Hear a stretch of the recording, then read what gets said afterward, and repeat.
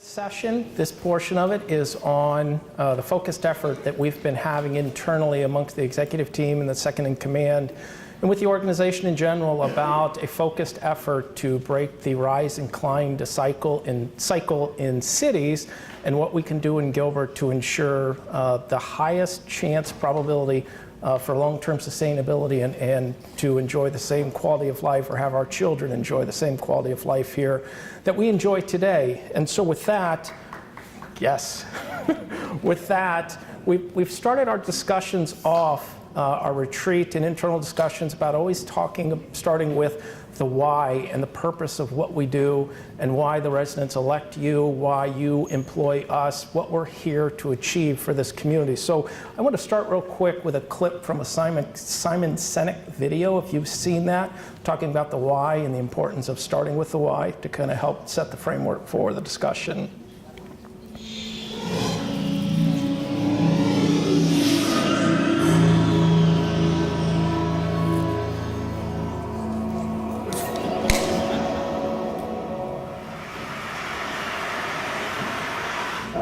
The golden circle.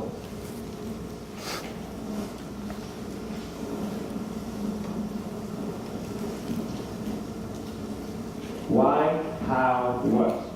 This little idea explains why some organizations and some leaders are able to inspire where others aren't. Let me define the terms really quickly. Every single person, every single organization on the planet knows what they do. So if anybody asks you a question, will you just try to repeat some it? know how they do it.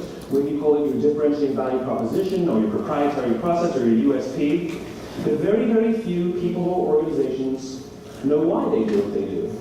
And by why, I don't mean to make a profit. That's a result. It's always a result. By why, I mean what's your purpose? What's your cause? What's your belief? Why does your organization exist? Why do you get out of bed in the morning? And why should anyone care? Well, as a result, the way we think, the way we act, the way we communicate is from the outside in. It's obvious. We go from the clearest thing to the fuzziest thing. But the inspired leaders and the inspired organizations, regardless of their size, regardless of their industry, all think, act, and communicate from the inside out. Let me give you an example. I use Apple because it's easy to understand and everybody gets it. If Apple were like everyone else, a marketing message from them might sound like this. We make great computers. They're beautifully designed, simple to use, and user-friendly. Want to buy one? Meh.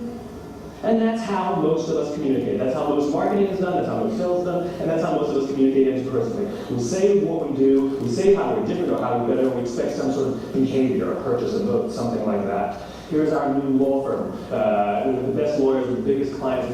We always perform for our clients, do business with us. Here's our new car. It gets great gas mileage. It has leather seats. Buy our car. But it's uninspiring. Here's how Apple actually communicates. Everything we do, we believe in challenging the status quo. We believe in thinking differently. The way we challenge the status quo is by making our products beautifully designed, simple to use, and user-friendly. We just happen to make great computers. Want to buy one? Totally different, right? You're ready to buy a computer from me. All I did was reverse the order of the information. What it proves to us is that people don't buy what you do, people buy why you do it. People don't buy what you do, they buy why you do it. This explains why every single person in this room is perfectly comfortable buying a computer from Apple. But we're also perfectly comfortable buying an MP3 player from Apple, or a phone from Apple, or a DVR from Apple. But as I said before, Apple's just a computer company. There's nothing that distinguishes them structurally from any of their competitors. Their competitors are all equally qualified to make all of these products. In fact, they tried. A few years ago, Gateway came out with flat-screen TVs. They're eminently qualified to make flat-screen TVs. They've been making flat-screen monitors for years. Nobody bought one.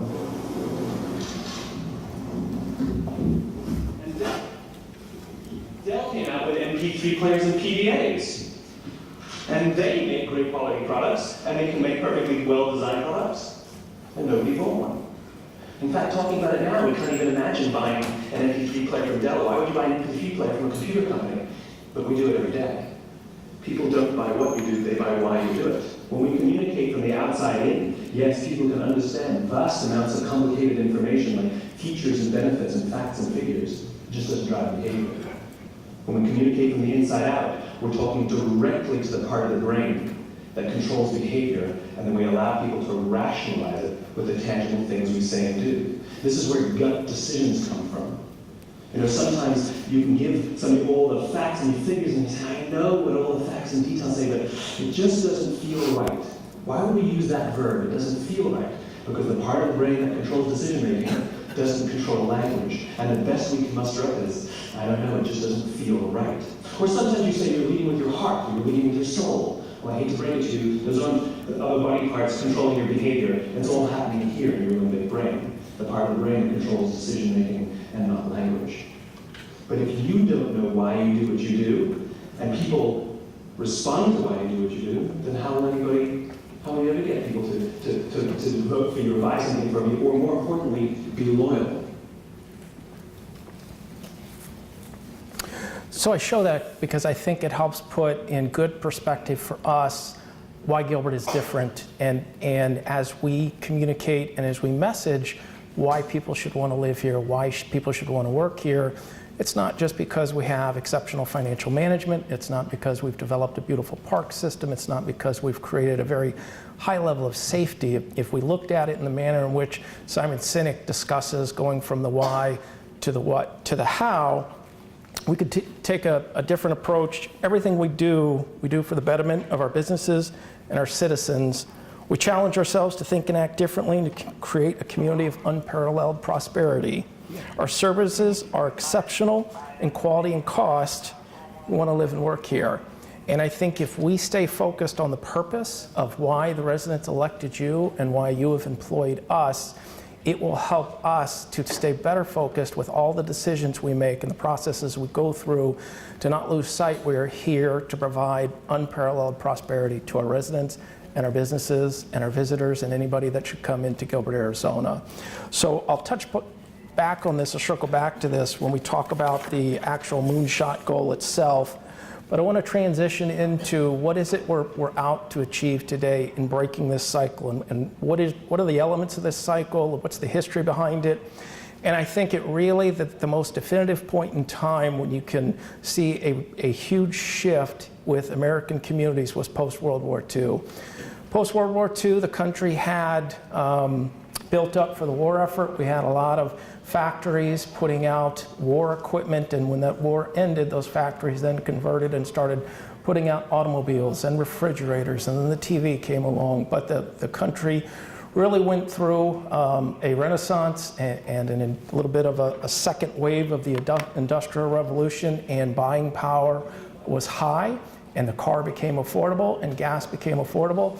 And so all across the country, people then exploded out of our large urban cities for this new American dream of a white picket fence and a three-bedroom house. And so we took farm towns like Gilbert and Mesa and Chandler and Tempe. These were all communities started to support an agrarian community around them. And so we took these cities and we turned them into suburban communities, and we designed them around the automobile primarily, and a lot of how our land use and our zoning and our transportation systems all kind of got designed around an automobile. And we threw up neighborhoods, and we built strip malls, and we built schools, and we put in water plants and sewer plants, and we took all these actions to provide for a quality of life and for the basic services residents need in these new suburban communities. But we didn't understand all the things that go into long-term sustainability and maintaining this community, these communities. And as they aged and their demographics changed, they woke up one day and they realized they hadn't been maintaining their infrastructure properly, and they hadn't realized that their population, a fair percentage of that population were children that were going to grow up and graduate from high school or go into college or go into the military or wherever they were going to go, but that population would start to decline. And at the same time, this infrastructure, which wasn't being properly maintained, they just built it and then we used it, kind of ran it to failure. In 20 to 30 years, this cycle comes around and the population drops. the infrastructure, which hadn't been maintained well, begins to show serious signs of failure and decline and deterioration. And when we understand what it would take to get that infrastructure back to an operational state, it's not inexpensive. If you haven't maintained something, the cost to get it back into a proper state of operation is exceptionally more expensive than if you'd had been maintaining it all along and if you've been preparing for that reinvestment that infrastructure is going to take. And so what happens is we kick the can down the road even further, and we don't maintain roads, we don't maintain our sewer plants. And you can read, this discussion's been going on for decades in this country about the state of the nation's infrastructure. And I think the best score I've seen is like a D-. Most of the time it's an F, and you'll hear about bridge collapses and loss of life, all because we didn't properly maintain this infrastructure. And so at this point, 20 to 30 years down the road, when this infrastructure needs reinvestment and the price tag around that is cost prohibitive, what happens is, and they further prolong the maintenance of it, it starts to impact property values, and property values start going down. And as property values start going down and citizens see this happening, they don't want to lose all the value they've built up in a home, and they also don't want to buckle down and put the kind of revenues in place that would allow for reinvestment in this infrastructure. So they sell their homes and they move to the next community out and repeat that cycle all over again. And so now you've got population loss compounded by people choosing to move out because the infrastructure is deteriorating. Less revenue coming into the town, into the school districts, means our schools are starting to see a decline in the quality of the education. You'll start to see crime creep into a community, so it becomes this vicious circle downward, and we create these throwaway communities. And Phoenix in this region is younger. It's not as pronounced in Phoenix, but you can see some examples of it happening here. But if you look at mature metropolitan markets like where I came from in St. Louis, or around Maryland, or around Buffalo, New York, you will find these first-tier communities outside of the urban core that are in extreme states of distress and disrepair. And it is a very difficult thing to pull yourself out of there, because you no longer have an employment base. You've got a smaller population base, a higher percentage of that population living in poverty, and it really becomes difficult to find the path forward to pull that community back out. And so that's really the impetus behind Gilbert, and they'll go into more detail in just a minute, but we are at a point in time when there's hardly an accolade that we haven't received in regards to some aspect of our quality of life and why Gilbert is such a great place to live, to raise a family, to open a business, to relocate a business. We've got a lot going for us, but we're still in that growth phase right now.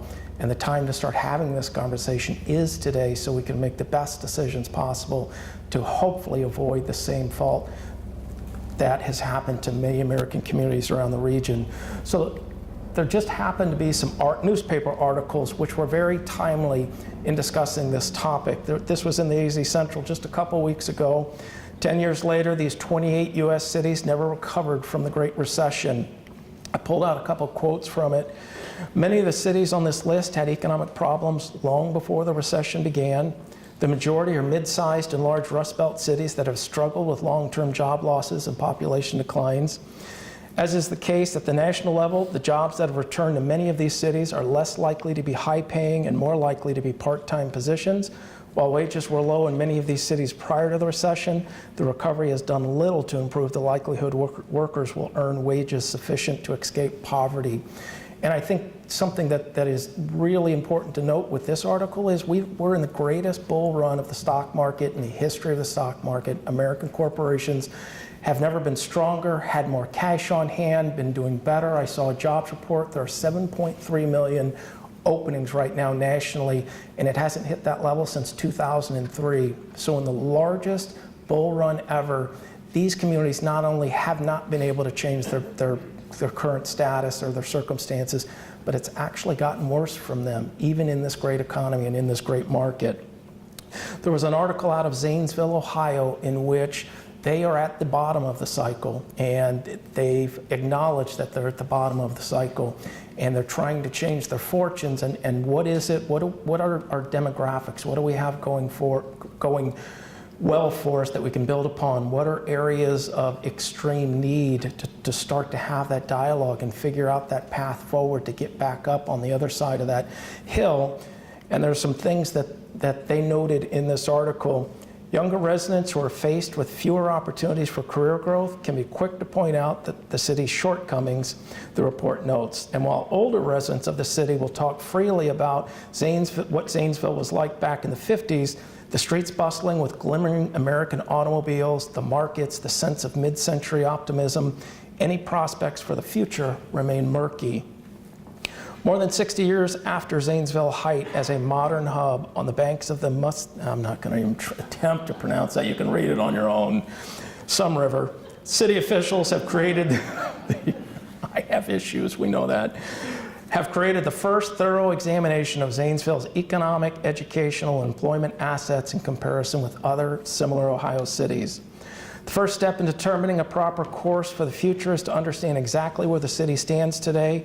The main thing people need to understand is that by fully coming to terms with exactly where we stand today, we can use this information as a goal-setting document and find ways to develop wealth in the future, O'Malia said. They also said today Zanesville's chronic poverty, unemployment, and low participation in the labor force can be partially explained by this blight in the educational attainment levels of its residents, according to the report. And having fewer opportunities for career advancement is a key factor in the city's high poverty rate. High unemployment, high poverty, low income, it's a continuing cycle that leads to lower home values in the city when compared with its peer group, and therefore lower tax income that could be used to provide expanded services and incentives for future business. It's a great report, something that will give us a starting point to determine where we go from here, said Mayor Jeff Tilton. Our main goal from here on out is to set incentives and specific plans to bring wealth into the city, which will grow our tax base. And so it was a newspaper article with a tie to a report, but they're doing a good job in trying to understand what are those key drivers, key demographics, and where things currently stand. But they've got their work cut out for them in trying to bring Zanesville, Ohio back to where it was in the 1950s. You may have recently heard about the large gift to Arizona State University by the Watts. And as part of that, it was to the College of Public Policy. And as part of that, comes with its strings tied to a commitment to bring ASU resources into Maryville, the Maryville portion of Phoenix, to try to help turn around some of Maryville's fortunes. I pulled a couple of quotes out of this article as well. The West Phoenix village of Maryville has more than 208,000 residents and comprises 38 square miles. Started in the 1950s, it was the brainchild of developer John F. Long and the valley's first master planned community. It was like Mayberry, Cindy Watts said. It was just a wonderful blue-collar working-class neighborhood, very safe. There was little crime and drug use, Mike Watts said. But over the years, Maryville has seen crime and poverty levels rise. About 34% of Maryville's residents live below the poverty line, and 39% don't have a high school diploma. Cindy Watts said there should be a higher percentage of high school graduates and a clearer path to education for many students. So transition to the article that just came out about Gilbert, Arizona. Gilbert tops the list for recovery in 100 cities after recession, Tucson near the bottom. Some of the quotes pulled out of this article. The economy is working very well for college-educated America and the places they congregate, but it's mediocre at best for everyone else. The findings are a sobering reminder that many urban areas have yet to see a true economic recovery from the recession. Distressed communities have been more likely to lose population and businesses. He also described Gilbert as more inclusive than you would expect for a small, prosperous city based on demographic and other data tracked in the study. So we look where we're at today, and there's been a couple more. I didn't add the leading the country, the best performing city post-recession. You also don't see the third most livable city in the country on this list because I can no longer keep up with them. It's every week something's pouring in. But all of these accolades and where we are today, I don't know if you see it, but there's something that sounds very familiar to all these talking points about Maryville in its day. And it was Mayberry, and it was safe, and it was wonderful. And Zanesville, Ohio in the 50s, we were it, this mid-century optimism about this new community that's been created. And we're here right today. This is where we're at. We're at the top of that cycle. But I think we should be smart enough to know now that we will not stay in this place unless there's very thoughtful planning and action on our part today. So if we dive down a little bit further, this is something that we mapped out at our retreat to kind of understand some of the factors involved here, and it's by no means all inclusive. But you'll see the red star on where we're at right now. In 2018, we're at about 215,000 in population. We could go as high as 310, 320, depending on land use decisions that are made, but we are still on the upside of the growth and the development. But if you start to project out and look out, and right now, Kyle, correct me if I'm wrong, we're about 3 residents per household in Gilbert. So you could extrapolate that roughly 1/3 of our population are children. So if we get to 300, 100,000 of our population will be children. And so if you start to look out 2030, 2040, when a lot of that wave moves through our community and these children graduate from high school and they go on to where they're going to go on, we'll see if this is a community where people still want to live and still want to invest, because if it's not, we're going to see that population fall. And just like with all these other cities, when that population falls in 2030 and 2040, we're also going to be at a point in time when we've got to make some pretty significant reinvestment in our infrastructure. Our explosive growth, I think there was a 10-year run there from 95 to 2005, if my memory serves correctly. We were the fastest growing city in the US. Roughly 50% of our infrastructure was put in place in a 10 to 15 year time frame, which means that infrastructure, even with proper maintenance and planning, we've got our long range infrastructure program, which is in place and just about to be wrapped up in a report format. But even if we do all that right and extend all of our infrastructure and enhance the performance of that infrastructure over its life, it will still reach a point when it's going to have to be replaced. All those roads, the water plant, the sewer plant, all the piping system underneath those roads, we've had some significant failures that we're all aware of. I just hope we don't have another water line failure before the Gilbert Days Parade, Jessica. We shouldn't, with our new water line now in place that we've practically torn up the entire Heritage District to get done. But all that infrastructure is going to need a major reinvestment. And so at the same time, we're going to lose those children. Our demographics are going to age. A lot of the individuals and families and parents that are part of the workforce right now are going to reach retirement age. And if they retire in place in their homes, we lose availability of workforce to continue to hold on to companies like Deloitte, or to land the next Deloitte or the next Morgan Stanley. Our aging demographic and workforce is going to have a direct impact on our local economy. And as I'll show you in a few slides, there's a lot of things of importance, but the single most important one is your local economy. As goes your local business community, will go your community. And there's examples all over the country where that exact thing has happened. And so this is a work in progress, and as I mentioned, it's not inclusive of all the factors that play into our future and what that may look like, but it's by major category, this gives us a pretty good snapshot of what we could expect or should expect, unless we're proactive today to do the best thing, make the best decisions we can to avoid this same fate. And so with that, we had a 5-day executive team retreat broken into 2 parts to start digging into this moonshot goal that we've talked about of breaking this cycle of rise and decline in American cities. And so we started off the retreat with a video that was put together by our wonderful digital government office to inspire the organization and to rally everybody's attention and focus onto what we need to do. And it might play. I believe that this nation should commit itself to achieving the goal before this decade is out of landing a man on the moon and returning him safely to the earth. Today, Apple is going to reinvent the phone.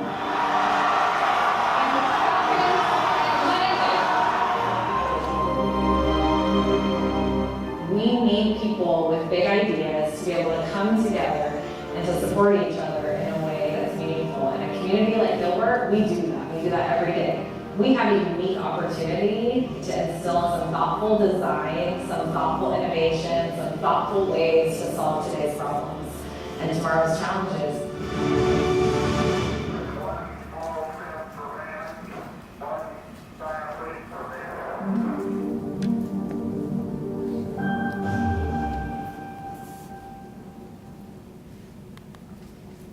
So Gilbert, like many, whether it be private sector corporations, government agencies, nonprofits, when you set a lofty goal, Kennedy's moonshot speech in the early 60s when he said we're going to land a man on the moon by the end of this decade has become kind of a ubiquitous term for setting really lofty goals in which you don't have everything figured out at the point in time when you announce it, but you know it's the right thing to do. May not be the easy thing, but it's the right thing to do. It's inspiring, and it's something that we must accomplish if we're going to achieve certain things in society or certain things for our corporations. I remember a meeting Mayor Lewis and I had with the CEO of MD Anderson Hospital down in Houston, and they had a moonshot goal of beating cancer, and they had a couple specific areas where they felt like they didn't have all the answers, but they had enough information that they should be able to actually eliminate cancer in some certain categories, and that was the moonshot goal. And so our moonshot goal in breaking this rise and decline cycle, while lofty, is something that we absolutely should be able to figure out and what needs to be done and what that path forward looks like so that we can, again, do something that few communities around this country have been able to do in creating that long-term sustainability. So we started the retreat with some deliverables, some areas of focus and items we were going to work on. One of it was a review of the strategic categories, and those are our 6 strategic initiatives right now that were set back in council. I want to say in 2010, Mayor, do you remember? 2009, 2010? So we took a look at those. We wanted to take a look at those and understand if those captured everything, if the focus was correct in trying to create alignment now with by Build Out 2030 to still have the same quality of life in Gilbert then as we do today, and then create metrics around those. As you know, the town adopted the Franklin Covey 4 disciplines of execution approach. Gosh, right when I first got here, in fact, probably right before I got here, and one of the principles of that is make things measurable and X to Y by when. And so if we are going to set ourselves up to achieve this goal, we've got to try to create definable metrics around that. It can't be just based on our gut. How are we doing as we move through the years? And are we working our way closer to that? Are we moving farther away? So we needed to create metrics for those categories. And then we wanted to take the first stab at creating the fiscal year 2020 WIGs, or wildly important goals, to begin us down that path. We need to create an elevator speech and talk about in a short, concise manner what it is we're trying to do, why the time for action is now, what the future could look like if we don't take action, what the future could look like if we do take action, and then how you can get involved. Look at our mission, vision, and values and make sure that is in alignment with this moonshot goal of long-term sustainability and breaking the cycle for Gilbert. And then we also took a look at our annual planning calendar to make sure all the actions, all the retreats, the budget planning process, all of our master plans, to make sure everything was in alignment properly so that we have the best handoff from one process to the next throughout the calendar year. And again, make sure that, again, sets us up to achieve success with this goal. So we started, from there we started, and this is, Victor, I mentioned this to you. So we started with a quote from Lincoln, and it comes from a very famous letter that Abraham Lincoln wrote to Horace Greeley, who was the editor of the New York Tribune back during the Civil War. Horace Greeley was a very proactive and famous abolitionist at the time, and he continued to challenge Lincoln publicly to force him to take action on emancipating the slaves in this country. But there was a portion of this letter that spoke to me about the resolve and the focus that we'll need to have if we are going to accomplish this goal. And I'll read this to you real quick. Towards the end of the letter, Abraham Lincoln wrote, "I shall do less whenever I shall believe what I am doing hurts the cause, and I shall do more whenever I shall believe doing more will help the cause. I shall try to correct errors when shown to be errors, and I shall adopt new views so fast as they shall appear to be true views. And why this spoke to me is we don't have all the answers today on how we're going to achieve this, but we've got to start working towards what are those answers. And we're going to occasionally go down some wrong paths. And if there's one thing historically governments have not done well in this country is when they start something to stop it if it's not working. And so we need to get really good at stopping things that aren't working, even with the best data, the best of intentions, the best minds applied to this, internally and externally. We have reached out to ASU to have them work with us on this, and they said they'd love to. But whoever it is we're working with, and whatever path we go down, if we find that those metrics, we're not moving that needle and it's not having the impact that we believed it would, we have to be prepared to stop it and change, get back on the right path, and correct errors when we find them to be errors, and adopt new views so fast they appear to be true views. And I think if we really do that and embrace that as we move through the years, we'll give ourselves the best chance to do this, and I believe that we will be successful. And we embodied this at one point during our 5-day retreat that I'll highlight for you.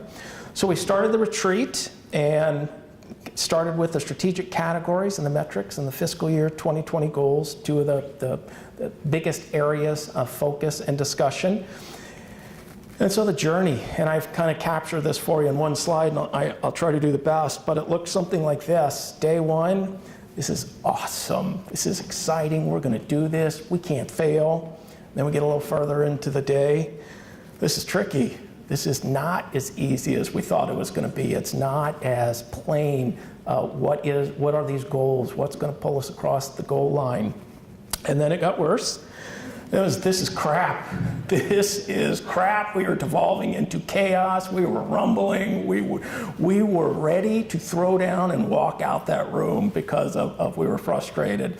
And then the next level down, the heart of darkness is, I am crap. Maybe I just can't figure this out because my parents didn't hug me enough as a child and send me to the right school. But you doubt yourself through processes like this. And then we worked our way through that. And, well, it might be okay. Feels like maybe we're figuring this out, and maybe some initial thoughts we had or direction we were taking wasn't the right way. And then I think it ended with, this is awesome.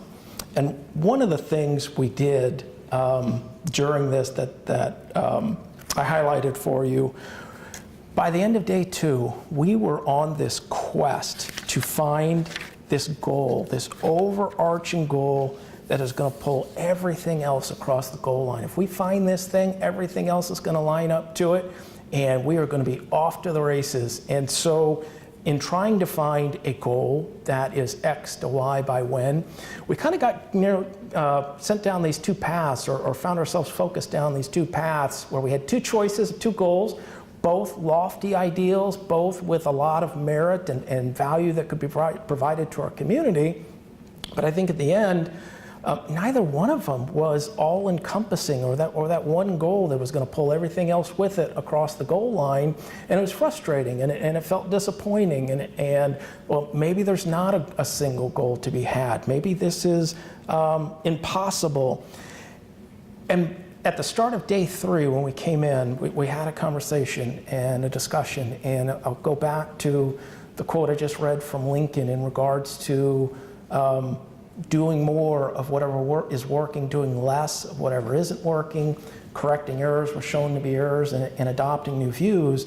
And I think it really sank in that we were going down the wrong path, and we need to reset and restart. And if you think about when Kennedy threw down the goal of landing a man on the moon by the end of the decade, that was the net result of that goal. But there were multiple major efforts that were going to be necessary to put a man on the moon. We had to build a rocket system that could actually not only put a man into orbit and a capsule into orbit, but get it all the way to Mars. We had to have a lunar lander. We had to have the lunar reconnaissance module. We had to design spacesuits. We had to design life systems. There were multiple major components to landing that man on the moon. And so when we think through that perspective, and the categories that are involved with creating a community of prosperity and abundance, it's multiple categories. And so we reset that, and we closed in on or honed in on the 3 key areas of importance for a community to have vibrancy and prosperity and well-being amongst its community. And it came down to a thriving economy, a prosperous community, and I'll define each one of these areas for you a little bit further, and then the infrastructure and the environment. If we could master these 3 areas and deliver excellence in these 3 areas, we should give ourselves the best opportunity to still be the Gilbert of today, tomorrow. And those other areas, our strategic initiatives, we also, it became apparent that our strategic initiatives were actually pretty good, and most of the major things were captured. But some parts of our strategic initiatives, going back to the why and the what and the how, some of them were not whys. They were not those major categories. Some of it was just how we do things in Gilbert, whether it's using technology to our benefit or whether it's being fiscally responsible and excellence in financial management. They weren't actually why level or why worthy items. And so moving on to then looking how this plays out for setting a moonshot goal. If we start with the why in those 3 areas, and this is not inclusive, I didn't have enough room on the slide, but I just captured a few things. So for a thriving economy, job recruitment, commercial investment, diverse employment opportunities, not having all of our eggs in one industry basket. So if that industry should plummet, like what's happened to the coal towns of Pennsylvania or the steel mill towns or some of the communities in Ohio or Detroit with the automobile, don't have it all in one basket. Have a diversified local economy. Have opportunities for advancement for residents. Have places where high school graduates and college graduates can go right into beneficial employment within our own community. The infrastructure and the environment, and I apologize, that's kind of hard to read, that color green, but water, sewer, and sanitation, making sure that we've got a safe and clean water supply, a safe sanitary system, proper solid waste practices, and diverting as much of the recyclable material into recycling facilities and keeping them out of landfills. Parks and recreation, natural resource protection. You know, another area that Gilbert is blessed in comparison to some communities, we don't have a lot of brownfield sites. In fact, we really don't have any brownfield sites in Gilbert by the traditional definition of that word. In St. Louis, there are communities with industry, heavy industry that have been there for 100 years that has since shuttered, and that ground is so contaminated they've been classified as Superfund sites, and the cost to clean those sites up is so astronomical that there's going to have to be either federal, state, local dollars, significant dollars to just return those sites to a condition that the environment is safe and it could prospectively be reused for business and employment opportunities. We're very lucky to be starting from a place in which we don't have that in Gilbert. We did have a chemical company, as we're all aware of, that had some contaminants leaked into the soil, and I don't remember the specifics of how that happened, but we currently have a chemical plume in Gilbert, which has impacted our ability to recharge water at the Riparian 1. ADEQ has monitoring wells set up. It's starting to dissipate, but we've been allowed to start to recharge a certain amount of water in Riparian 1, and hopefully that continues to remediate itself and will get cleaned up soon, but we're very lucky to be starting from that position. So the job now is to just make sure that we are good stewards of that environment and we don't do anything to harm that environment which would harm this community. And then a prosperous community, and this is an area where it's probably going to take more effort because some of these things we're not responsible for. Safety falls in this area, and we're certainly a big part in providing for a safe community and police and fire. But we're not the only thing. We're not the only reason Gilbert's safe. Gilbert's also safe because of its neighborhoods, because of its schools, because of its businesses, because of its faith-based organizations who all play a part in making sure that Gilbert's safe. Our schools, As you saw with some of those communities and the things that were highlighted in regards to the current distress that they're in, lack of education, lack of quality education, access to education, and one of the things noted for Gilbert is our wonderful school system, both public, private, and charter, as well as our universities in this region are a big part of our success. But we don't control quality education, but we're going to have very, very strong partnerships with our educational entities that are in this community so we can support them in what they need from us and how we can help them provide academic excellence in our K-12 system as well as our university system. But this area is going to take as much outward engagement as well as internal effort on our parts. Our hospitals are also a key part of a healthy community. We're blessed to have Banner, Gateway, and MD Anderson, as well as Dignity Health with the Mercy Gilbert Hospital, as well as a lot of clinics and standalone emergency unit rooms all over our community, but a huge pillar in providing for community prosperity. So those are the three main areas that we see, and the next step for us is we're creating metrics within those areas, and we'll bring those back to you. But if we have metrics in those areas, which are the right metrics that, again, push us towards this goal we have, we should be able to at least set ourselves up for better success, to know that the annual efforts that we take and the regular ongoing efforts we take are moving us in this direction. And if some of the metrics turn out to not be the right ones, we got to toss those out and put in new metrics in that continual process of evaluation and assessment of what we're doing and how we're doing it. So if you go from the why, which is our moonshot, to the how, these will be our annual WIGs. And again, I just pulled some of these out. These have not been finalized yet. But under Thriving Economy, we had a concept for the Spark Center for Entrepreneurship, Northwest Corridor Redevelopment District establishment, increase in the number of STEM jobs. Dan missed that. I think he was out for an hour, so we set a 20% increase in STEM jobs for next year for Dan, and he will never miss a session again. Under Infrastructure and Environment, improve the diversion rate for our solid waste. And again, this is an area for every pound of solid waste. And the recyclables market has been hit pretty hard, and we're not getting as much as we used to, but we're still getting paid something as opposed to everything that goes into the landfill. So for every pound we can keep out of a landfill, not only lowers our cost, but it helps to prolong the life of those landfills, lessen the impact on the environment, and we're actually going to pay less to provide that service to our community. Looking at streetscape design and maintenance standards around this community, there's been a lot of conversation. I know a lot of you are well aware of some of these storms are really taking out a lot of our trees planted here in Gilbert, and there's a need to probably look at that tree plan, find trees that are more durable and hardy to some of the windstorms that come through, but have a more comprehensive plan around this. Create safe biking lanes, and this is something that is not unique to Gilbert, but we've had some fatalities over the years with car-cyclist interactions, of which the cyclist is never going to win that interaction, and it's time to do something so that we can create a safer environment for our citizens and our cyclists in Gilbert, Arizona. And then develop a shade master plan. It's a shame that Councilman Taylor's not here for that part, because if there's one thing I've heard from him for 5 years now is shade, and agreed, we live in Arizona. Shade is a really nice thing to have, but more than just a shade master plan. But you know, when I moved to Arizona from St. Louis, I always thought Arizona summers felt like St. Louis winters. You just stay inside more because outside it was snow and ice and sleet and rain, and it was just colder than you could believe.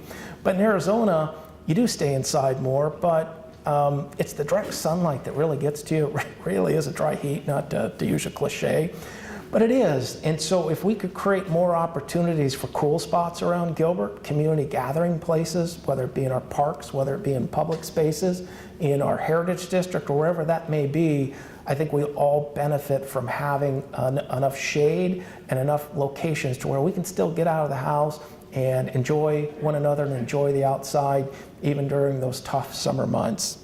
And again, this isn't inclusive. And then under prosperous community, and again, this is just some of the ideas that were thrown out. Increase higher education opportunities. We've done that with this building that we're in here today with Park University that's up and running. We all know University of Arizona has their coding classes that they're operating out of the building, and we are very close to signing up one, if not two additional universities any day now for one of them. But we have taken a proactive step in that. We also have excellent partnerships with ASU and ASU's Poly Campus. The Poly Campus is practically right on our doorstep. And so we do everything we can to work with them in maximizing the opportunities for this community and to the benefit of this community. Increase the number of community gathering spaces, and Scott, this is something that you'll be well aware of, and Kyle and Dan, we talk about this. But placemaking opportunities, it's not just about places of employment, it's not just about houses. People still need places to congregate and places to come together. And I've always thought of downtowns as like the community's living room.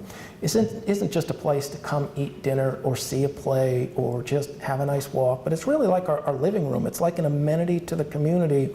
And part of the reason that is because of the placemaking that's occurred here to date with Water Tower Plaza and those splash pads and the fountains.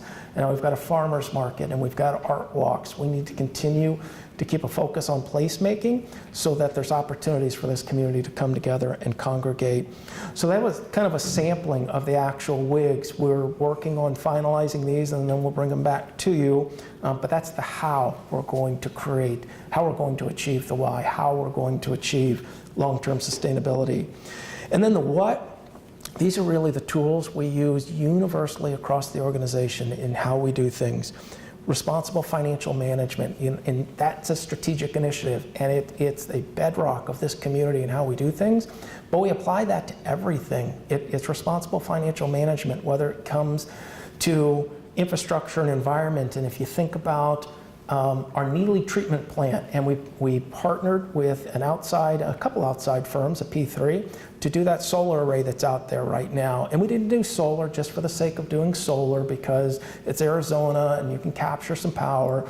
These things have to pencil out. We don't do things in Gilbert just to do them. We do things because it's the right thing to do.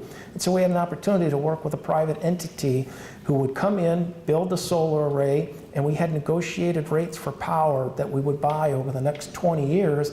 And we're saving now a substantial amount of money in our energy costs at the Neely treatment plant. And at the end of the 20 years, that entire investment, that solar array, becomes the property of Gilbert, Arizona.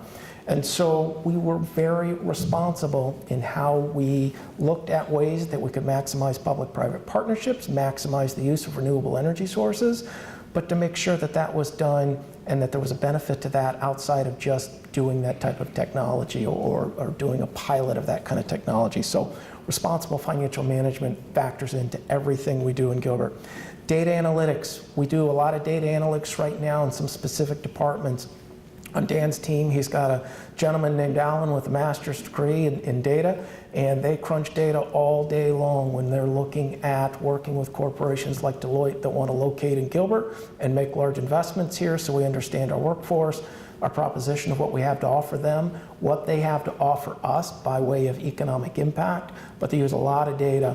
Jolene and her team use a lot of data to analyze our human resource trends and why are people coming to our organization? Why are they leaving our organization? What's the competitive pay market in the region, in the public and private sector? Jessica's got a SCADA engineer on staff that's looking at our water system and our distribution system and understanding pressures, areas where we might have stale water so we can make better decisions around creating better circulation within the system and redundant lines. Chief and his team have been doing data analytics, DDAX, data analytics in our police department and public safety for years and understanding what kind of crime is happening, where is it occurring, and what can we learn from it, and how can we be more proactive maybe in addressing that, whether it be rear end accidents at an intersection or a certain type of crime that's happening in certain areas at a certain time of the day or night, so that again, we can be proactive, as proactive as we can be. And Kelly Fost and our budget analysts, as they work with the departments to put together their annual budget requests and monitor their budgets through the year, are analyzing that financial data to give them feedback on where they're at on spending levels, on the business case that they build to justify new positions or investments in technology or equipment. But this is an area where there's a lot of opportunity. We've also got our open data portal, Alex, that has now put those data sets out for our community to use as well. But This is probably one of the biggest areas of opportunity for this organization and the community, is to continue to invest in data analytics so that we have better information available to us to make more informed decisions, and decisions that will do what we hope and need them to do, as opposed to relying on years of experience or our gut or what someone else did. We need to continue to listen to all the data we've got out there. So you'll see some big investments and moves towards that as we continue to move forward. An engaged workforce, and ensuring that we are attracting the right types of employees here that believe in the why of what we're doing and want to be here because they have a heart of public service and they want to be a part of something special and delivering excellence to this community and delivering excellence to our businesses, and that they're actively telling us what they need to be successful and what they enjoy about our environment, and maybe things that they don't enjoy, so we can make some corrections to make sure that we become an employer of choice, which I think we have become. If you look around some of this room and some of the talented people we've attracted to this organization, and now the benefits that are accruing to this community as a result of that, if we maintain a highly engaged workforce, we will become an employer of choice. And if we become an employer of choice, our residents and our businesses should see the impact and the value of that in the services that they receive from us. And then in organization and community connectedness, and again, even these categories, I was just limited by space, and I didn't want to go 10 slides deep and put you all to sleep. You're probably halfway there now.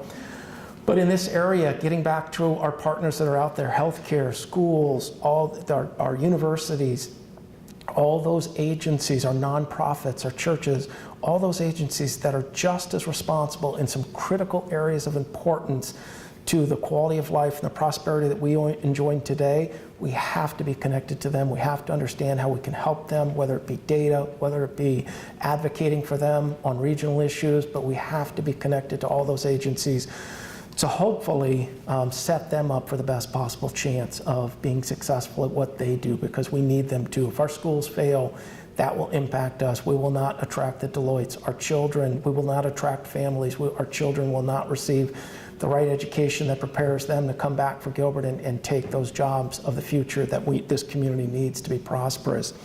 So this is kind of an overview, the why, the how, the what. We are finalizing metrics. Also, some of these names we're going to wordsmith a little bit, and some of these names may change. But this is our belief in the areas of focus that we need to have as an organization at the elected level and at the staff level to set us up for the best long-term chance of creating long-term sustainability. So we'll finish the metrics, the wordsmithing and the branding on this, the WIGs, and then we'll circle back to you and let you know where things stand. From here, we've got to develop an elevator speech, and I kind of went through the reasoning behind that. So we'll develop our elevator speech. We have to finalize our change leadership strategy, review the mission, vision, and values, make sure that's in alignment with this goal. And then the annual planning calendar we actually did complete, so that's finished. But for items 3, 4, and 5, we will work on finalizing those and bring those forward. So the next step, the Fall Council Retreat, is today and tomorrow. From here, we're going to be talking to the employees, a very similar presentation to what you saw today at the Gilbert Leadership Forum, and that's all the leadership level employees within the organization. And then on January 29th, Digital State of the Town, the mayor will be talking more about this to the community on the whole, and how everybody can get involved and the part that we need them to play to help us achieve that success. And so again, I'll leave with Abraham Lincoln's quote, because I think of all the things we're going to do, this will be the one constant. I think the only constant outside of this is going to be change, and we need to get comfortable with change. And at times it can create anxiety because of the ambiguity. We all just want to understand, give me the game plan and send me into the game, and I will execute, and we're going to be successful. But this is a goal in which we don't know how we're going to get to that end zone, and we're going to have to continue to develop plans along the way and evaluate those plans and make sure they're moving us down the field to cross that goal line at build out. But if we just embody this quote, and if nothing else, I think that we've got no choice, but we will be successful. So I shall do less whenever I shall believe what I am doing hurts the cause, and I shall do more whenever I shall believe doing more will help the cause. I shall try to correct errors when shown to be errors, and I shall adopt new views so fast as they appear to be true views. If we do that, I know we'll be successful. So with that, I am happy to answer any questions you may have about anything we've discussed, any of the things I presented here today. But there's more to come with this, and we'll be following up with you as we finalize those strategic areas, the metrics around them, the WIGs, and some of those messaging documents that I highlighted. Thank you so much, Mayor Daniels and Council and all of Gilbert for inviting me out to talk to you a little bit today. I have a lot of slides. We're going to skip some of them. I want you to let me know if there's something you really want to focus on. But as Mayor Daniels said, smart cities is one of those buzzwords that people throw around, but like, what does it mean? Right? And the reason why there's no hard definition is that it means something different to everybody. But my definition that I use to encapsulate all of it is smart cities is anything that connects, I call it smart government, is anything that connects government to its citizens and makes government smarter, faster, or better connected to those citizens. Right? So anything that can, I mean, that's why we're all here, right? We all work in and around government because we care about the people, our neighbors, the people around us, the children of our community, and the folks that are that have made this their home for so many years, as well as folks like Deloitte, who are we're bringing thousands of folks to Gilbert and hopefully hiring a bunch of folks from here in Gilbert, and we want to be part of the community. So we have a vested interest in at least knowing a little something about this. As Mayor Daniels said, I work at Deloitte. My job is to help government be smarter, faster, better at the federal, state, and local level. I live in San Diego. But y'all have made a real strong case for coming to Arizona, particularly Gilbert. I have the bio that the mayor had was a little bit dated. I have a 10-year-old son. And he is in 5th grade, about to go into high school. And I'll tell you, or about to go into high school. I'll tell you that our public school system cannot hold a candle to the Gilbert Public Schools. I just left Dr. Zentner over there and she showed me the strategic plan. And it looks like something we would put together. You guys are really, really at the cutting edge of this. So this table of contents here shows kind of what we're going to talk about. Smart City, Smart Nation point of view. We're going to talk a little bit about what Smart City 2.0 means and what success looks like. We're going to talk a little bit about how to fund and finance these things. We're going to talk about the alliance approach, a maturity assessment, but we're going to run through a lot of this pretty quickly to get to the meat of it, which is what's going on in the world, what does that mean for Gilbert, and then I want to save some time at the end for questions, because I think y'all probably have a lot of questions about smart cities, right? Maybe. So why smart cities? Why do people care about this? It's not just because technology is getting easier to hold in the palm of your hand. It's because we're seeing growth, unprecedented growth. People are converging on major metropolitan areas. You'll see that down here we see that we're going to have 43 megacities by 2030, mostly in developing countries. So growth of the world's population are forcing cities to be smarter, faster, and better. Otherwise, you can't get anything done, and it will take a year to get a permit filled, right? So here's some smart city stuff in the news. Canada, you can see that it's happening all over the world. Every continent has something happening with smart cities. I told you we're going to move swiftly through this. The key drivers are that unprecedented urbanization. We're trending green. People want to be more green. They want sustainable buildings, sustainable government, safety and security. Raise your hand if you care about privacy. I care about privacy. Transparent government. We want to know what's happening in our government. We want to know that council members are getting donations from whomever. We want to know that Deloitte is working with Gilbert to do X, Y, and Z and what that looks like. We want to know what emails sometimes are happening within the city, right?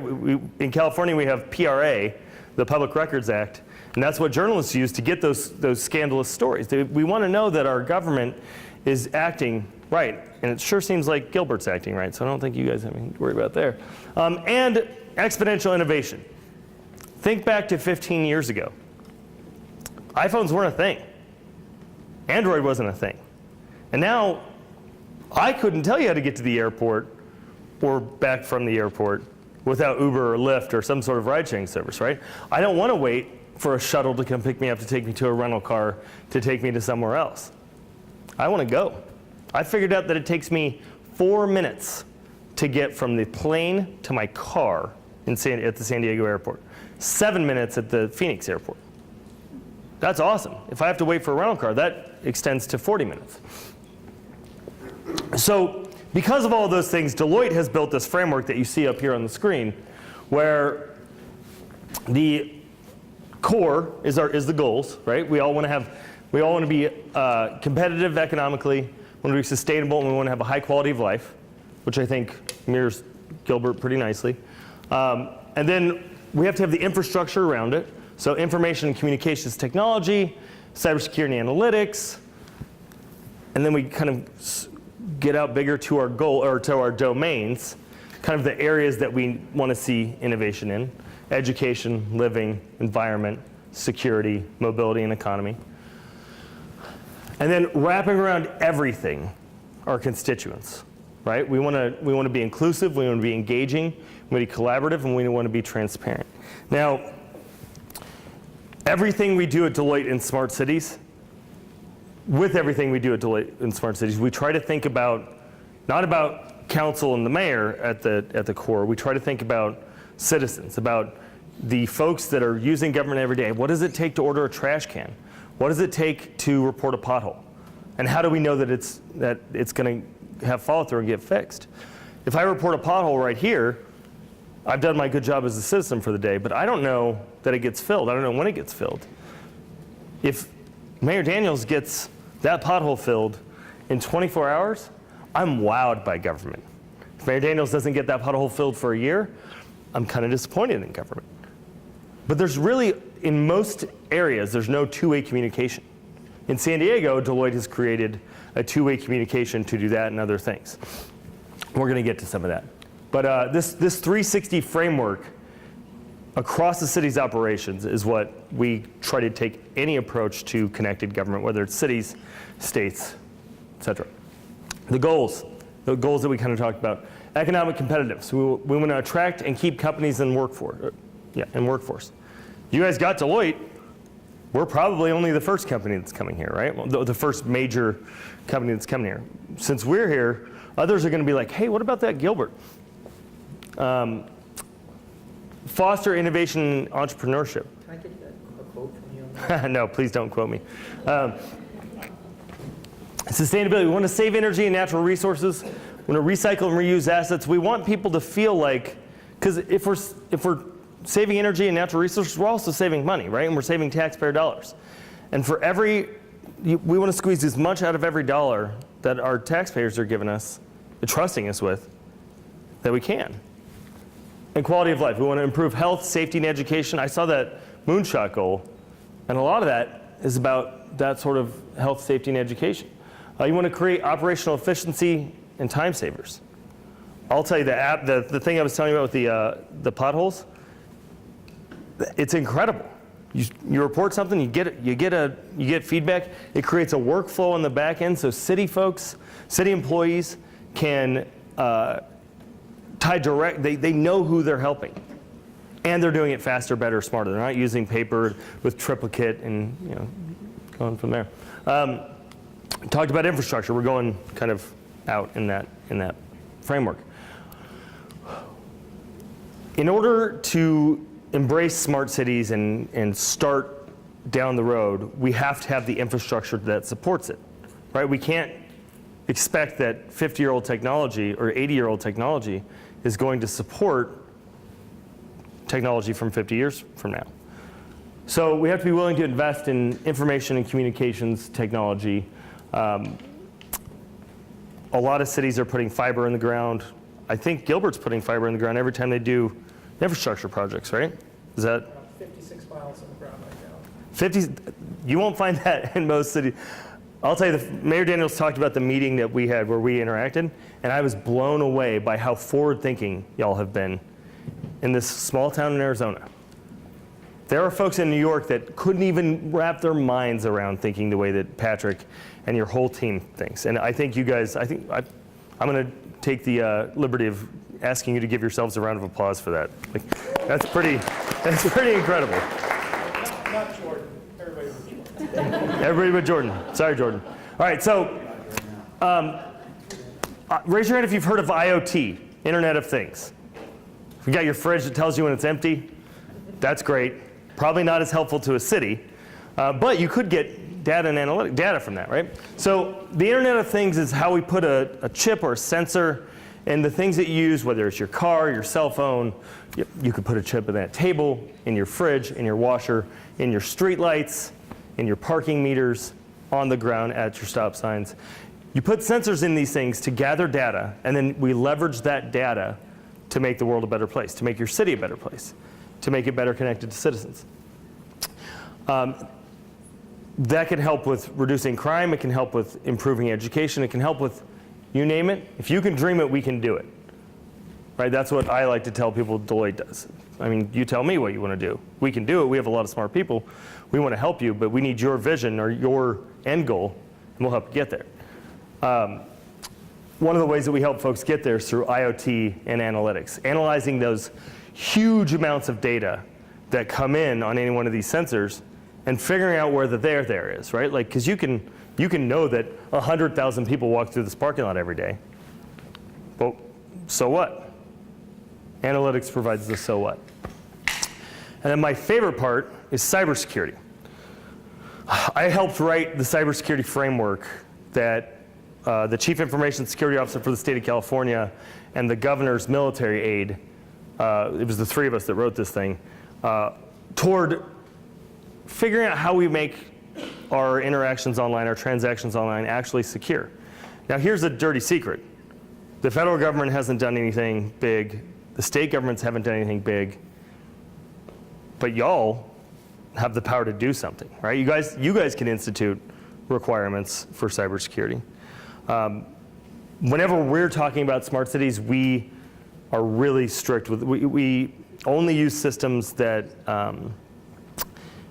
we only use systems and implement policies that will keep your data secure. Now, the old adage is that there are two types of people in the world, two types of companies. Companies that have been hacked and know it, and companies that just don't know it yet. So operating with that in mind, and you can create policies that are better informed and better protect privacy, and we'll get into a little bit of that later. And then the domains of interest. I'm not going to sit up here and read this to you. I will leave this up here for about a minute, and I hope that you'll read through it as I chat at you a little bit. But we found that if you tackle these 6 areas, whether you're talking about a military base, you're talking about a small town in Arizona, you're talking about New York City, or you're talking about Buenos Aires. Doesn't matter what you're talking about. If you're looking at these areas and you're connecting government to citizens and citizens to government in those areas, you're going to be successful. And that's where you really want to leverage your efforts. So mobility, I'll take that as an example. Light rail is not something we like to talk about here, right? So if you're making a smart city, you want to make decisions with that sort of thing in mind, right? That light rail is not going to work here. So how do we improve mobility in a city like Gilbert? Well, do we create a mobility operating system that everybody has to get onto? Bird, Lyft, Uber, all of the scooters, the bikes, the buses, everything. And so the city gets all this data, and if you make this requirement, you can also exclude certain modes of transit, right? So if the citizens don't want something, you can just say, no, not here, not today. And that's also smart government. But mobility in this world of increasing urbanization is becoming more and more important. Time is money. At the border, we want to keep bad people out, but keep goods flowing in and out, right? So here in Arizona, there's a project called Connected Corridors that's going on to make just that sort of thing happen. How do we take steps every day to make our border more secure, but also better for business? We do a lot of business with Mexico in Arizona and in California and the United States as a whole. So we don't want to interrupt that business, but we also certainly don't want folks coming in that shouldn't be here. Did everybody get a chance to read some of this stuff? I can share this with you. This is also on our website too, the different domains. So constituents, when we're thinking about smart cities, Told you we want to really think about them, right? We want to make sure that what we're doing benefits all constituents, even those folks that don't come down for public comment, even those folks that don't know who their city council members are. Everybody should benefit. The kids in the schools, to grandma at home, and everything in between. We want to improve operations and transparency. We want to make sure that we're creating new ways to interact with government in positive ways and create ways for constituents to understand their government. I mean, everybody's better off when you understand what's going on. We want to empower constituents with the right data and the tools so they can become more collaborative and participative. And it saves you money, right? So say there's in Hurricane Sandy, there's tons of damage all over the Northeast. FEMA, for the first time ever, leveraged crowdsourcing to do a damage assessment. And it saved them millions of dollars because they didn't have to send teams out to do these initial damage assessments. They could tell, hey, we need to send a team here, but not here.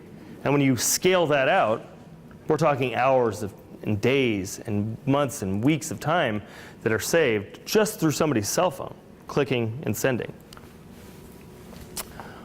And we want folks to engage, right? That sort of crowdsourcing, if we're engaging our citizens, citizens are paying attention and they're more, we're going to skip this one, unless you guys really want to cover it. This talks about how we think about smart cities. Here are a few ways that we've made a difference in a smart way. In Orange County, we went into their MyOC web portal and through Salesforce streamlined lots of their different processes, and we had an analysis to help executives make better decisions. A lot of the stuff that we do with smart cities is creating a process and also creating dashboards for executives to understand what's happening. It's neat that we can report 1,000 potholes out here, but if the mayor and if Patrick don't know that 1,000 constituents have reported this one pothole, but only like 5 have reported this other one over here, they won't know that maybe they need to prioritize that one. But although it does seem like you guys are really tapped into your community here. You mentioned a really great tool, and we've chatted about this as a team of having a CRM system in place like Salesforce or something like that. That for our size, that may not be overly cost effective. Oh, sure. You know what I'm saying? Yeah. No doubt, the concept is fantastic. Sure. That would tie into literally all of our major systems by having a centralized, database that we could do our data mining. Absolutely. So Salesforce isn't the only system. There's a lot of different systems, but the kind of the spirit of it is a workflow, a way to complain, a workflow system, and then a way to analyze it on the back end, right? In Cascais, they have a city mobility system that deals with traffic, deals with all sorts of stuff. We call it City Synergy, and it's this big room which is located in something that looks like an emergency operations center. It could look like whatever you want it to, essentially a bunch of computers, maybe a big screen. And it helps them understand waste management, mobility, power management, all of the things that make a city run, and they can make little tweaks to improve efficiency or to stage assets wherever they need them. In Buenos Aires, Argentina, you can see that they implemented an IT solution. A lot of it has to do with IT, but a lot of it also has to do, when we're talking about smart cities, also has to do with just changing the way that we process things, right? So maybe it's 60% IT and 40% process flow, where we're taking the things that the way we've always done it. My favorite part about the Navy was, well, this is the way we've always done it. We'll just keep doing it that way. The way we did it in the 1960s is maybe not, sometimes it is the best way. It's maybe not the best way to do it in 2018 and going into the 2020s. But you can see that in Buenos Aires, citizens had a mechanism to complain about something, but it took forever to get resolved. The simple solution that we put in reduced the average time to resolve a complaint by 93% without more money. So, and then, I don't know if we'll get to the example, but in San Diego, one of the examples that we have is that they installed these like super flashy whiz-bang LED streetlights that have cameras on them, can tell when you're parking, how many people are going, whether it's a bike or a human, can tell if there's smoke in the air, it's got a gunshot detector, it's got all these things. But none of those things are the reason why they did it. They did it because LED lights saved 60% year over year of the budget on streetlights. So even though they were so incredible, the power to run them saved them that much money, so they were able to install these things. And now we have a whole bunch, the city of San Diego has a whole bunch of data that they're looking to the private sector for what to do with. So this slide kind of discusses the evolution of smart cities. So like one was IoT's here, my fridge can tell me if it's empty. What does that mean for cities? People started talking about smart cities and they installed sensors and everything. Got all these overwhelming amounts of data. We're like, crap, what do we do with all this data? So then we started doing these experimental pilot solutions, like Get It Done in San Diego and like various other things. And then we said, wait. We should be thoughtful about this. We need to have a roadmap, maybe an innovation roadmap, which sounds like you guys have going on. And now, with the roadmap, they're leveraging that data towards a data-driven strategy to solve X, Y, or Z problems. And now we're focusing on a citizen-centric approach. Why should smart government do anything that doesn't affect a citizen, right? That doesn't provide some sort of good to the community. We see that we're having rapid transformations. Expectations are changing very swiftly. It used to be that one of these solutions would become like, hey, we need 18 servers, so it's going to cost you, $1 million. Well, now, raise your hand if you've heard of the cloud and moving to the cloud. That's exciting, right? But what does it mean? It just means the computers are somewhere else. Somebody else is maintaining them, but also that you're going to get more for your buck because you don't have to pay for the hardware costs. So now what we're going is from hardware to software. So you get things like Salesforce, like the council member mentioned, rather than servers. You get software as a service or a platform as a service rather than new workstations and computers. Same with products and services, right? So instead of getting hard products, you're going to get services. Deloitte comes out and provides services, strategic road mapping, whatever. And actually, here in Gilbert, a lot of the services that we deliver are going to be coming from right here in town to all over the world through the delivery center that we have here. So you guys are there's going to be a Gilbert spin on a lot of things that are happening around the world.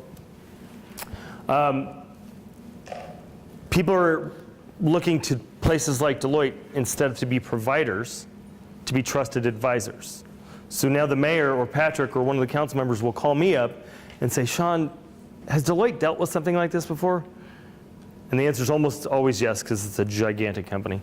And instead of us coming in and delivering a product or providing something major, we can come in and help Gilbert get to a better place through our advice. And then point solutions to platforms. You see it says platforms provide effective, smooth interoperability and flexibility to scale. So everything that you're getting should talk to each other, right? So we want to make sure that it's not just a solution for traffic and a solution for water and a solution for potholes. They should all talk together. And there should be a platform approach that the city uses, Gilbert Online or whatever you want to call it. Talk about our 3Ds of Smart Cities 2.0. Data, design, and digital.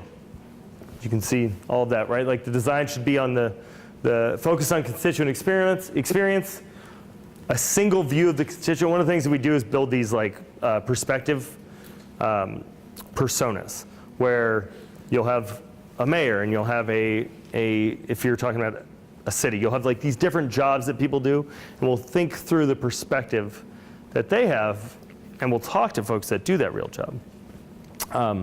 And that's all about the design. We want to have data. We can't build anything if we don't know anything, right? And that's kind of a change in approach that's been coming on down.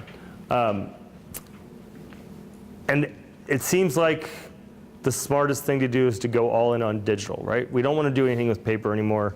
Paper can be destroyed. Digital can never be destroyed, especially if you have some sort of blockchain solution. It just can't ever go away. So you can see that the essential success factors are listed here, and there's a trophy in the middle, so you know you've won. Networked leadership, a compelling business case, outcomes-based, inclusion and access, so everybody gets involved, a dynamic approach to a regulatory framework. We know that government can be better. We know that government can be smaller.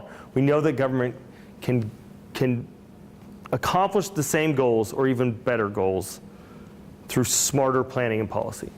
Data governance and an integrated technology platform. If you have all of those things, you're going to succeed. We're going to talk a little bit through financing. I'm not going to spend a lot of time on this one. We have increasing urbanization, a sustainability focus, a public-private mix, and technology-led citizen services, and all these different things up at the top that show examples of how we financed it. Deloitte has a whole document I can share with you on how we finance things. I don't want to spend too much time on it, but let's talk through the Smart City Financing Challenge. It's a shorter term infrastructure investment, right? Because things change, but you can make them future-proof. I'm not going to read this whole thing to you. These are the challenges. Give it a couple minutes, a couple seconds. We want to make sure that if we're asking the private sector to invest, that there's actual value there.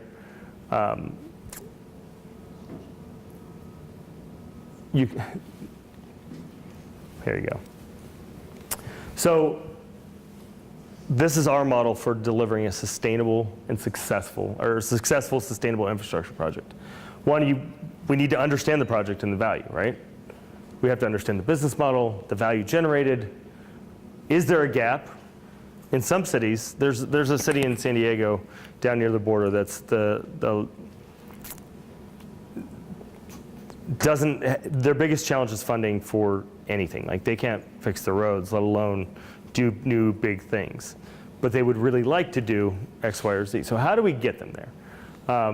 One way is smart financing through a public-private partnership. And there are various other ways. You can do a bond, whatever. In step 2, you see that we consider funding and finance options, whether we want to go public, we want to go private, or we want to monetize value. So we talked about all those sensors that are in things. What if, while maintaining privacy of our citizens, sanitizing the data, and making sure that nobody knew who they were, but they knew how many there were, what times they were there, what if you could monetize that information to pay for infrastructure? If you build a bridge, instead of charging a toll, everybody who went over with their location services online, it was being picked up by a sensor, sanitizing it, and then you could sell it to whomever. Some company that was trying to build more infrastructure, or some retail organization that was trying to figure out how to sell things better. And then in the final step of our model, we determine relevant procurement and delivery method, right? How do we want to do it? Do we want to fully privatize it, or do we want to do it fully public, or everything in between? And all those options, those 6 options right there are everything in between. 7, I'm bad. I'm not good at math. Determining the revenue model is absolutely key. If the government or public pay, that's often the first choice historically, right? Like that's what we automatically think of. We put it on the ballot, get the public to agree that we're going to bond it out or we're going to pay for it. Or city council decides we're going to allocate $15 million for X. Are end users going to pay for the service? Do you charge a fee? Is it a toll? They pay for it? Direct or indirect, is it like power? We get all the power into our house, but we pay a service fee for it. Is it indirect government support? Is it third parties? And there's all these different models that we come and help smart cities focus on, or help cities focus on when they're trying to become smarter, because it costs a lot of money up front, and then that goes down over time. So the value capture, we try to figure out what kind of value we're capturing, right? So is it direct value capture, indirect value capture? Are we recycling assets? We recycle a lot of steel when we're building warships. I was in the Navy for a long time. And that saves us a lot of money, especially now that there's a bunch of tariffs. This is kind of the whole supply of infrastructure finance. But we're not here to talk about that. We're going to skip through the rest of the funding stuff unless you guys want to spend more time on it. So this is the alliance approach, and I'm going to speak broadly about this because I want to get to what's happening. You can see that the alliance approach for smart cities at its core involves innovative financing, collaborative partnership, nimble procurement, and dedicated governance. Right? We have to figure out ways to make government procurement faster, smarter, better if we want to be faster, smarter, and better, and adopt these smart city ideas, because if we're talking about the DoD, it takes years for procurement to happen. And by the time you've procured that widget, there's a widget that's 20 times more faster, smarter, better, more advanced.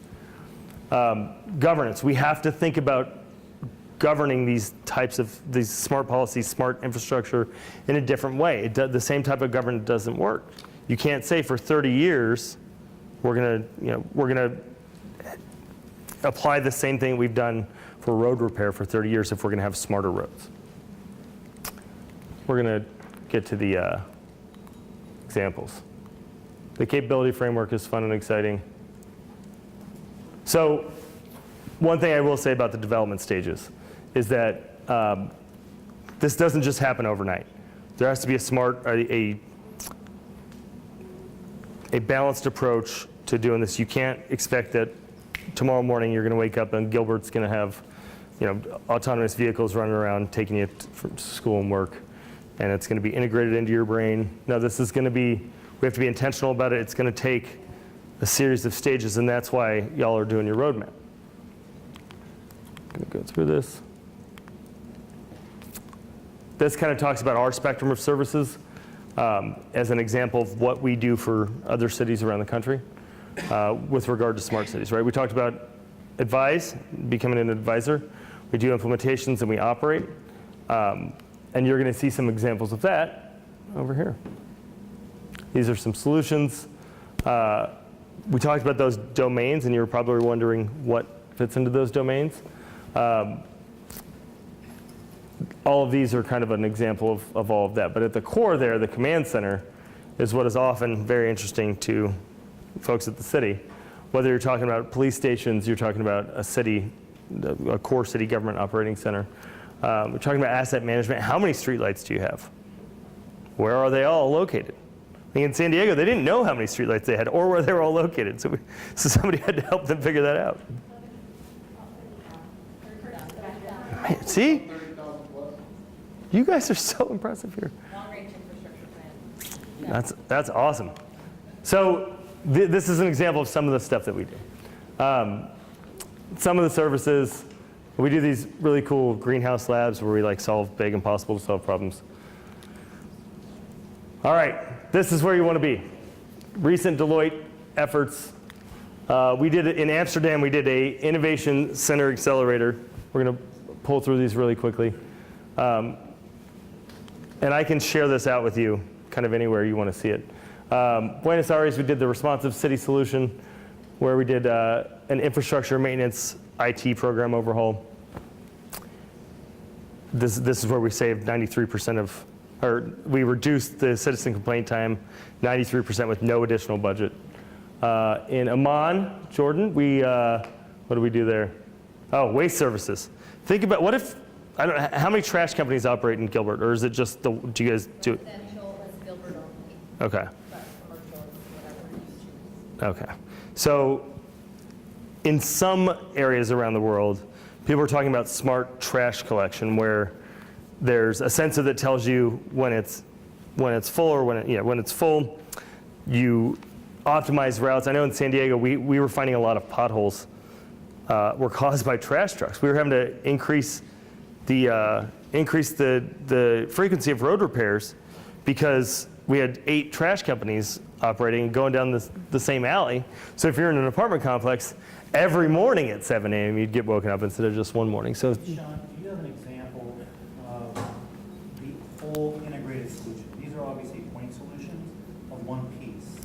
you have Let's a see. city that Deloitte has done, where you basically taken all 6 of your, ideas, and you wrapped it all into one, and you have a success story. So I would say that the closest thing to that is Cascais, Portugal, where they have the city center, the City Synergy Command Center, which kind of wraps all of that stuff in there. But the truth is that nobody's done this yet. There's nobody in the world that has a fully comprehensive smart city. There's nobody in the world that has taken all 6 of those domains and put them all together. There's nobody in the world that's done the mobility operating system as a collective whole yet. The world's just not there yet. But that's why there's companies like us, and there's folks who, innovative city leaders like y'all, who either pick one piece that they want to innovate at a time. Remember, we said we can't do it all at once. But if you pick one piece of it and start with that, and then you go to the next step in your roadmap and go to the next step in your roadmap, then you eventually get to this place where you've got all 6 of the domains and all the things happening. But yeah, Councilmember, the truth is that there's nobody that's done this just yet.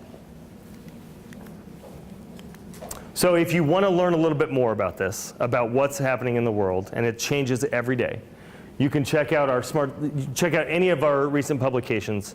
And if you find me afterwards, I'll give you my card and we can send you these publications for free. You can learn about what's happening kind of all over the world. There's a lot of recent publications. And then there's more information on our smartcity.deloitte.com website. So we talked about a lot of stuff in a short period of time. I would like to know what your questions are, if there's things that you're seeing in Gilbert that are of particular use with this, noting that it is a small city and Salesforce as a $5 million solution probably isn't an option. But I think you'll find that on the Salesforce marketplace, there are solutions that could work for you. And these things are all scalable, right? There's any number of products and any number of companies out there willing to help government become smarter, faster, better, and Deloitte is, I think, the best. I have a question. I have answers. So with small cell and 5G coming, and we know it's coming because everyone's talking about it coming. Yep.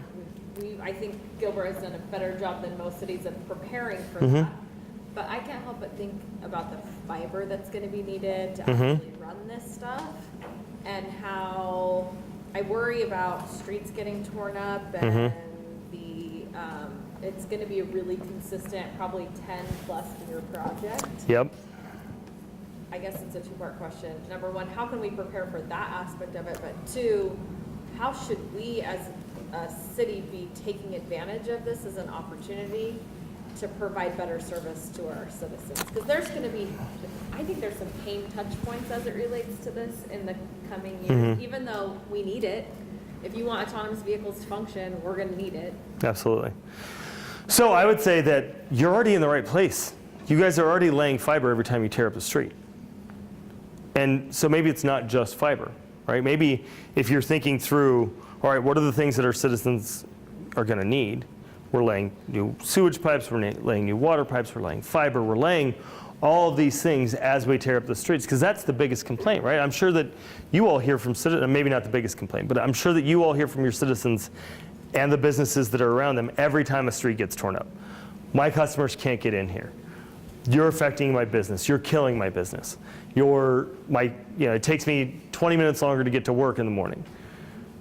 If we can make it to where their street is only torn up once every 5 years or 10 years or, hey, maybe even 20 years, then you've provided quite the citizen service, right? And you're going to get reelected.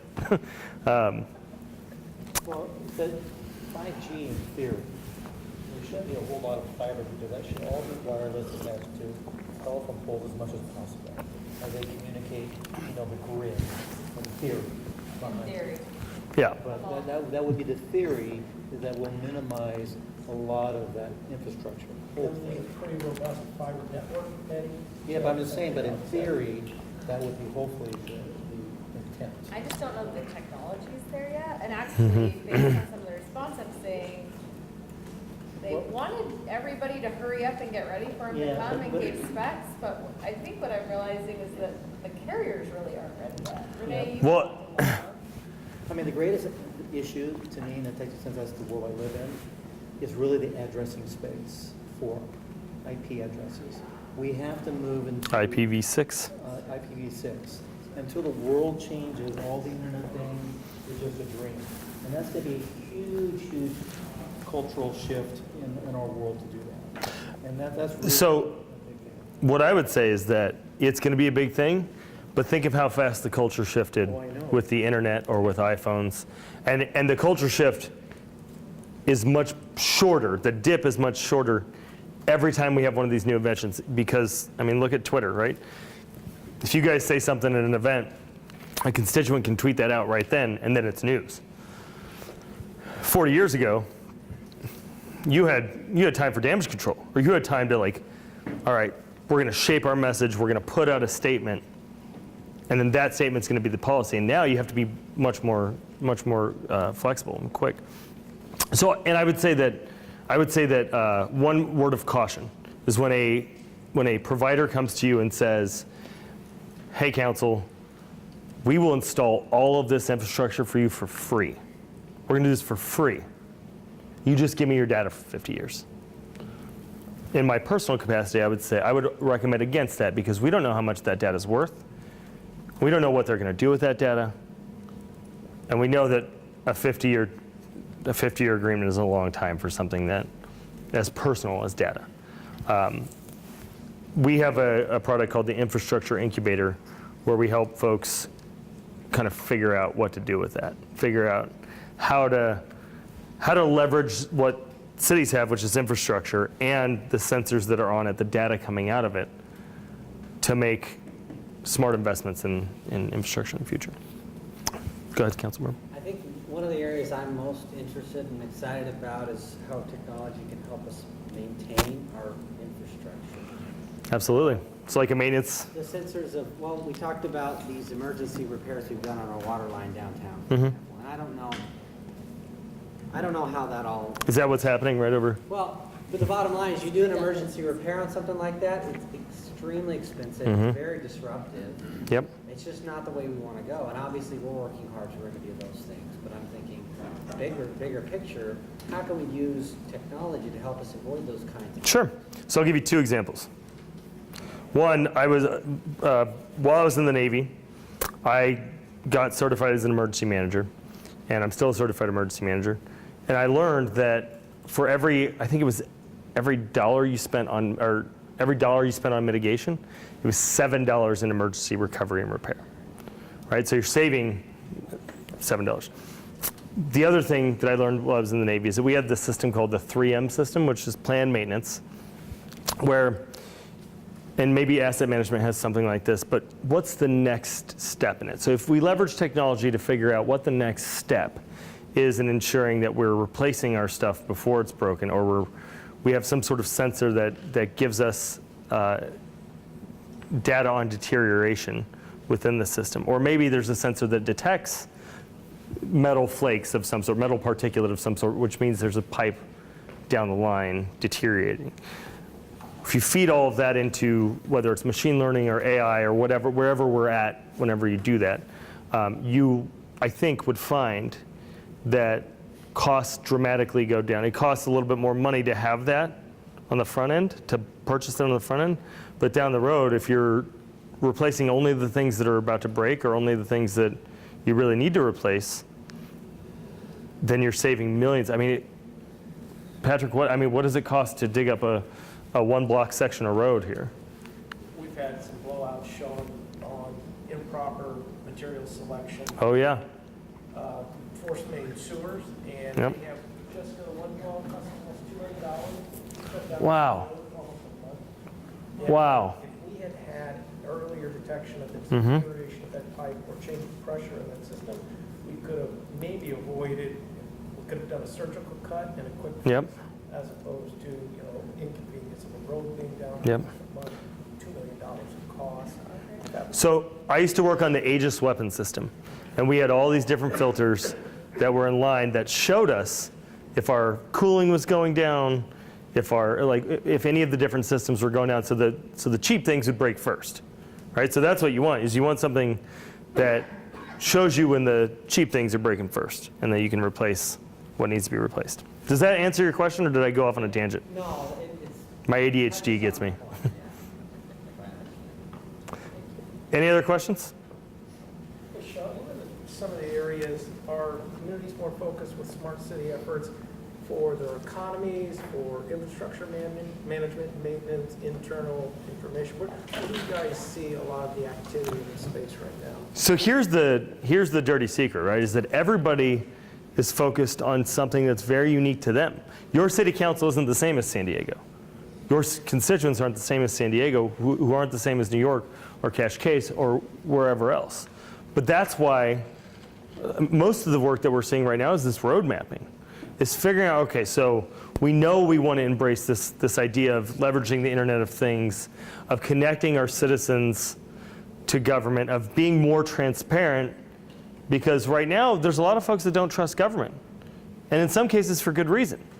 But we want to show that they have a good reason to trust government in Gilbert or wherever else, and we want to make sure that everything we're doing protects privacy and safety. We keep, whether it's a border or a computer system or a city building, we want to let the good people in and get good people ideas, bits and bytes in, and keep the things that shouldn't be in there out, whether it's people, ideas, electronic invaders. And so with all of that in mind, every community is different. So it's hard to say that, you know, most people are focused on mobility. A lot of the really big cities are really focused on mobility because they have, you know, when I was in the Navy 5 years ago, we had folks that lived 2 hours away from the base, and they would commute 2 hours in and 2 hours back out in their car. So they have to be awake, they have to be alert. And then the Navy's not exactly a 9-to-5 job. Like, we're there at 6 a.m. We're leaving at like 6 p.m. You have to add 2 hours on either end of that. It's not safe, and it's not a good way to take care of your folks. So, big cities are focused on mobility. A lot of folks are focused on how do we turn citizen complaints into action much faster, right? How do we improve the workflow for our city workers? For folks that have been there for 1 year or 20 years, there must be a way to make and they all know, I don't know, but the folks that are doing the job in the cities, they know what would make their job better. They know that if only we could do this, it would be better. So we figure out, how do we leverage some technology, and how do we leverage better process improvement, and how do we also, like, one of the biggest issues of change in any organization is just that, right? Change. How do we manage that change to make sure that these ideas get adopted and people don't find workarounds to use their old systems, which are not being tracked and not being fed into metrics? So I'd say that the people that are doing this best are focusing on a holistic view, but taking it piece by piece, right? Taking bites out of the elephant and doing a really good job of change management on the back end and the front end, and making sure that we're socializing these ideas, even if they're ideas that some people don't like. We approach it in a way where we try to generate buy-in. We get together a group in a room and we talk about, one, the reasons why we're doing it. We start with the why we're doing it, how this is going to make your life better, and then walk through training and ensure adoption, right? And then we make sure that we have executive buy-in. The most important thing is the executive buy-in if you're going to be doing any of this. Any more questions before I wrap? Good morning. I'm Catherine Lorbeer. I'm the interim planning manager for the town. And this morning we were going to talk about multifamily and regional commercial. So this item was to discuss the merits and options for removing the use permit for multifamily from the regional commercial zoning district. And what would that mean? That would mean a multifamily would no longer be allowed except as loft above, which our code allows by right today. We have about 416 vacant acres of regional commercial right now, And to date, we've approved 4 separate use permits for multifamily, totaling a little over 1,300 multifamily units. So again, loft living above non-residential is permitted by right in almost all of our commercial zoning districts. And business park, general office, the Heritage Village, the Gateway Village, all of those zoning districts allow loft above. So why did we have multifamily and regional commercial? Well, it was really in order to implement our goals in the general plan for mixed-use developments. So we wanted to build in flexibility when we were looking at mixed-use developments. We wanted to be responsive to the changing demographics that were looking for more multifamily housing options. We wanted to plan for our commercial centers becoming obsolete over time, and we also wanted to be competitive, especially those properties that would need redevelopment. And lastly, we wanted to use guidelines, which means we wanted to focus on those characteristics that will promote mixed-use integration. I thought I'd walk you through the current opportunities for multifamily. So you can, a developer could ask to rezone property to multifamily, which usually requires a general plan amendment also. And we have 2 multifamily districts that are 8 to 14 dwelling units per acre or 14 to 25. They would follow the multifamily standards unless they asked for a PAD if they had certain deviations that they were requesting. And this process takes about 4 to 6 months, and the town council would approve that. Now, if they have multifamily zoning today, they would go straight to design review. And again, they would be between that 8 to 25 dwelling units per acre. And the multifamily standards today require between 40 and 45% open space. And that process is about 4 months, and the Planning Commission would approve. We also have those districts where loft above is permitted by right. So again, they go straight to design review, but there's no cap on density. They would follow the development standards of the district that they were in, and it's typically about 15% landscape, a 4-month process that the Planning Commission approves. And lastly, we have the multifamily and regional commercial, which requires a conditional use permit, and they usually run those concurrent with a design review. There's no cap on density.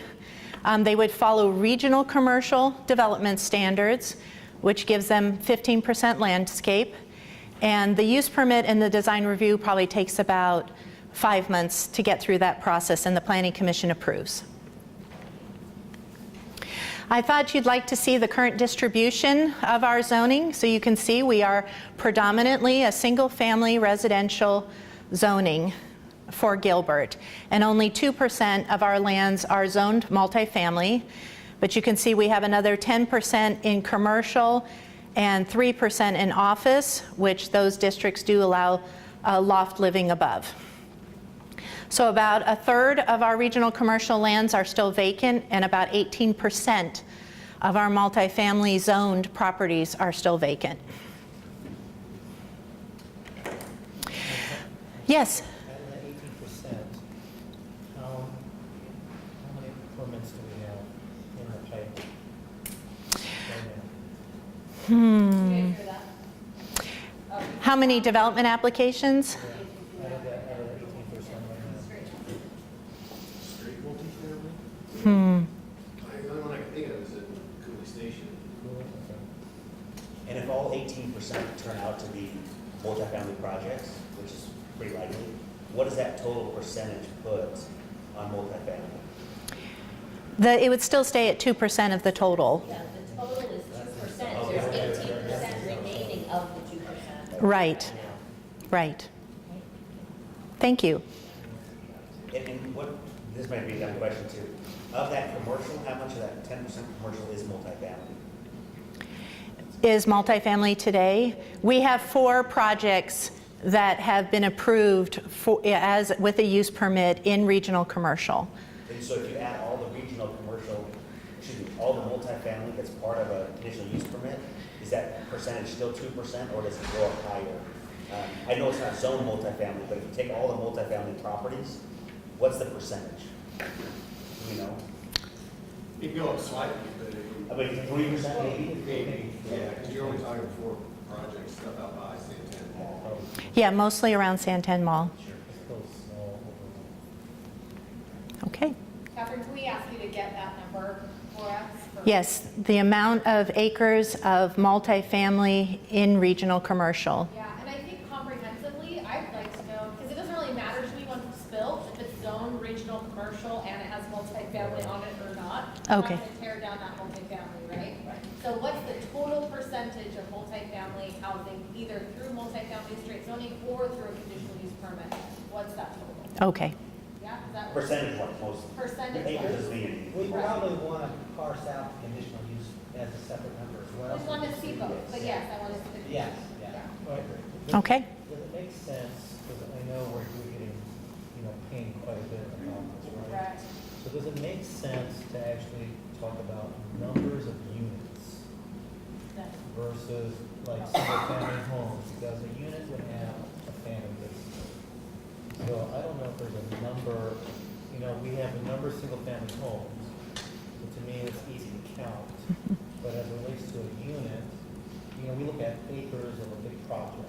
So I guess the question is, Let's include this as part of the chart then. How Yeah. many units are how many there? units? I'm thinking of, this is gonna end up being like a spreadsheet type of thing, Right. where you're gonna be able to show everything. So we'll want number of units, both within straight multifamily and then also the CUP stuff, since it's more dense, generally speaking.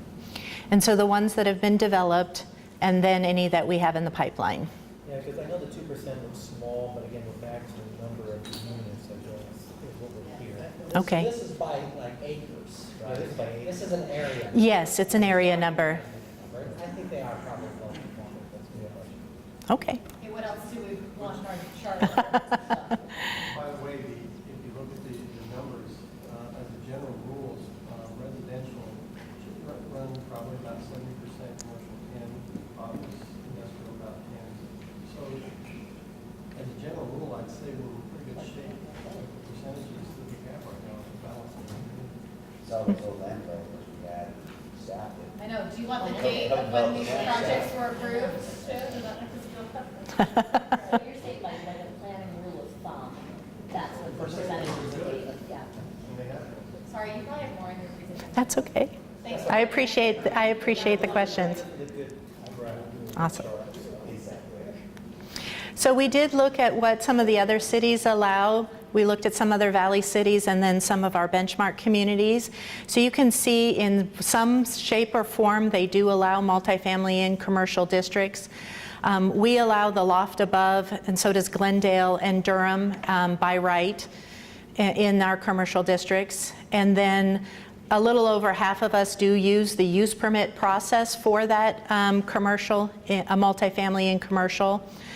And all of the other cities have a separate mixed-use zoning category. So that's something that we could look into. And then all of us talk about mixed use in our general plan. Good question.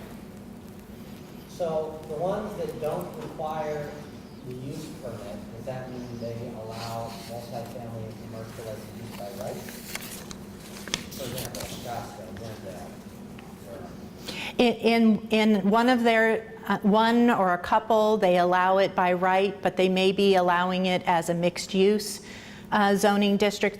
Folks are actually rezoning to a mixed-use zoning category.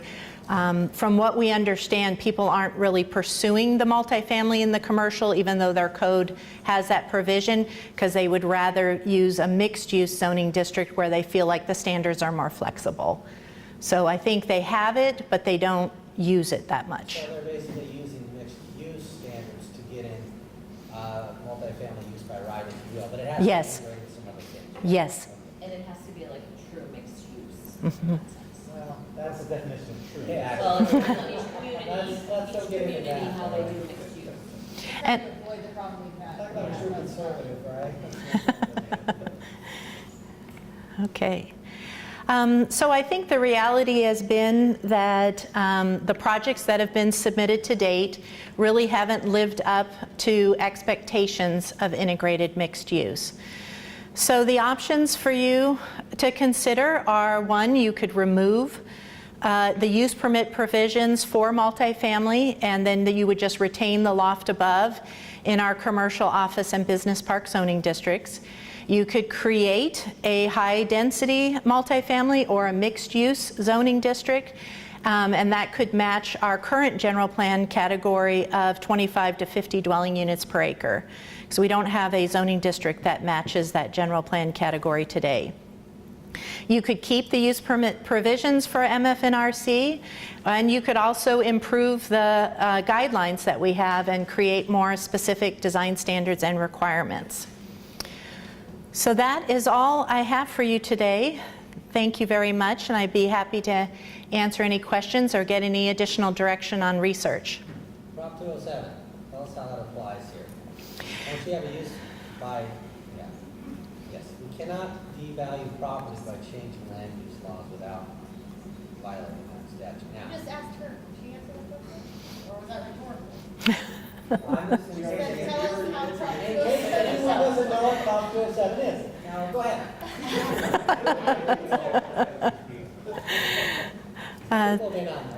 So the question is, if we were to go in and remove the use permit provision from our code, would we devalue property? And I think from discussing our initial discussions with legal is because it's a use permit, it's not a use by right, that we would be able to remove it from the table without concern for a Prop 207 challenge. Unless Chris wants to add anything to that. Okay. If it was a use by right, it would be included in the code for that specific. Without an additional permit. Right, without an additional permit. We requested the permit because it's not a use by right, but we were opening up possibilities. And you said it on your first slide, is to provide flexibility for developers to come in and offer something different or unique, and we were able to cover it with that use permit. So just to clarify, Victor, your concern is that we removed the conditional use permit process for multifamily within regional commercial, that we would be devaluing property. Yes, that is my concern. Now, Even though they still have the option of rezoning. Yeah, but there's no guarantee with that at all. There's no guarantee with the conditional use permit. Yes, there is, we need conditions. But there's no way. Okay, so it is a bit of a game of semantics here, but if you meet the conditions, you have a right to be approved. That is true. So I know we're talking about use by right versus not use by right, and this kind of semantics here, but I still think there could be a valid argument made on the other side. I'm just saying, you're gonna have a lot of angry people who are planning on making use of that, and we'll see how far that Prop 207 goes, but if you think you're not gonna get any challenges, I don't know if that's true. We'll see. How many acres, remind me how many acres we're talking about? A vacant was, of regional commercial was about 416 acres. So this affects about 416 acres, which is maybe. It's about a third of the regional commercial. Families in Gilbert that we can name, right? And again, the loft living above, it's still permitted by right in regional commercial. So they still have an opportunity to pursue multifamily. They just can't do it at the ground floor. They have to do it above a non-residential use. Which is exactly what we were shooting for in mixed use, and that we've never been able to have come to fruition. I'm gonna say pause on that, because there was horizontal integration discussed from the very beginning, Bridget. So I don't agree with you that that's all that's really intended. I didn't say There it were was all different that was ideas, there were intended. different ideas incorporated into that concept, and one of them I was think horizontal. it's safe to say, though, from a regional commercial standpoint, recognizing that that's the bulk of our employment land, that we want to encourage employment in those areas, and that if we were doing, if there was a conditional use permit, it was to enhance the other project that was already existing, or to add to, not to be the focal point of the regional commercial. I think maybe that's, whether it's integrated vertically or horizontally, the idea was that it was subsidiary to the commercial use of the property. I understand. So are we in favor of moving forward with some of these options?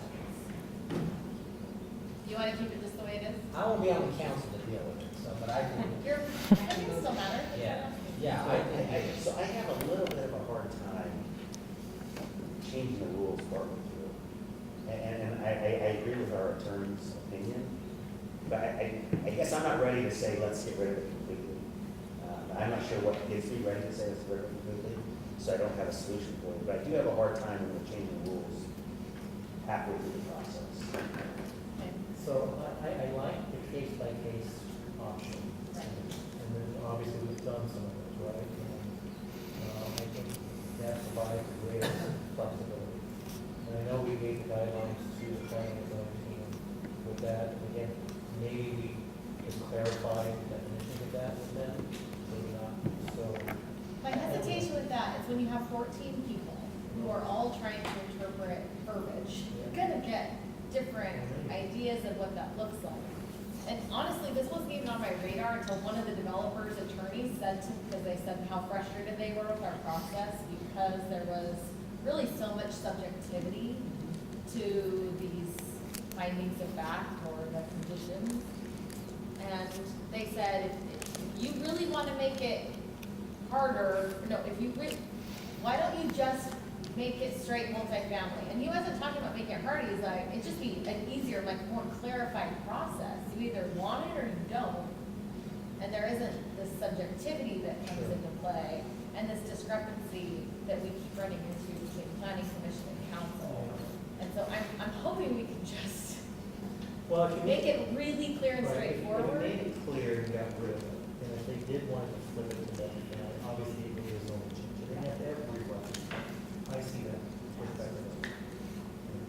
So then it would probably come down to what's the cost for a developer to do a rezoning versus a CUP?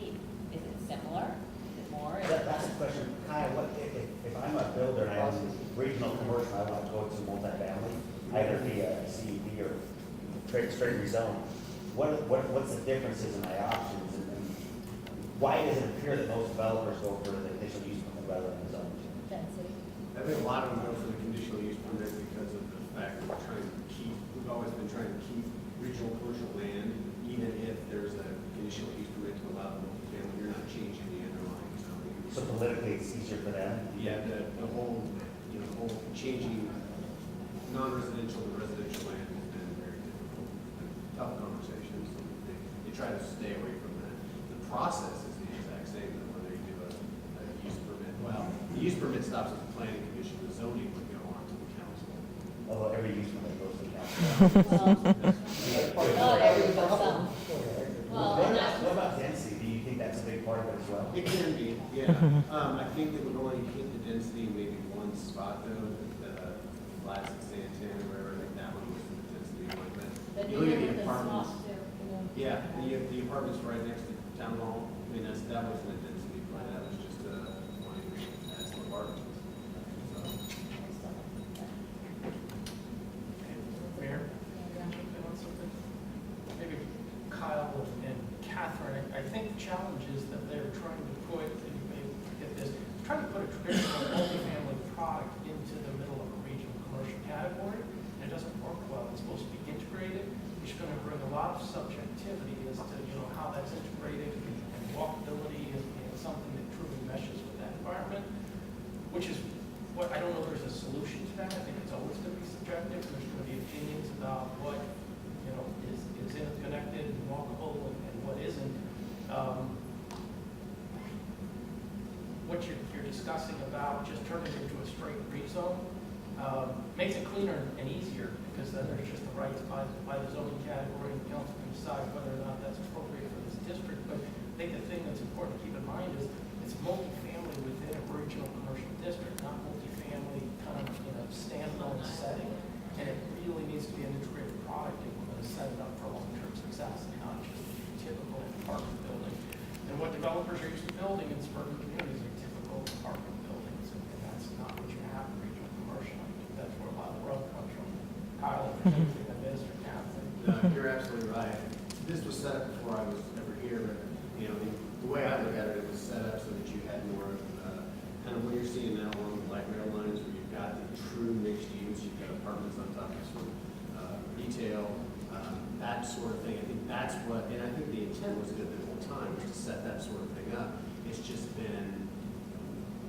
never gotten to that point in this suburban area. We're always seeing just kind of one-off parking complexes, and that integration just isn't there.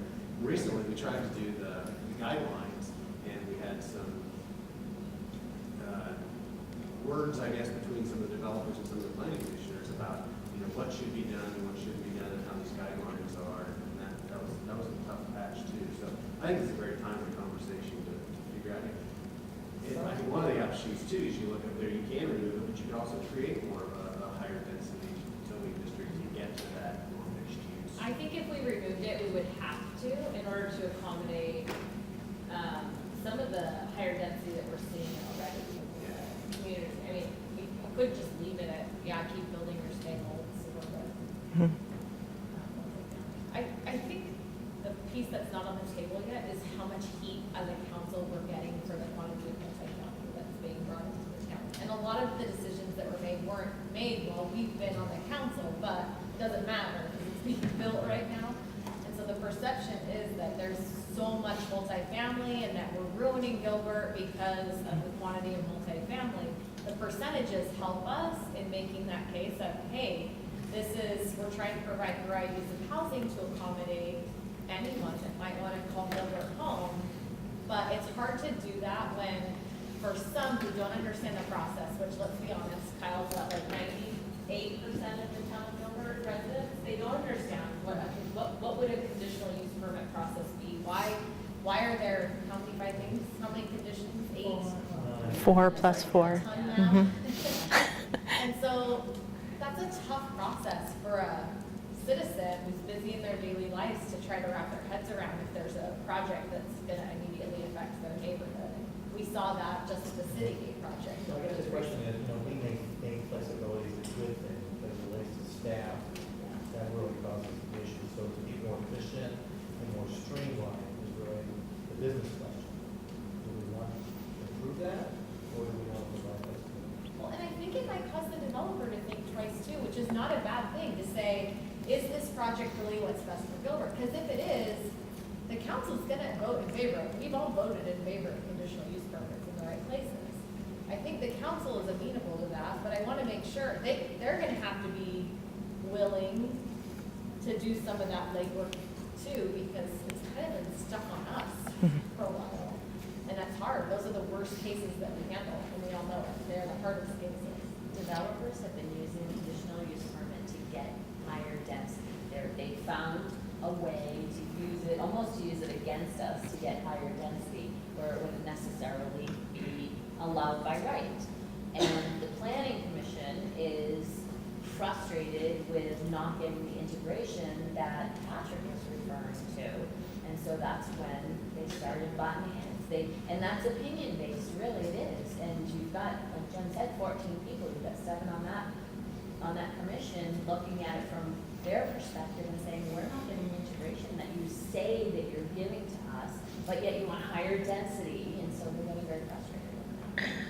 So what project in the pipe is like that, where the lots from top? The Epicenter is the only project that we've approved that is loft above, above retail. And then we did receive a pre-application for the Val Vista and Germain, the large regional commercial piece. They are now asking to do a portion of that rezone to multifamily.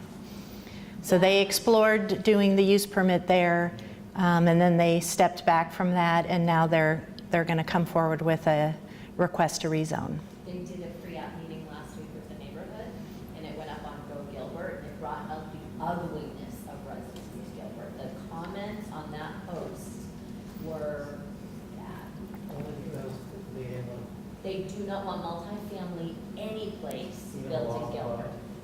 Yeah, so if everyone thinks they're gonna avoid the political pain of apartments by getting rid of this, I'm sorry, it's not going away. So now, as far as clarity and predictability, and I see the arguments, and I answer that. Yeah, no, I don't My think bigger this is gonna be concern- less painful. I actually like your point, I think it would be clear. If you guys only think the only thing that's integrated is loft above, and that's your opinion, that's the only thing we said definition, fine, let's move forward. I'm still concerned, okay, maybe legally we're safe, but I do think you're gonna have some people trying to make claims on that. So that's fine, but in the bigger picture, this debate about multifamily is not going away. So that's my comment. That's true, it's gonna get worse. Yeah. As land starts going away even more, which we see how much we're Well, if down we to now. align the lot above with commercial, then that makes it a standard. Like that, right? There was another project that was at the corner of Ray and Sandton Village Parkway that came in with retail below and loft living above, and they couldn't get financed, so they came back and rezoned. All right. Multifamily. Scott, wants to say something. I was, remember last retreat when he was like, you guys will shut up. You have to jump in before the other one's He's so totally respectful, he's just like.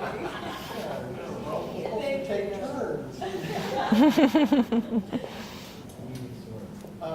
Like I'm glad that Eddie brought up that whole idea of, do we have anything existing? We have to be able to show people what a mixed-use project is.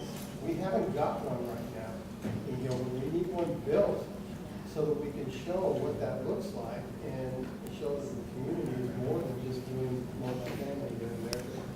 We're actually trying to integrate and do it through mixed use.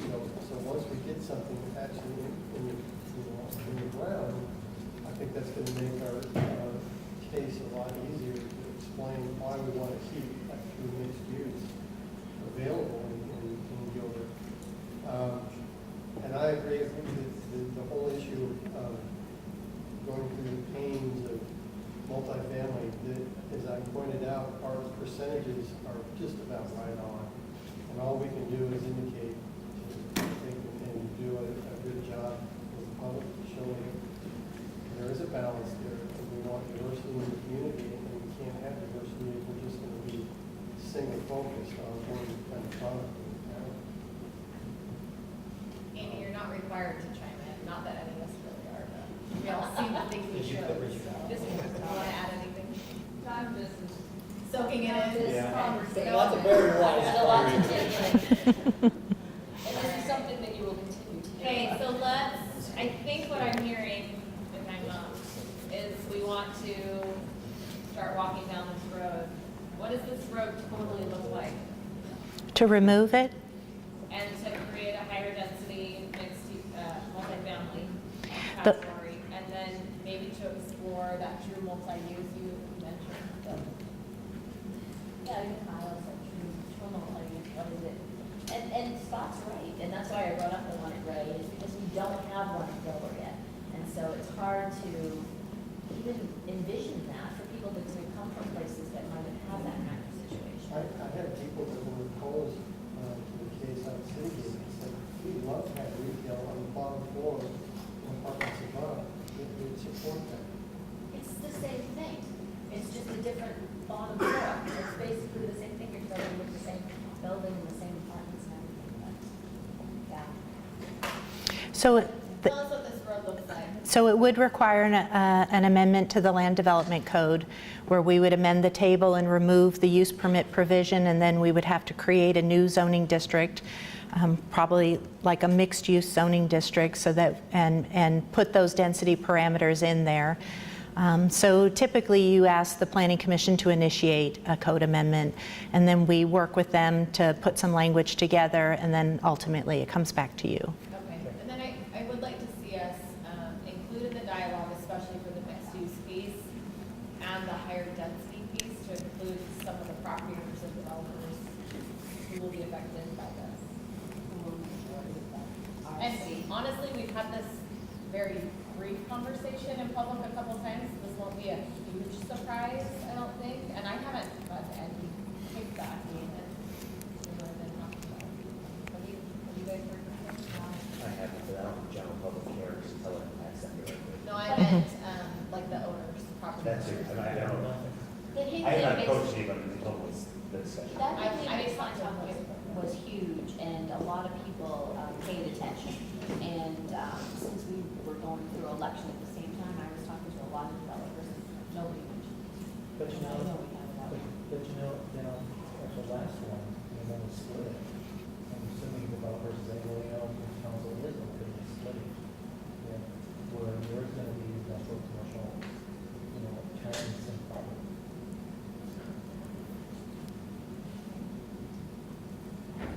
Anything else, any questions?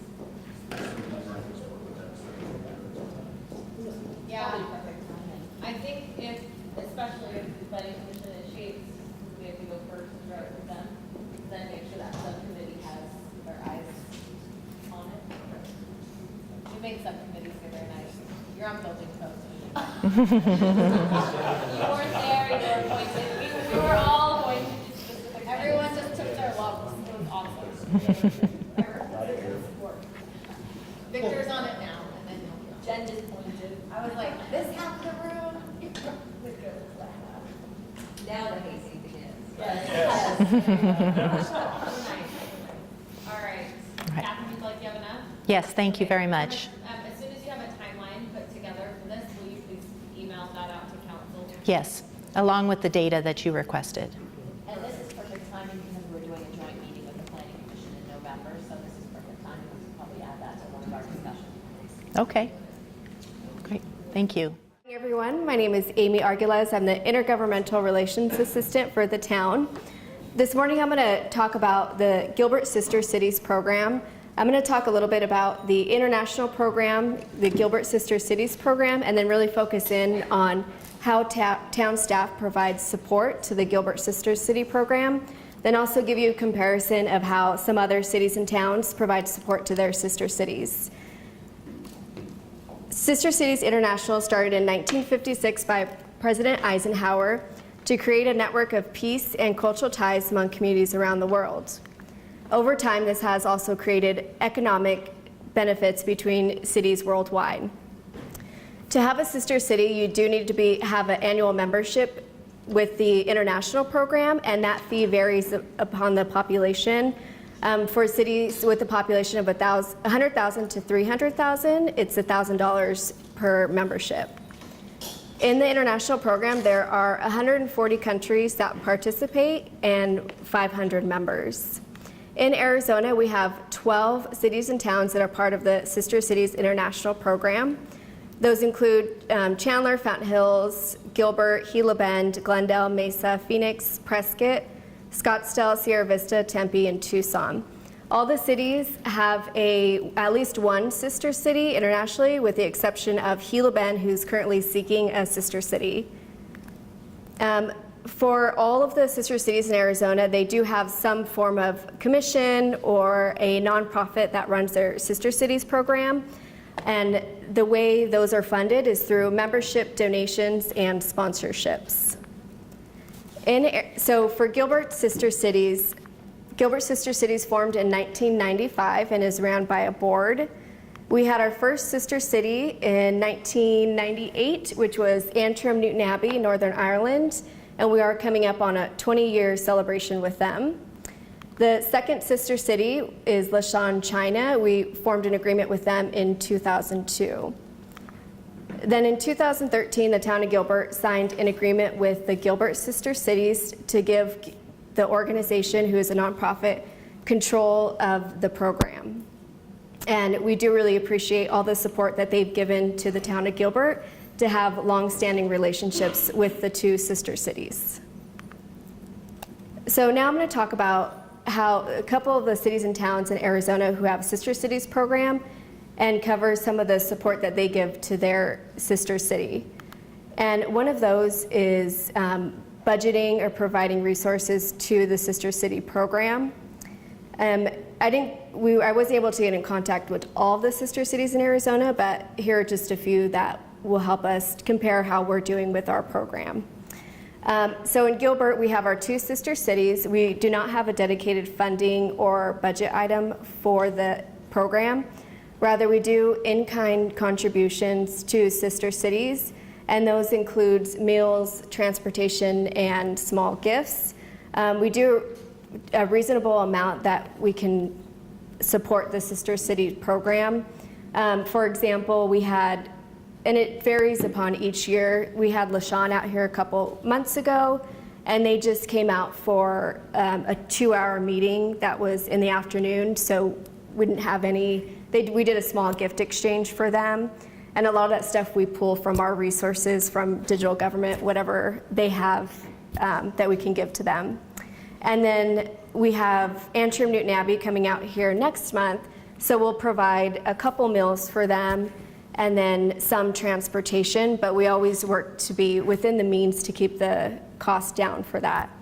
And I know that the Gilbert Sister Cities, they pick up a lot of the funding for that, the cost when they come.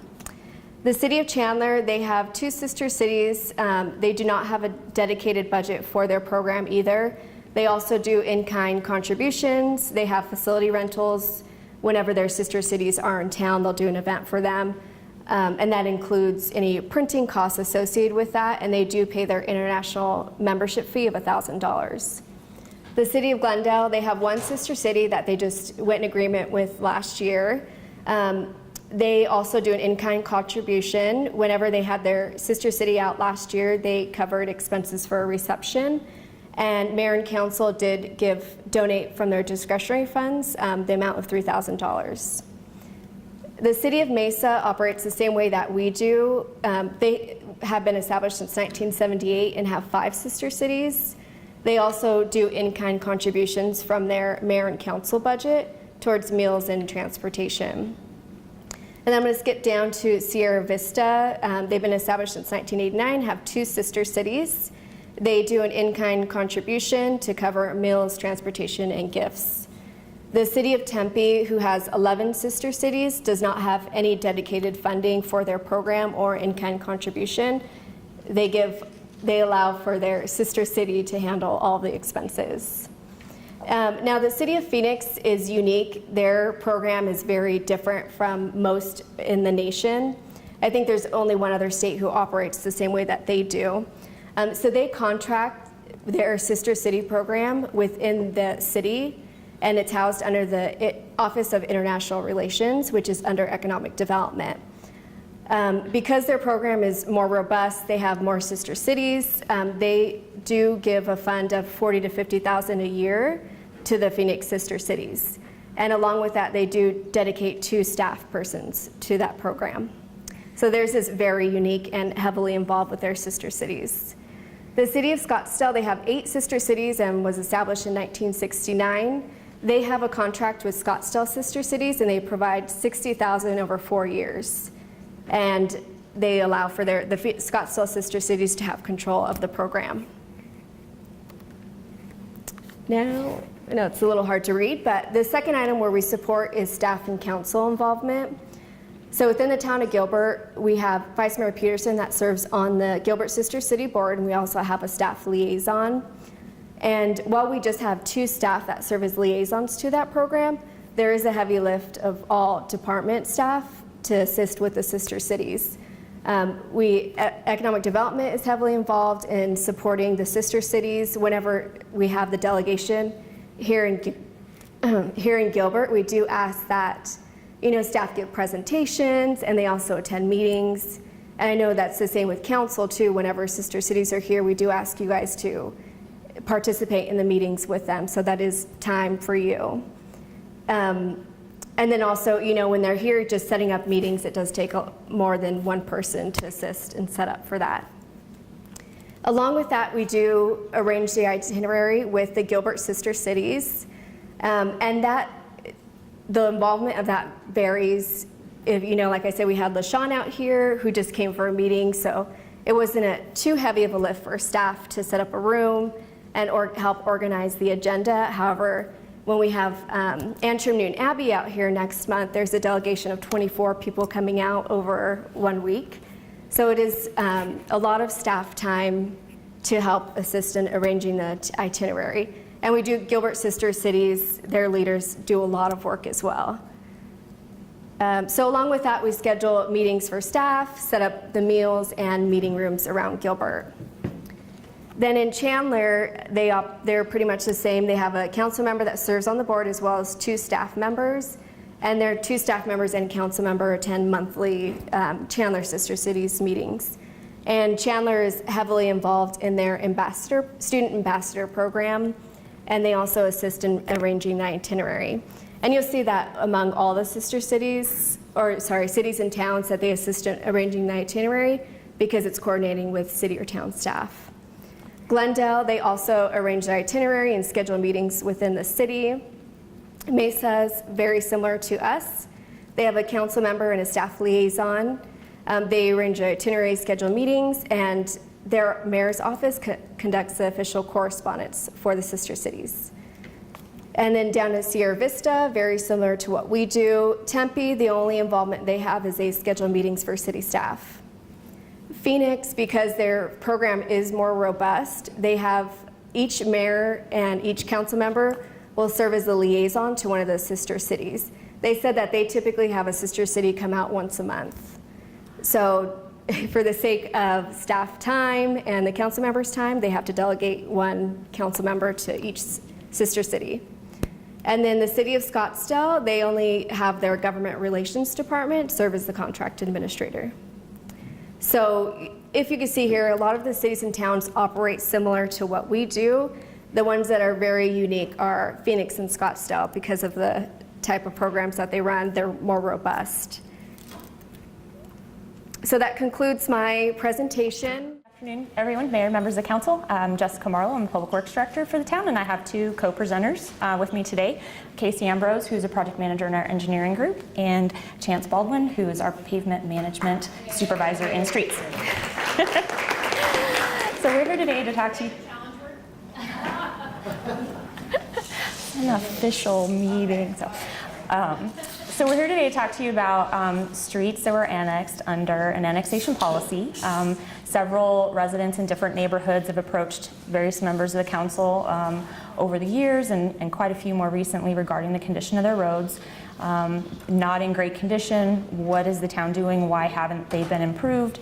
And the reason being is that they fall under an annexation policy that was adopted in 2006. And a little history on the annexation policy, and Chief Joe Bush, chime in if I misspeak at all, is that during this time period, Rural Metro was providing fire service to all the county areas within the town's kind of limits. And in 2006, they said, we're pulling out, we're not going to provide fire service anymore. The town said, well, you're in the county, we're not providing fire service either, but if you want to annex into the town, then we'll cover you. And so there was a window of time where annexations were essentially allowed for no cost, and for anyone that wanted to annex in to get that fire service. And so there was a policy that was developed that touches on a lot of different aspects of the annexation process, basically stating that there was no obligation to connect to the water or the sewer system. If you wanted to, then that would be addressed separately. And the main reason we're here today is to talk about the portion that applies to streets, and that basically said that if your street doesn't meet town standards, the neighborhood can form an improvement district, upgrade the road, and then the town will take that over into perpetuity and maintain it to that town standard. If you annex in and your road doesn't meet the standard and you don't improve it, then we'll maintain it as is, but we're not taking any responsibility for paying to upgrade or make any improvements other than just maintaining it in its like condition. So that's where the majority of these neighborhoods that have been approaching the council about their streets fall into this policy. So what we're here today is to just kind of give you an overview of if we were to make any changes to the policy, here's what we're looking at in terms of the impacts to the town, primarily financially. So with that, I guess I didn't click through these, just the different provisions of the annexation policy. And if anybody wants to read it in more detail, I can certainly send it to them. Yeah, absolutely. So I'm going to pass it over to Chance now, and he's going to go over sort of an overview of all the different types of streets that we're talking about here.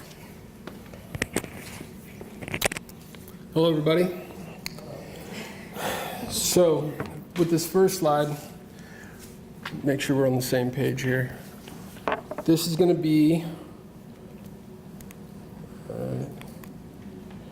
these are the roadways that we currently maintain that were annexed prior to 2006. These are non-agrarian roadways. They don't have the curb and gutter, but they don't fall within the fire annexation policy that we'll be going into here shortly. Are they all, sorry, they were Yep. hard to see, the red ones up top? They're red, yeah. Oh, okay, okay. Just a few And it little. looks like there's just 4 or 5 neighborhoods, about 6 neighborhoods? There's 1, 2, 3, 4, 5, yeah, 5 or 6. There's not a large number. I think it's, 98,000 square yards.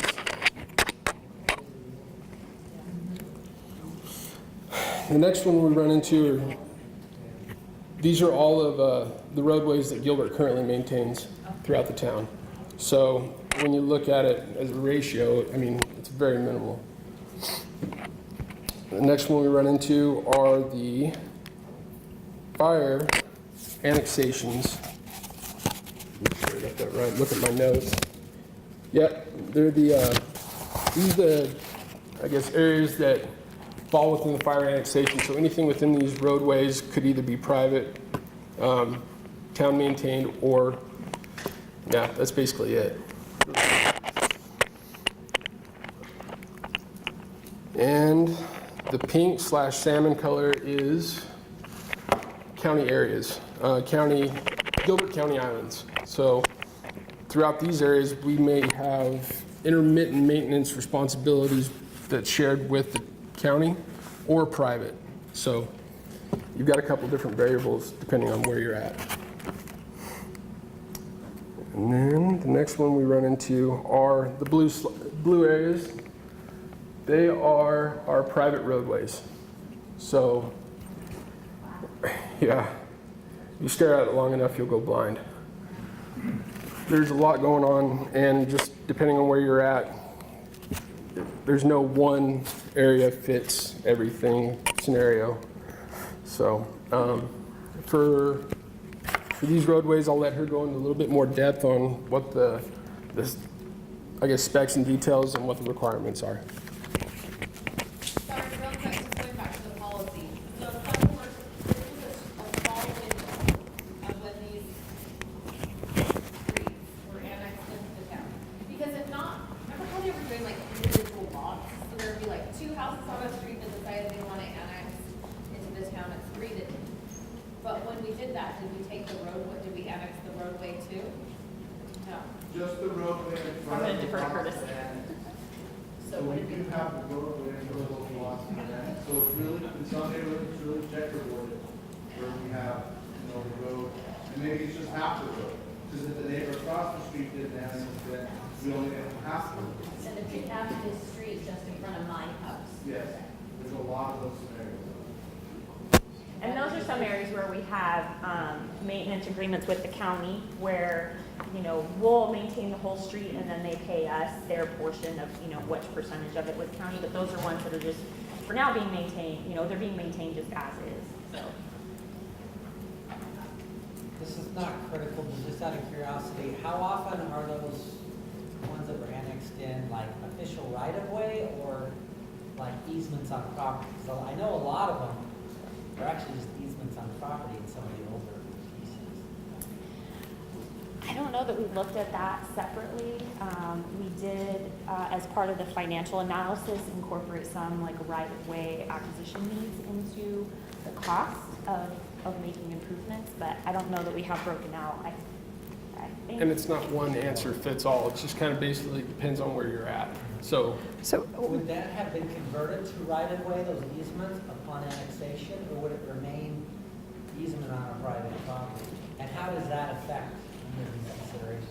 well, each half of the roadway is supposed to maintain their own drainage off of the roadway. So at that point in time, some of them are, depending on when it was annexed, it could fall into either or. They should have been converted to right-of-way when they were annexed, but whether they were officially, we don't.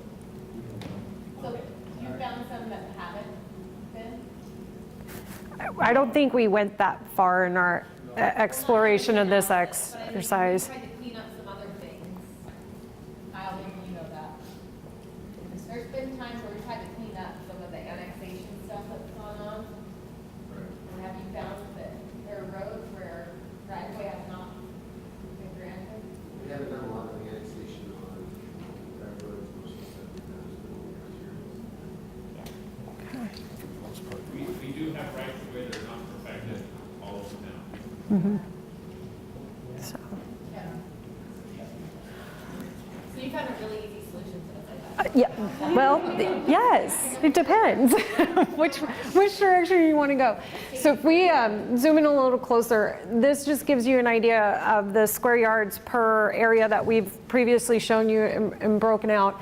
And what we wanted to do was basically apply a dollar figure of what it's going to cost to upgrade this infrastructure. And in order to do that, we needed to kind of explore a sample area. So we chose Gilbert Road to Lindsay Road, Ray Road to Williams Field Road. So just a 1 block square. It's kind of got a combination of a lot of different things, some not so necessary to upgrade, some that really need some improvements and right of way and things to work through. So just kind of a little sample of the area. So this was our evaluation criteria. We used an agrarian, our agrarian street cross section. We looked at potential right-of-way acquisitions, some utility relocations in terms of SRP irrigation or SRP itself light poles, the effects of design. Things that were excluded from this sample were water, sewer, sidewalks, street lighting, and maintenance costs. So kind of just a very, very basic sample. Just a road. Just a road. No curbing, Nothing. There is curb. Ribbon curb was included, but no real super drainage improvements, structures. We do understand drainage will be part of the design, but kind of very, very basic. So the picture on the bottom is actually one of the roadways that we've completed. I believe this is in White Fence Farms, maybe? Yep.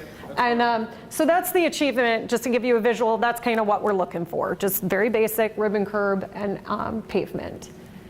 So the first street example we took was Shannon Street. As you can see in the upper right-hand corner, those are our existing conditions. This street actually has a 50-foot right-of-way, so you wouldn't need any right-of-way acquisition there. The roadway itself is actually 28 feet, so it fits within our agrarian style. And you can see we're trying to achieve the picture on the bottom. Here's kind of a sample of our cost evaluation. We're going to just zoom into the top. So a street, Shannon Street, would cost us about $1.3 million to upgrade in infrastructure alone. But guys, that's not the worst case scenario. I mean, look, we get better. That's a good one. Come on, that's not that scary. So our next sample within this 1 block, 1 square mile, is Pony Lane. And as you can see from the picture in the upper left-hand corner on your screen, you've got an SRP irrigation ditch. We have no right-of-way. There's 25 feet to work within. There's only 13 feet of existing pavement. So a lot more complications go into this scenario. So if we zoom into our little cost estimate here, we are now twice the cost, and just so everybody understands, we are probably about half the length of the original of Shannon. So twice the cost and half the length. So we're getting into the fun things. We're just in a little piece of 1 square mile. Yeah, that's right. We are in a small piece. So this samples every street within that square mile. And what we're looking at is, I don't know if I zoomed in on the bottom part, but down here you can see there's $172 is what we averaged per square yard over that 1 square mile. But on the flip side, we do have to look at, as we put up, the right-of-way costs, and with that, you're averaging about $232 per square yard. So now we get to apply that. Oh, I did zoom in on it. Now we get to apply that across the town, and what is our cost impacts for all these infrastructure upgrades? So this will be fun. So for the roadways that were annexed prior to 2006, that if they wanted to be established, we could come in. It's those red areas up there. There you go. You can see them a little bit better. So those areas. For that to annex, we would have a range of about 17 million to 22 million, and that's giving you the low cost. Huh? That's just the red ones, yes. That's the red ones. And those don't fall under annexation policy. Those don't fall under annexation policy. Yes, those were just the red streets. And those do not fall, those don't fall under the annexation policy. So if they were to be upgraded, that is a town, a town cost if there were need to upgrade it. Those are ones that the town had annexed prior to, and we already are responsible for those roadways. They're substandard, and that's something that we've been talking about, is what are we supposed to do, or how are we supposed to prioritize that situation? Here's why that's an important clarification though, and this is the struggle that we're getting as a council, is these residents are saying, look, I've been part of the town for more than a decade, and my street is crumbling, and every time you guys come out to fix it, it crumbles again because it doesn't have the proper drainage, and because it can't be maintained to the standard that it needs to, or because the water's getting in there. So we have to figure out what we're gonna do, no matter what these, and they're paying, and they've been paying, like if we had instituted a improvement district years ago, this probably wouldn't be such an issue. But now we're in a place where we legit have crumbling streets, half that are owned by the town, half that are owned by the county, and we have to figure out what to do with all this, because it's not fair to the residents who have crumbling streets. It just isn't. So I just don't want us to make light of it. I know it's like, but we have to find a solution for this. Well, a policy for us to move forward. A solution. And again, if it's a 5-year plan. We have an or whatever it existing is. problem though. Okay, sorry. No, So as we move forward, these are roads maintained, so the blue and green, what we're really focusing in on here are roads maintained by Gilbert and the fire annex districts, and then also potential of private roads that we would need to upgrade within the fire annex district. So as you can see, what we're focusing on here is basically this yellow hatch. With the green is what we already maintain. The blue is still private roads that could then become potential part of the town as well. And so when we look, you're ranging from, we're adding these on. So these are our mins and maxes, and every street has its own special case, so we'd have to look at each one. With this one, this is county maintained roads within Gilbert, as well as private roads within the county islands. So again, potentials for more to be included, as well as what we're currently taking care of. So we're looking kind of within these areas here of the pink with the blue. And this is kind of the cost impacts with those areas. And then this is everything that's private remaining that could potentially upgrade. These are just the what if cases. A lot of these roads are private. They're going to remain private, so we're not expecting a lot of these to annex eventually into the town. But when you're looking at worst case scenarios, you have to ask the ultimate what if question. I will tell you though, there are some people that have reached out to me who live on private roads, know they live on private roads, and are saying, will the town take this over? And I'm like, no, you don't even know what to do. Well, and the other situation is that there's at least one neighborhood that when they annexed, they thought that their roads were becoming public, but they're still actually private. So they hadn't been maintaining it either, but we hadn't been maintaining it because it's still private, but they thought and were told that it was going to be public. So there's a lot of confusion. So as we look, so here's the cost impact for the remaining private roads. But you can see there's a lot of square yards to be applied across the town.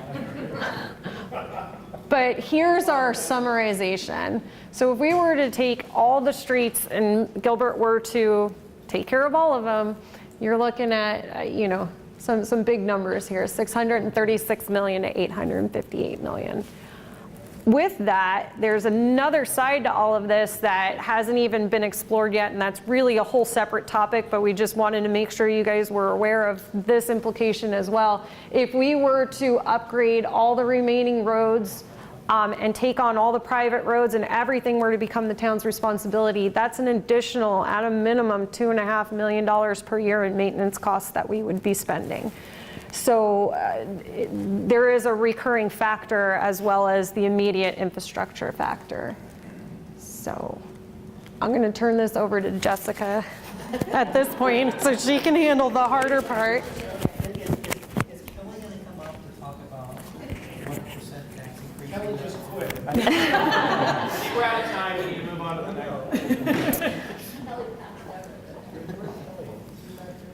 next. So basically, you know, to kind of summarize, obviously the cost impacts are substantial. The policy was implemented to mitigate this, you know, liability. Our recommendation is not to touch the policy itself, potentially do more outreach and education to the residents. You know, the town, in the policy it says we would facilitate the development of improvement districts if the residents wanted to. We've had a couple that have kind of been interested but haven't really gone anywhere with it. With the exception of the areas that were annexed prior to 2006 that don't fall under this policy, getting some direction on how to handle those. It was about a $20 million impact if we wanted to program those into the CIP over a period of time to include potential, you know, how to looking for funding sources for that to improve those specific areas that are the town's responsibility. To throw another little wrench into the situation is we do have a few streets that, such as Mesquite Street, between Val Vista and Lindsay, where Mesquite Elementary School is, that falls under this annexation policy, but it's designated as a collector street in our roadway, in our plan. And we did some traffic counting on this area, and anywhere from 1,100 to 1,700 cars per day travel this road. That, you know, no more than a couple dozen homes would theoretically, under the policy, have responsibility to upgrade. Another situation, Galveston between Lindsay and Gilbert, where South Valley Junior High is another designated collector that falls under this annexation policy. We didn't do any traffic counts on this because it doesn't actually go all the way through. There's the, park, I pushed the wrong button. The ball fields there where it doesn't connect, but potentially could in the future. For comparison purposes, Val Vista and Appleby is a collector. It's improved its sidewalks. This is Weinberg Elementary. Traffic count at this intersection is about 300 cars a day. Juniper and Gilbert Road to the. Mm-hmm. Yeah, it's way south. Yeah. I'm sure it will. This was the most recent data we had.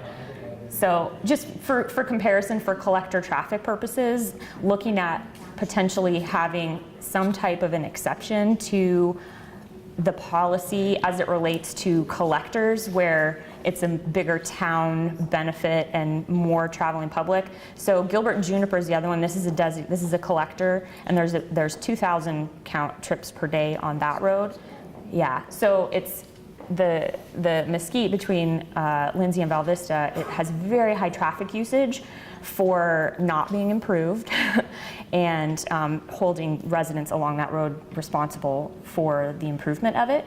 The reason this came up is because we are looking at installing a sidewalk from Lindsay Road to the school along the north side of Mesquite for access to the school, for safety for the students.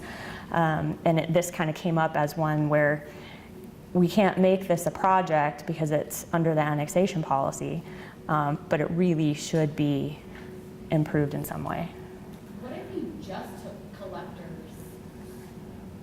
out of some of the other pieces? That was the thought, is that there are only a few streets identified, maybe 4 different locations where there are collectors that fall under the annexation policy, that if we were to modify or make an exception that didn't include the collectors so that the town could make improvements to those that are of a more regional sort of benefit, that's a possibility. So my other concern though with this, and I understand we don't want to make a blanket policy change, especially for things that have already been annexed in. Two concerns. One is, what about going forward? I mean, no one has a right to annexation, and that's something they have to ask for. Mm-hmm. You say yes or no. We get to set the terms and conditions on an annexation.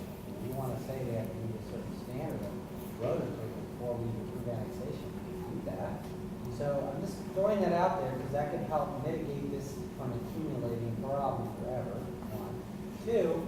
you've already taken on the maintenance, maintaining as is sounds fine, except when you've got, for example, you're missing the ribbon curve to help the edge, keep its structural stability, then you're having to maintain it more often because it crumbles more quickly. I mean, there's just, in the long term, are we not spending more maybe in some cases because we have to do more maintenance investment? Because the original improvements, whether it be the drainage or design or some of the structural elements are missing. So bigger picture, are we really going to win by not addressing some of that? I don't know. I'm just saying, I'd like to see, this number scares the crud out of me, don't get me wrong. But I want to look at the big picture too, as far as what does it mean 20 years down the road if we keep fixing this road that breaks in, you know, a year or two because it's just not designed right. Does that make sense? I don't, from a maintenance standpoint, I think most of these roads we're talking about are like chip seal, and there's really very little. It's chip seal on dirt, and they're just done every so often. We don't have to do them more often than any other road? We're not having to do them more often than any other road? No, not necessarily. They're, okay. And You just get a lot of complaints though, that when there's a significant rainstorm, or it's all flood irrigated too, so Or it's- when it's overflowing and going into the street and then it's muddy and then they're pulling off in their tractor trailers or whatever, then you get some breaking off, but that's very minimal on my experience. so what is the current policy going forward? Is it, if they annex into the town, we'll accept their streets on an as-is condition, or are we requiring certain amounts of improvement? So anything that annexes in currently would still fall under that policy. I don't know, Kyle's kind of nodding his head. I don't really participate in the annexation process. Yeah, however it comes in, it's how we do it. So maybe, I don't want to make it, there might be some unintended consequences. It's a question. I'm just asking. No, and I think it's worth exploring. I just worry about the unintended consequences. If there is a piece of property that we need to be annexed, but they can't upgrade their roads, or they have a great desire to for a specific purpose, but they can't afford to upgrade their roads, or there's only 2 homes on that street, and that'd be really, cost prohibitive. I'm not sure how we handle it, you know? The other side of that, though, is the annexation isn't necessarily a net win for us on the fire protection side anymore. Because from what I've heard, what we get from the fire district collection more than covers our costs for that service. So it's not like we're in the same position we were years ago, that it was just kind of free fire service we have to provide. So, I mean, I don't know how that all shakes out. I'm just saying it's a question. No, I think this is a good dialogue. Yeah. Scott, any ideas? Well, I was so caring when you to solve this one. Are there any, big or any other special districts in state legislation outside of? Like one really big district, like Yeah. one for all of the streets, instead of just doing it street by street? I think as part of the improvement district, you have to have at least 50% of the, I don't know if it's property owners or property size, land, size, participate, vote. They have to vote to form a district, and they have to have at least half. And I don't remember if it's property owners or property frontage or how they calculate it, but You have to remember. you can't force it. Every Yeah. 5 people that come to us and say, I want my street fixed, there's gonna be one that says, Don't touch it. street." I live in the county for a reason. I didn't. Yeah. That's why that policy was set in the beginning, because when they wanted to annex, they were very stern. The residents will remember, I wasn't part of the process, but I remember being here and hearing about it. They didn't want their streets improved, they didn't want sidewalks added, they didn't want street light added. They were very specific about that, like, leave us alone. You're forcing us to come into the town, but leave us alone. It was the old all-town field thing, we still wanted to protect that, that was the way of doing it. No, and we weren't by any means, they had the option to come in so that they could get the fire service. We're gonna have to break this up in pieces. Yeah, so maybe when we start with the collectors. We have to do. Okay. So work on some type of a modification that would exempt the collectors from the policy, or No, do we have to change the policy in order to improve those streets? We might need to have an addendum to the policy. yeah, we'll work with legal and see what the actual language. I think it's pretty exclusive, saying we're not touching them, you have to pay for it, Maybe so. what we could say is at the discretion of the town, based on traffic counts and other mitigating circumstances, the town may choose to improve collector streets. I don't know, something that would allow us to still do that and stay within that, because otherwise, I guess we might be really subjective. Yeah. Are we finding there were any complaints from new residents that now purchased those lots? No, so one reason why I filled this out, or go through, was the folks over on Baseline and Lindsay. They got an back in 34, before all that stuff happened, and then they were like, back, and you know what? I totally agree with you. We shouldn't have had a long-term roadmap and policy in place. I totally agree with you.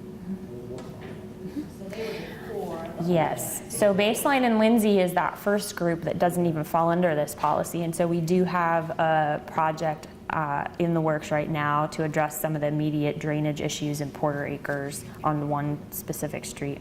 I don't remember which one it is, but Desert Lane, yeah. Okay, so let's do this. Yeah. Why don't you come forward to us for the things that are in red, and let us know what the plan is to take care of those, because we have an obligation to take care of those streets, from what I'm understanding. Okay, then the second piece would be the collector road piece. And then the third piece, I think, needs to be an education piece for the rest of the residents in the town. Just at least to start there. We're probably gonna need to have some more dialogue, but are we missing anything else? Because we do need to educate residents. When your street came in, it was in an as-is condition, or whatever, there's gonna be a special letter for Yes, every street. and certainly, yeah, the ones that have come to us, David has been to many neighborhood meetings and done that education process for the specific ones that have come to us. David has a new best friend for this whole process. I love boys. Yeah, okay. Good morning. Delighted to speak with you today about tourism. From a tourism perspective, the nature of the conversation today is really just to provide an update to you all. There is no request of council, so there is no formal request seeking direction, but rather just to provide sort of an overview, if you will, of the economy of tourism. And so what we're going to go over today is how tourism diversifies the economy, sort of the role of tourism, tourism in Gilbert, sort of what does tourism look like in Gilbert and who we are attracting in terms of some of the audiences. Why tourism, beyond the fact that it's the #1 export industry in the state of Arizona, why Gilbert is pursuing tourism, how it's done in terms of communicating to the right groups or the specific audiences that we are targeting, and then ultimately that will conclude and open the door for a discussion. And so at this point in time, I'd like to bring up Kelly Fost to briefly chat with you about diversifying the economy through tourism. Thanks, Dan. We'll just give you a quick overview. For some background information, you need to understand a little bit about where our revenues come from. These are the general fund revenues. And you'll notice that a full 54% are sales tax, but also state shared sales tax, 14%. So 70% of the town's revenues are coming from sales tax. If I'm really honest with you, on the short list of things that give me heartburn, this is one of the things that I get concerned about, just because it's so economically, as the economy changes, we're really susceptible in this area. Just like with your retirement portfolio, they talk about diversifying. We would talk about the same types of things for the revenue base, and that's what we would like to see here. But because sales tax is such a large portion, we need to look at how can we make that as stable as possible. One of the ways is we can look at what's the category of places that our sales tax is coming from. So this is 3 years worth of data, and you can see how our sales tax is growing and changing over time. A lot from the retail trade. I focus these categories on tourism because that's what our discussion today is on. You can see there's some accommodation right up at the top, just a small portion, some amusement. Restaurant and bar is a growing portion as well. Some other and some retail trade. If we look at that in a different way, so same information in 2018, but putting it as percentages, then you can see retail trade is 60%, accommodation 1%, amusement 1%. And we often think about in Gilbert, well, our whole economy is based off of restaurants and we have all of these restaurants growing, but really that's not the case. And if we want to put this into a little bit more perspective, we can take a look at how that compares with Mesa and Chandler. So we are actually very similar in our sales tax makeup as Mesa, with our retail trade very similar, other very similar. Some of the differences are they have some more accommodation. Both Chandler and Mesa, about 3% of their sales tax is made up of that accommodation portion. If Gilbert were to grow our sales tax accommodation to that 3% mark, that would be $2 million more into our general fund revenues. So a good significant portion that would help diversify things. This diversification is an important part of the long-term sustainability of the town and our revenue sources and our economy. And so we just want to keep that in mind as we talk about tourism and its importance in what we're doing for long-term Gilbert. And with that, I'll turn it over to Glenn, who has more information on that. Thanks, Kelly. Good morning, everyone. So I'm excited to be talking about tourism this morning. First thing. Just wanted to go into exactly what we're talking about when we say tourism in Gilbert. As Kelly indicated, it's a source of revenue for the town. It's also different than many people think about when they think about tourism. So what do we think about when we traditionally think about tourism? The Grand Canyon and the 6 million people that go there every year. Disneyland, the happiest place on earth.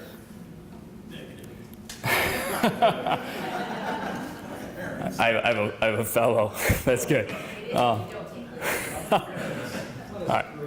Well, I'll get away from the controversial subjects.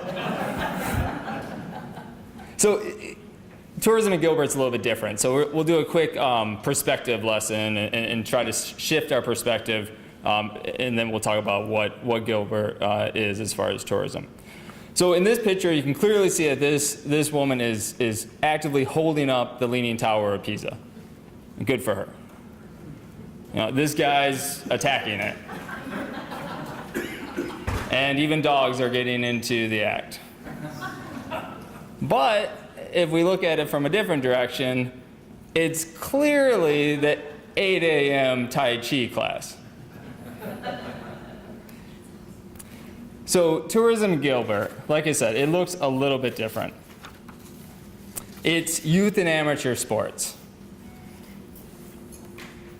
It's business, meetings and conventions. It's families spending time with one another. And it's friends going to area attractions. It's more authentic, is the way I like to describe it. So like all things in Gilbert, our tourism efforts are built on process and planning. Strategic audiences were identified through a needs assessment as well as a 5-year tourism strategic plan. These audiences are visiting friends and family, traveling from outside states and to visit locals. Youth and amateur sports, it consists of tournaments, and both regionally and nationally. Business travel, this is your weekday overnight visitor, and a group of day visitors that we've identified as Arizona event and winter visitors. So now that we talked about what tourism is in Gilbert, let's talk about why tourism works in Gilbert.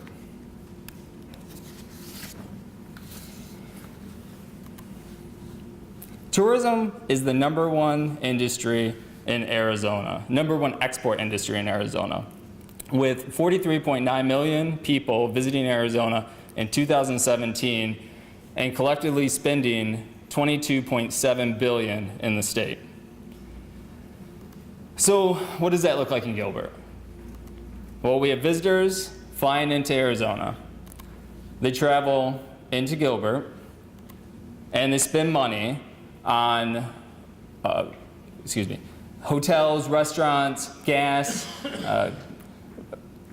retail, all these different things. And then they leave that visitor spending in Gilbert, and they take away memories, experiences, and overall satisfaction about the destination, in turn telling folks about their trip and hopefully having more people come to Gilbert. To quantify visitor spending, we look at the economic impact by legislative district. We're able to do this through a report that's put out by Dean Runyon and provided by the Arizona Office of Tourism. Gilbert currently holds 1.1% of the market share for Arizona visitor spending. This is the lowest amount of any legislative district in the state. That equates to $224 million in 2017. And we have a goal, a FY19 goal, to increase that by 1.4%, raising it to $230 million by 2019. Do you have a stat on the earlier years of those numbers?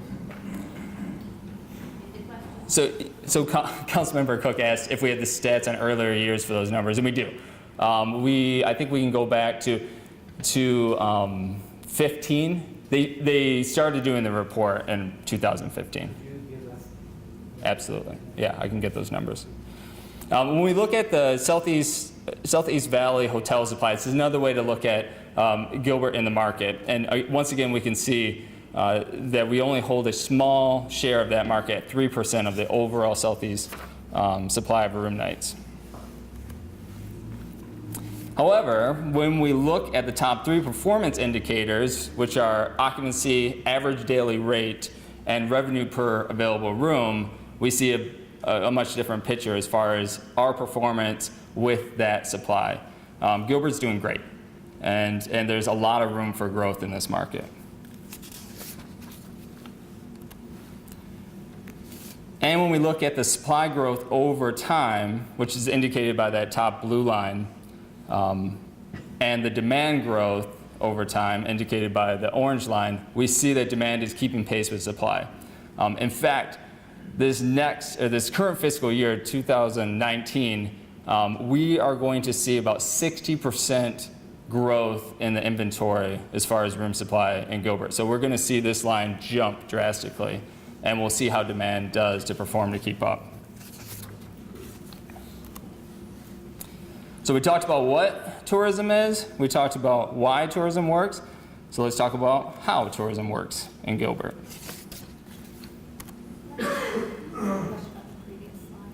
Yeah, sure.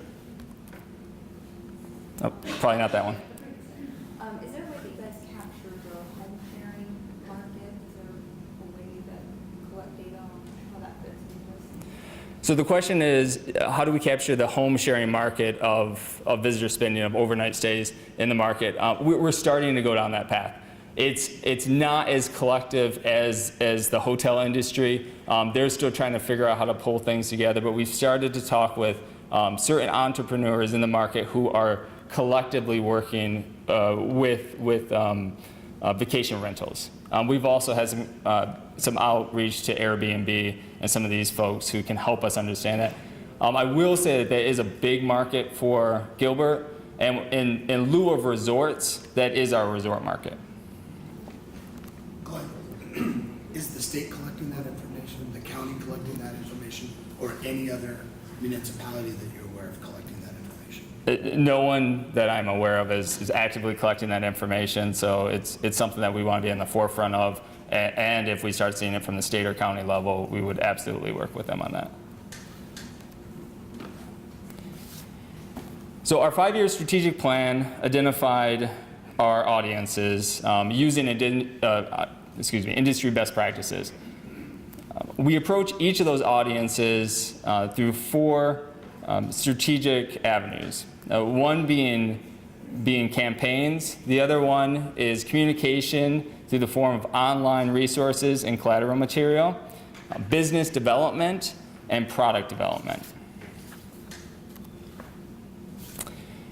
As an example, to capitalize on the existing spring training market in the Southeast Valley, we ran a campaign in Chicago and Oakland. We targeted baseball fans in each of the markets and showcased the advantage of staying in Gilbert during their spring training vacations. Then, once they were in the market, when spring training visitors were in the market, we promoted day visitation, targeting, once again, baseball fans, but this time at the stadium. So we geo-targeted the stadiums in Mesa and Tempe, and we said, come spend the day in Gilbert, enjoy the Heritage District and other amenities around town. The campaign was an overall success. I'll just throw that in there as well. On the youth and amateur sport front, the town is actively developing products to meet local needs as well as to attract regional and national markets and tournaments. This is the case in the reopening of Cactus Yards, the long-range plan for Desert Sky Park, the planned recreational partnerships and fields at the regional park, and through the addition of Park University and collegiate athletics. In fact, economic development was able to partner with Parks and Rec, and just earlier this month we attended the Teams Conference, and we were able to get directly in front of the audience that is bringing these tournaments to communities.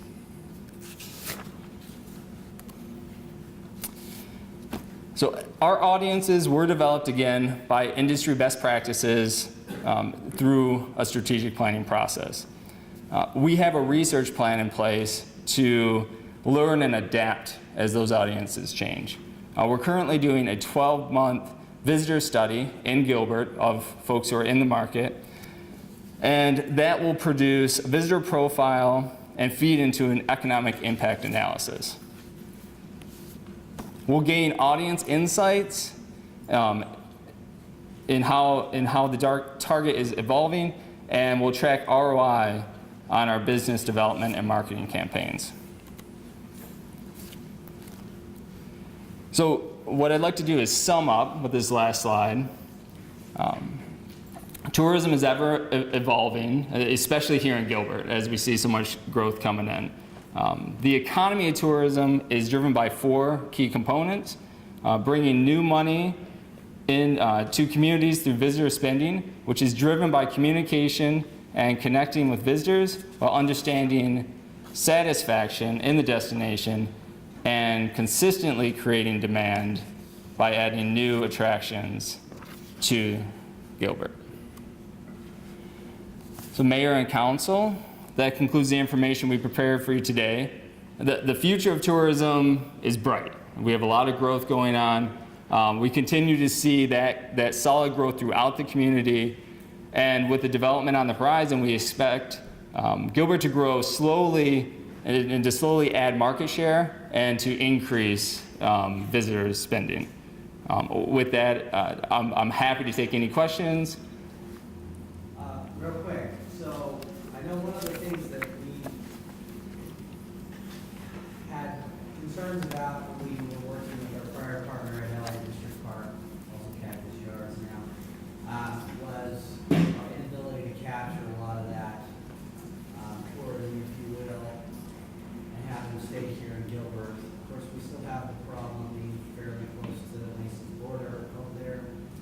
But I'm just wondering what we've done, and maybe I think you have touched on this, or some staff or the board has, but just tell us more about what we're doing to try and capture that by way of the fact that we're operating the facility.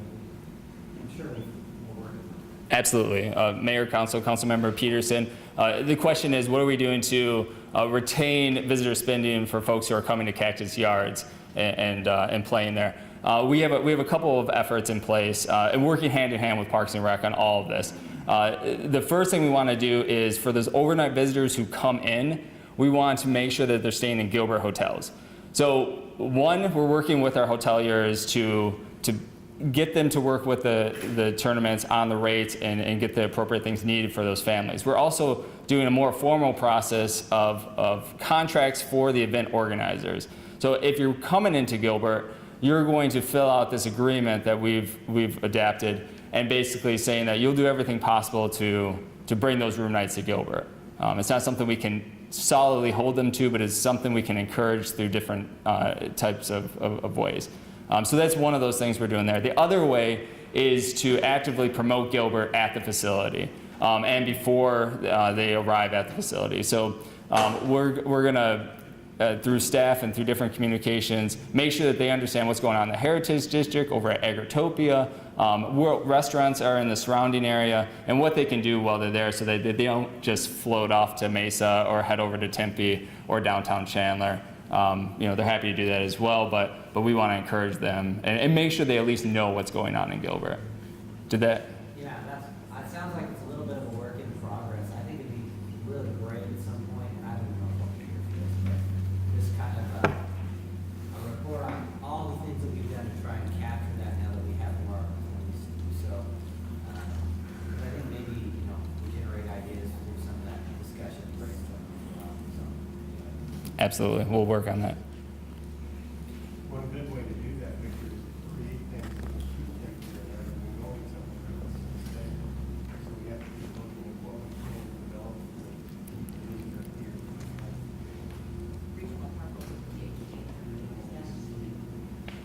Mike, could you talk a little bit about the process we're in right now to identify a signature event and what's involved with that? Yeah. One of the strategic goals that came out of the not only needs assessment but the strategic plan was the idea of a signature event. Working with Parks and Rec on everything that they bring to this community on the event side and what they're doing with Off the Street Festival, we see growth in the event space, and we see more of these type of things coming to town. What we want to do in addition to that is look at how we can find something that that benefits the community and brings people from out of town and showcases all Gilbert has to offer.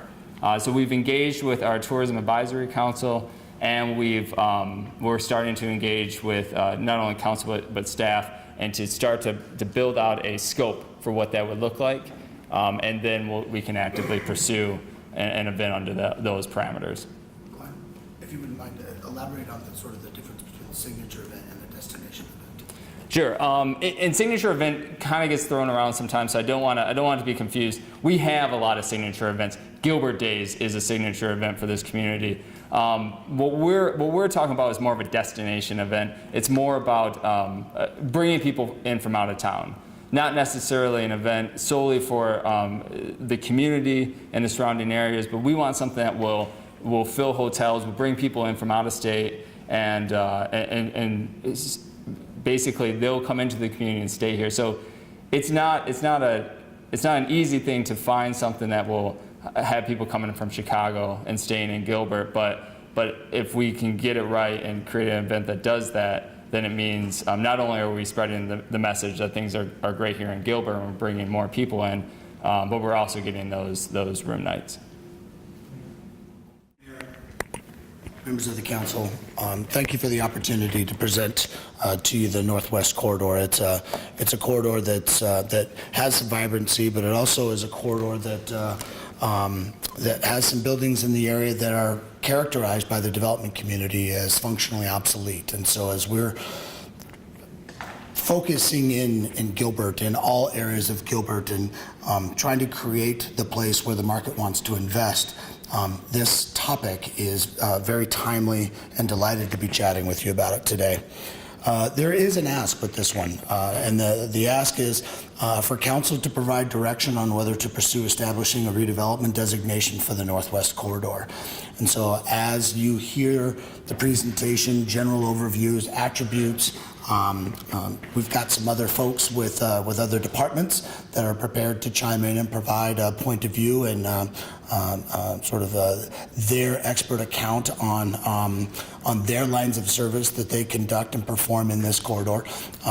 We hope that at the conclusion of this presentation and conversation that Mayor and Council is able to provide staff with some level of direction, whether they want us to pursue or not establishing a redevelopment designation for the Northwest Corridor.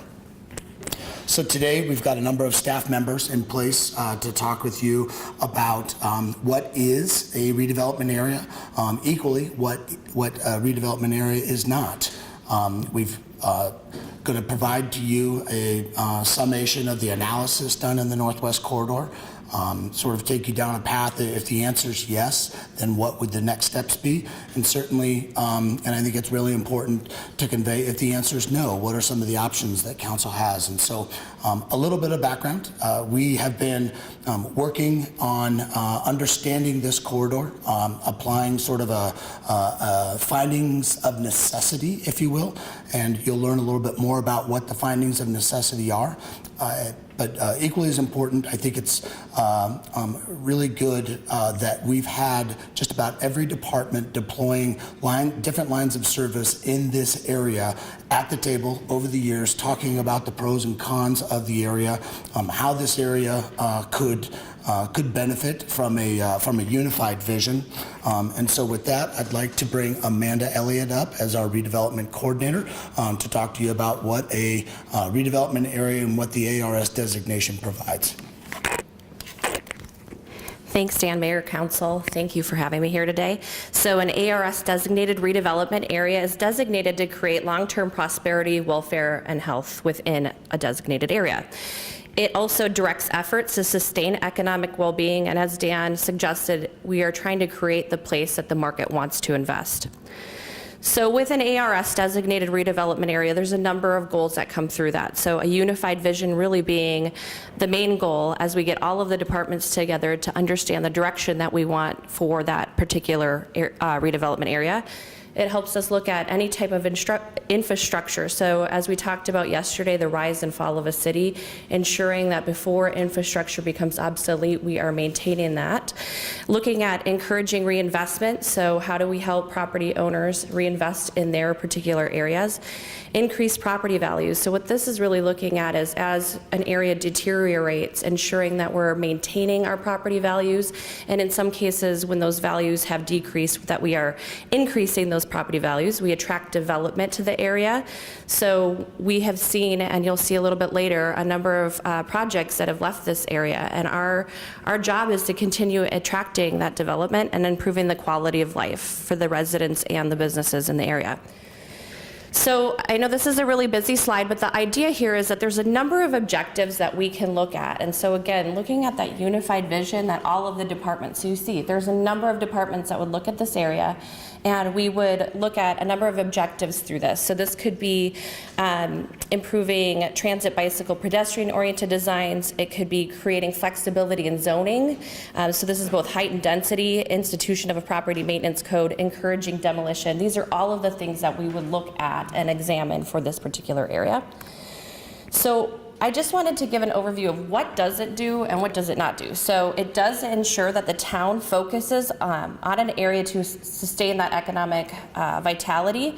It creates a community-driven revitalization and reinvestment effort. So this is done through extensive public outreach, both with residents and property owners.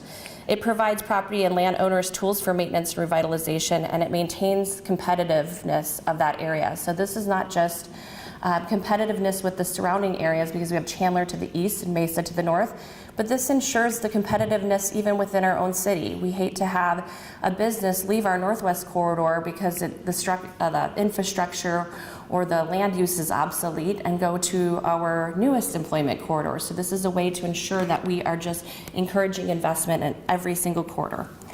What does it not do? It does not lessen the importance of those other corridors. It does not require that the town purchase land. So I know within the Heritage District that was a priority, but a redevelopment area does not require that. It does not require the town to outsource a redevelopment plan, and it does not require us to use all of the tools available to a redevelopment area. That will be at the discretion of staff with mayor and council's approval.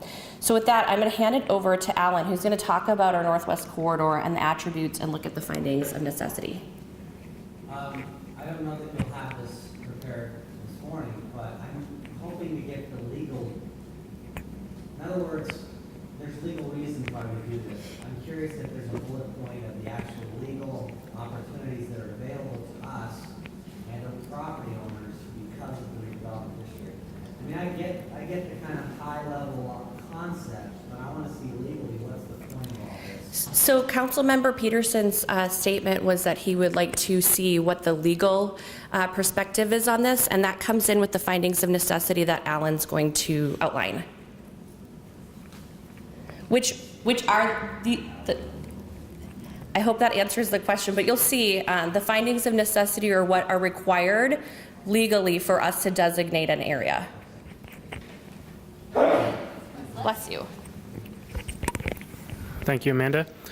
So when we talk about the Northwest Corridor, this is the area that we're discussing. So it's tucked in the northwest corner of the town. So this is a very well-developed area. It's home to 13,000 employees. So it's roughly around 20% of the town's employment.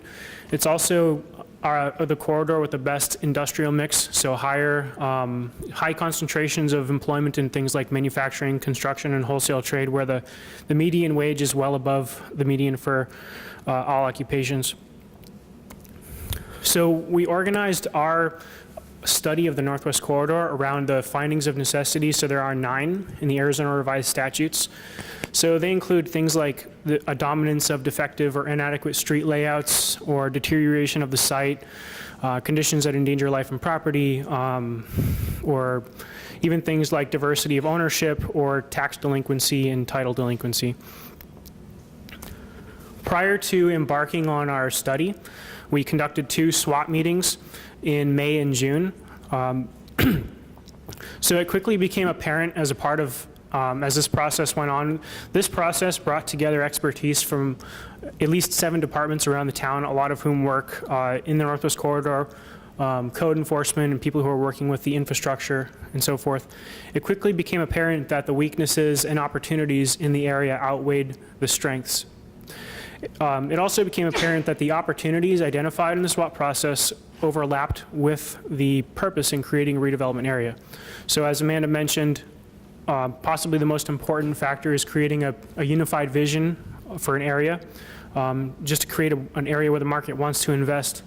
On this slide, I've pulled out a few of the blight factors. So blight factor 1, inadequate street layout. A few of the opportunities that were identified were things like improvements to infrastructure or pedestrian and vehicular circulation and parking. There are a few others highlighted here. On this slide, I've pulled out a few of the areas keyed to the ARS blight factors where we were able to find, as a part of our analysis, data to support the findings of blight and findings of necessity. So related to number 1, faulty or inadequate street layout, a major and perennial theme among businesses in the Northwest Corridor is parking. So it seems that some businesses have enough parking, but most businesses just don't have enough. And as you can see on this photos on this slide, if you drive through the Northwest Corridor during business hours, you can see just vehicles lined up along the roads, parked in areas where there's no parking signs, or as in this case, vehicles parked right up to the stop sign at an intersection. And one of the things that we found when we analyzed parking ratios was that in the Northwest Corridor, when you compare to the town as a benchmark as well as to the other employment corridors, there's actually more parking in the Northwest Corridor. So there are higher overall parking ratios as well as higher ratios by property type, so industrial, retail, or office, than the other corridors. So this really spoke to the blight factor of, a mismatch of uses or inefficiency and inadequacy, in the sense that it's not so much a lack of parking, just a mismatch between space and need and availability of parking. So related to blight factor 2, deterioration of the site, we analyzed code cases in fiscal year 2018, and we compared again to the town benchmark as well as the other corridors, and found that the Northwest Corridor had the highest rate of code cases that were related to site deterioration, which we defined as cases in graffiti, litter, right-of-way obstruction, or weeds. And that was 59%. That was the highest of any corridor. Related to blight factor 9, tax and title delinquency, we found that the Northwest Corridor had the highest rate of parcels from an analysis of parcels from the Maricopa County assessor. 6.9% of parcels had a foreclosure in their history, and that was, again, the highest of any corridor. So another part of our analysis, we looked at the literature. We wanted to ask a question of what does an area at a precipice of decline look like? And on this slide, I've pulled out some high-level themes and parallels between areas that are at a precipice of decline in the Northwest Corridor. And some of the themes that jumped out in the literature were things like changing lifestyle preferences among residents. And one of the kind of parallels to the Northwest Corridor that comes out during the SWAT process or during our business walk surveys was just a desire for more Heritage District style amenities in the Northwest Corridor. If you travel the area, you see that there's a lot of a high daytime population, but not a lot of amenities, nowhere for workers to eat lunch, and there's just this opportunity to improve amenities for residents and to cater to lifestyle preferences. Another theme is changing transportation technology. So in the sense of 20th century towns in decline or cities in decline, this meant highway building enabling residents to live far away from where they work. The parallel to the Northwest Corridor is that we see that surrounding redevelopment areas in Mesa and Chandler are bringing in multimodal transportation options and things like improved pedestrian amenities to solve for things like parking issues and how people get from home to work. Both of these factors can lead to the third parallel, which is a decline in residents and subsequently a decline in tax base. So on this slide, I've brought together another aspect of our analysis. We looked at literature on the city life cycle. And all areas have a life cycle, and one characteristic of that process is being near build-out. Today, the Northwest Corridor has about 13% of parcels vacant compared to an average closer to 38% for other corridors. And one article from this literature review stood out, and it made the argument that urban centers and nodes, especially employment centers, their life cycle is driven by technology. In other words, as new centers adopt new technologies, older centers that don't adopt these technologies can fall by the wayside. On this slide, I've highlighted Gilbert's employment areas in orange. And you can see that the Northwest Corridor, or Northwest Employment Area, is surrounded by redevelopment areas. You've got Mesa's 4 to the north, and to the south and west, you've got Chandler's infill incentive districts, or they're parallels to redevelopment areas. And in this sense, you could see redevelopment areas and the tools made available by designation can be seen as a sort of technology that's being adopted by surrounding areas. And one way to help the Northwest Corridor remain competitive in light of the fact that it's surrounded by redevelopment areas is designating it to make those tools available. So with that, I'll turn it back over to Amanda, and she'll talk about case studies of businesses in this area. Great, so we're going to look at a few case studies, and I will relate them back to those findings of necessity, but really the first few come in with faulty lot layout.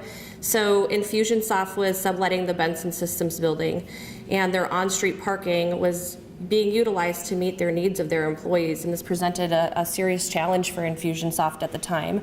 And as they started examining buildings in the Northwest Corridor, and quite frankly beyond, prior to the building of our central business district, they really found no buildings that met their needs, because a lot of these buildings are older and some of the layouts are obsolete at this point.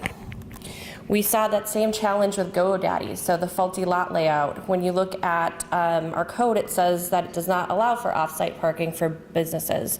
They were parking along the streets, and so what they ended up doing was purchasing both the lot to the west of it and east of it, and so that's really difficult for infill sites, especially when it's challenging to get a hold of other owners, particularly absentee owners who are not motivated to sell, but there's a necessity for use for businesses. And the landscaping required for parking compared to the number of stalls was a challenge that GoDaddy had shared with us. So again, when we look at a redevelopment area, we would look at what our setbacks are and what our landscape requirements are to really maximize the efficiency of these smaller lots. Silent error, again, this goes back to the faulty lot layout. So we really want to examine how we can best serve these businesses in this area, realizing that this area developed early and that these lots are vastly different than the lots you see in our other employment corridors. So, their challenges, again, on-street parking. They tried to purchase an adjacent lot for their parking and really had absentee or unmotivated sellers who wanted to hold on to their lots.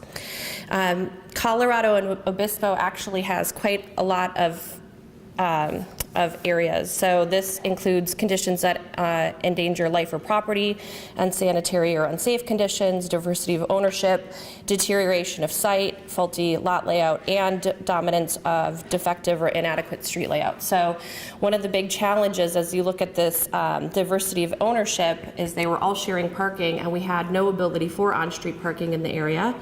There were also issues, and Commander Bryce is here to address any of these, but there's also issues with crime that's risen in that area. So we know that as an area is at its precipice, when we start to see that crime rise, that is an opportunity for businesses and residents to leave. So we want to mitigate that. So we brought together the neighborhoods and the property owners association in the area and really establish an opportunity for them to engage and discuss and talk about how they can solve for challenges within that neighborhood. Other items that could help with this particular area are property maintenance codes allowing for elevation and facade cleanup, landscape cleanup, etc. There are a number of cases throughout Employment Corridor 4 in which they're beautiful areas. So we want to ensure that when you're on one street that's beautiful, that the next street adjacent to it is also beautiful. And of course, that goes into these miscellaneous areas. So what are we doing for storage yards, dilapidated structures, absentee owners? How can we encourage owners who have dilapidated structure, encourage them to demolish those structures?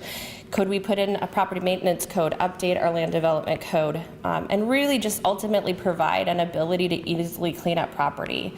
Again, beautifying the area so that we're not losing businesses from one employment corridor to another, or heaven forbid, even outside of our city. So just to recap, an ARS designated area is really to create the place the market wants to invest. We want to provide certainty for developers and property owners through a unified vision. Our goal would be to eliminate the need for variance processes. So as you heard from the business owners who needed more flexibility on their setbacks or landscaping in order to provide for additional parking, we would take a deeper look at what that need would be. And then the redevelopment area also ensures stability of an area that's no longer at its peak. So if we were to proceed with something of this nature, our suggestion would be to utilize an internal process to create redevelopment goals. So you may remember in 1989 when we designated the area, our very first redevelopment plan was all created in-house. And we believe, looking at the SWOT analysis and all of the work we've already done to date, that we could create that unified vision. We would utilize those findings of necessity to identify the goals for the area.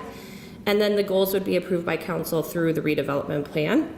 And then staff would institute the approved plan for revitalization, and as with any ARS area, would be in place for 10 years. And if at the end of that, we have brought that area back to a sustaining area, then that designation would be no longer needed and the plan would ultimately sunset. If we do not do those things, there are options. We can talk about how we update our land development code or look at property maintenance codes. But the ultimate goal, from a staff perspective, is really getting that unified vision. So with that, our council ask is to provide us direction on whether or not to pursue establishing a redevelopment designation for the Northwest Corridor. We have brought together a number of people who have subject matter experience in this area and can hopefully help answer any particulars that you may have. So question, if I'm a business on that area, how does this benefit me? Specific, what are some of the tools that it gives that you kind of talked about a little bit? What are some of the tools that would make this worth it? The question is, what are the tools that would make this worth investing in a redevelopment area? So certainly having a unified vision for the entire area, and one that is created by all of the business owners. Looking at a further examination of our land development code for both density and height. So we know that heights are changing in manufacturing and the requirements. So working with the business owners to understand their needs and creating an overlay for this area that is specific to the smaller type parcels that we see here. Having a land maintenance code could definitely benefit the area. You have a lot of owners who are not maintaining their land. And again, when you have an area that's no longer beautified and everyone isn't all contributing, it contributes to people leaving. And so those are just a few items. Dan, if there's any you want to add. I don't know if Kyle Or yeah, any of our panelists, feel free to add to it. But those are the type of tools that we would see, and just really digging into what the needs are. I think, you know, we've had an opportunity already to start this process. We've done 2 business walks in the area, so we have a lot of data that we've collected on what the owners, property owners, what the tenants' needs are in the area. So really working on examining those and helping them have more flexibility, and again, just having you know, a guarantee of what they can expect from us. So, I obviously, this is a good idea, I really kept pushing for it. But I do want to make sure, and they've mentioned this already, but the council's benefit. The goal here is not to make this the downtown area, where the town buys land and then redevelop it ourselves. The idea here is to give the business owners and potential business owners additional tools and options to make their own area better. So this is not my opinion. I think that you guys did a great job saying this. A big money spent on the council perspective to try to go and rebuild this ourselves.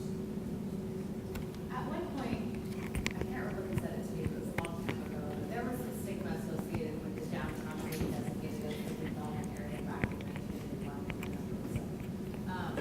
Do you sense that there might be that same stigma today in the Northwest Corridor, or is that a concern at all?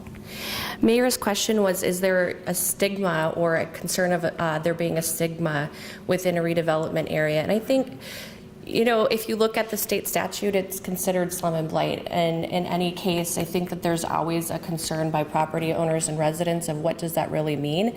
There's a number of cities that have done an excellent job of educating their residents and business owners of what that means, and the fact that it does not diminish their property values by having that designation, but rather it helps improve those property values by having that unified vision. So our first step prior to creating a redevelopment area would be to go out to our property owners, our tenants, and our residents and start to discuss the redevelopment area, what that means for them. So, if this means property owners have more opportunities or rights, I saw something about elimination of a variance. Legally, I don't understand what opportunities this creates as a property owner as far as rights. If on the net that's an increase in their rights and opportunities and their freedom, then I would very much support it. But everyone knows I'm very skeptical of, you know, Ronald Reagan said it best when he says, in the current crisis, government is not the solution to the problem, it is the problem. Okay, yes, that is my bias, I'll admit it. So I'm very skeptical about that. And so I don't want to just, more government here is going to solve all these problems. However, if we're going to open things up, let the market dictate and provide opportunities, then yeah, I support it. I guess today I just don't feel like I have enough information to be sure which direction this is going to go. And I guess we're not necessarily determining that, because this just provides a lot of different avenues, both on the side of government and on the side of the prop government. I mean, that's a part of it.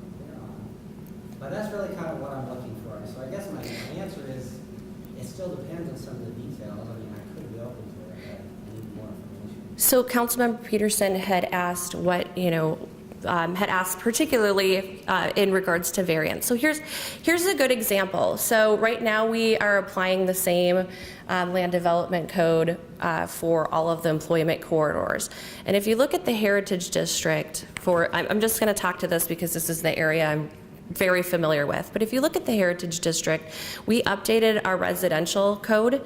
So for SF7 and for MFL, we updated that to remove some of the setbacks, because if you look at those parcels compared to other parcels throughout the community, they're very small.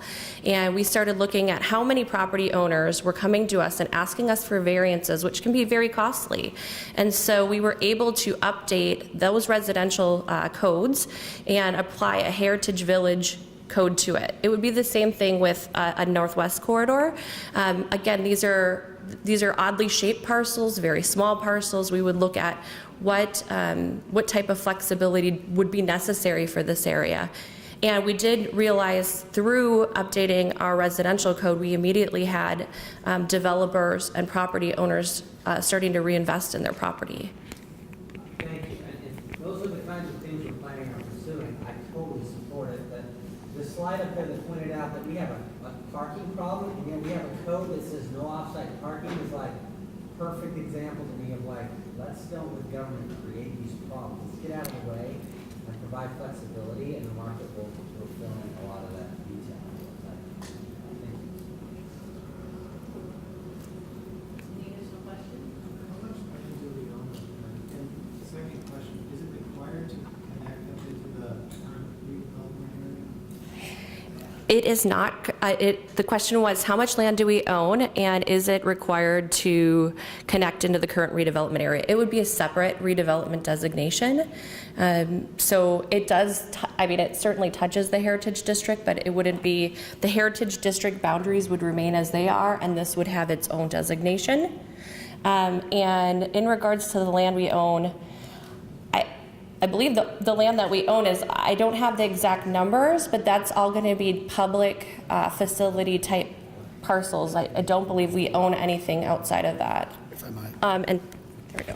The only thing that I would add to that is certainly to that point about public facilities. Certainly we own parks. A couple of side conversations. No, it's okay. Yeah. I know people are getting questions answered. So I the- just want to make sure we're all. Thank you, Mayor. The question was, how much property do we own?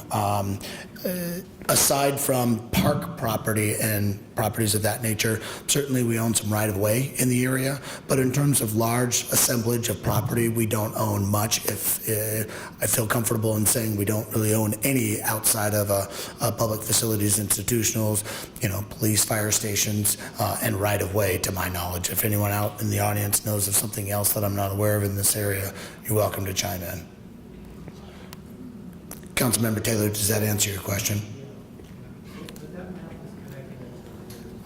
So if I might, the question is essentially more of a statement rather, so that map connects to the Heritage District. The purpose in showing this area is not to define the geography that would be the redevelopment area, but rather the geography that defines the employment corridor known as the Northwest Corridor.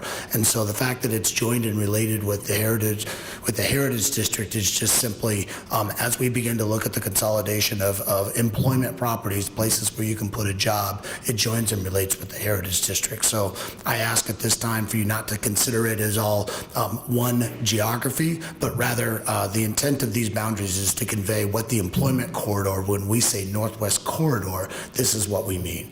Your point is well taken. The fact that it's adjacent and otherwise joins and relates with the Heritage District does not suggest that the Heritage District would be expanded to encompass this area. To Amanda's earlier point, this Northwest Corridor would probably create a division line there, right where the Heritage District is located, to create sort of the area. But the area has to be defined through slum and blight and other findings of necessities. And so the findings of necessities would ultimately dictate the geography.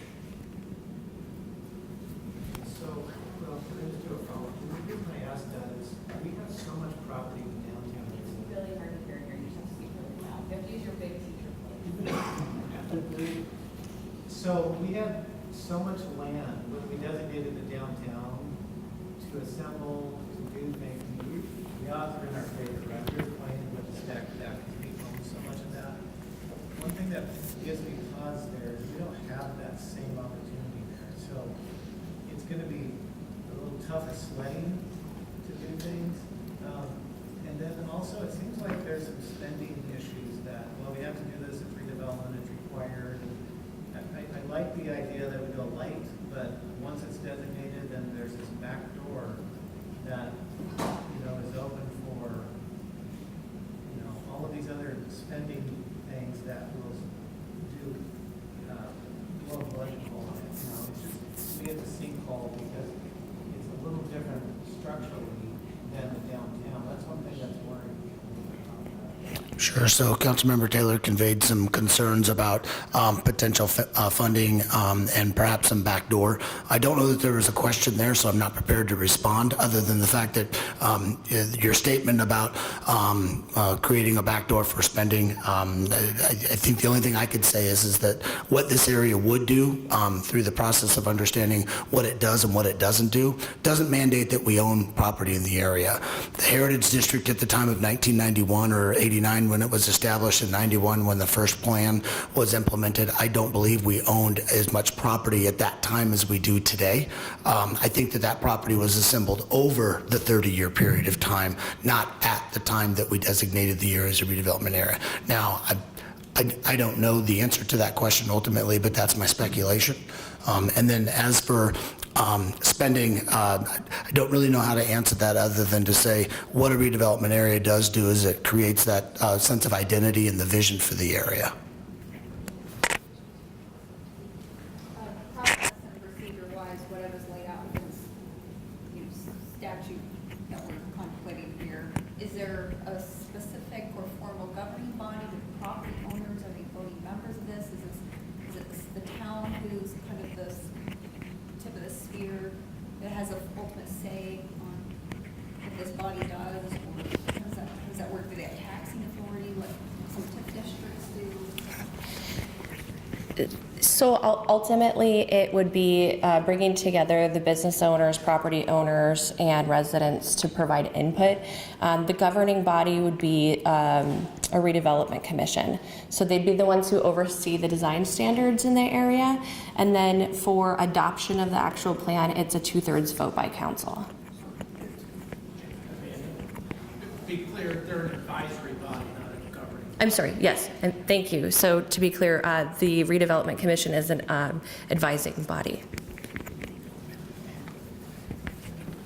Mayor and Council, I just have one thing to add. I wanted to make sure that you kind of got a police perspective behind this. We've been working real close with economic development as far as we tend to see all of the symptoms. We're the first ones to respond just about everything along with code enforcement. So we have continued to see a rise in certain index crimes that we're looking at, and we don't see that decreasing if nothing happens.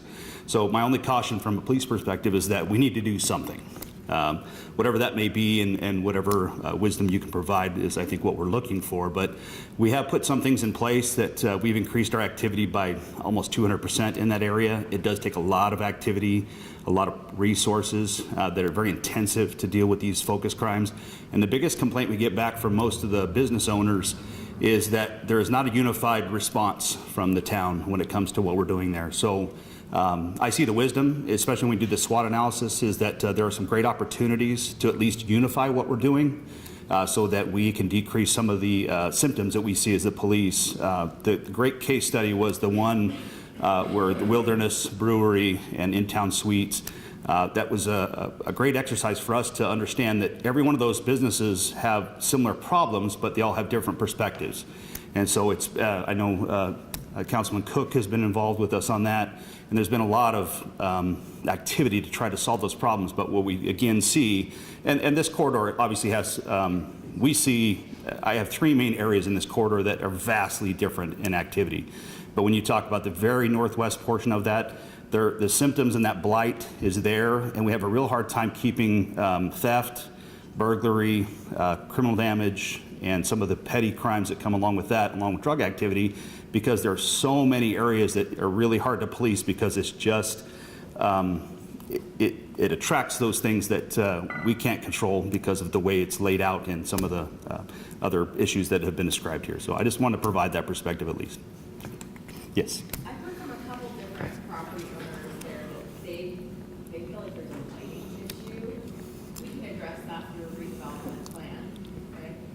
So that's a very common thing with a lot of these types of areas, Mayor and Council. Crime prevention through environmental design is one of the buzzwords that are out there, and certainly we see the need for that. Just the discussion about getting rid of some of the buildings that are just abandoned. We have a real problem with absentee owners when it comes to the crime will happen adjacent to a business, and we have a hard time getting hold of owners to have them, can we trespass people from there because they're hanging out? I know we don't technically have a homeless problem here, but we certainly have a loitering drug and other problems where these people are hanging out in these areas that we can't control because it's private property. So I really appreciate the comment made by Councilman Peterson in the sense that we want to keep the government out. We'd love to step back and not have to intercede so much, but we're kind of we have to deal with all the symptoms. So we would love to see something where we can decrease our activity a little bit in the area. I think there was another question over here. Okay. We've been talking about this corner for a long, long time, and there's no doubt the diversity of businesses is like from A to Z. So I guess the question I have, in the very northwest part where all the big boxes are, I mean, what would you like to see there? Because in my mind, I would love to get rid of some of the big empty boxes and develop, commercial Class A office spaces in there. Is there a tool that you may be suggesting to us that would provide some incentive to potentially change the makeup of the northwest corner to a different type of use or product in there? Sure. So, I'm thinking more professional looking and looks more attractive in that area instead of what's there now. I mean, tell me, how would you go about maybe giving a recommendation of a tool to maybe change that?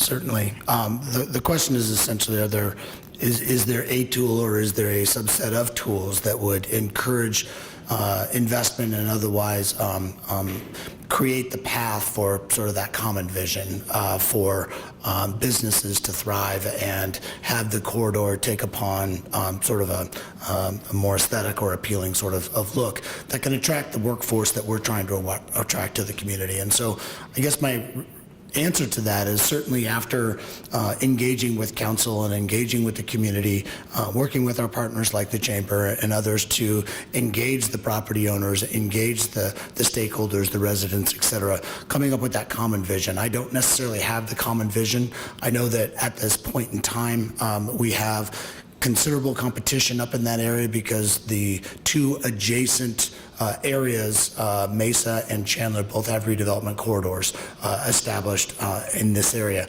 So they have a subset of tools that candidly we don't necessarily have access to because of a lack of this redevelopment designation. With that in mind, I think some of the things that I'd like to see, common vision, I'd like to see reinvestment, I'd like to see tools that promote the reinvestment, tools that begin to change the facade as well as the elevation of the buildings. I'd also like to see some things that we've done in other communities that I've worked in. We've been able to sort of change the way with which the community is able to obtain demolition permits that can essentially do away with some of those buildings that are functionally obsolete and encourage those folks to effectively blade the facility and reinvest to create another building that can accommodate the workforce needs of today. The area is at somewhat of a disadvantage. As we talked yesterday about the rise and the fall of a community, this is one of those areas that staff has concerns. This is one of those areas that staff has convened at least 7 or more departments on a common approach to what are some solutions for this area. And the idea of a redevelopment corridor is one of those solutions that commonly the staff is coming before you, Mayor and Council, with this idea of giving us direction as to what you would like to see. Candidly, what we'd like to see is we'd like to see community engagement. We'd like to see a common vision. We'd like to have an equal set of tools to be able to invest in the area and reinvest in the area. We'd like to be able to vet out through that common vision each tool within the redevelopment area to see if it's right for Gilbert. The term property maintenance code was thrown around. We'd love to chat with you all about the pros and the cons of a common area maintenance program, one that begins to look at property maintenance to uphold the standards that are necessary in order to create the place where the market wants to invest. I hear you say that you may be asking the council maybe to create a subcommittee to help start this process a little more deeper. Is that what I'm hearing? Mayor and Council, do I want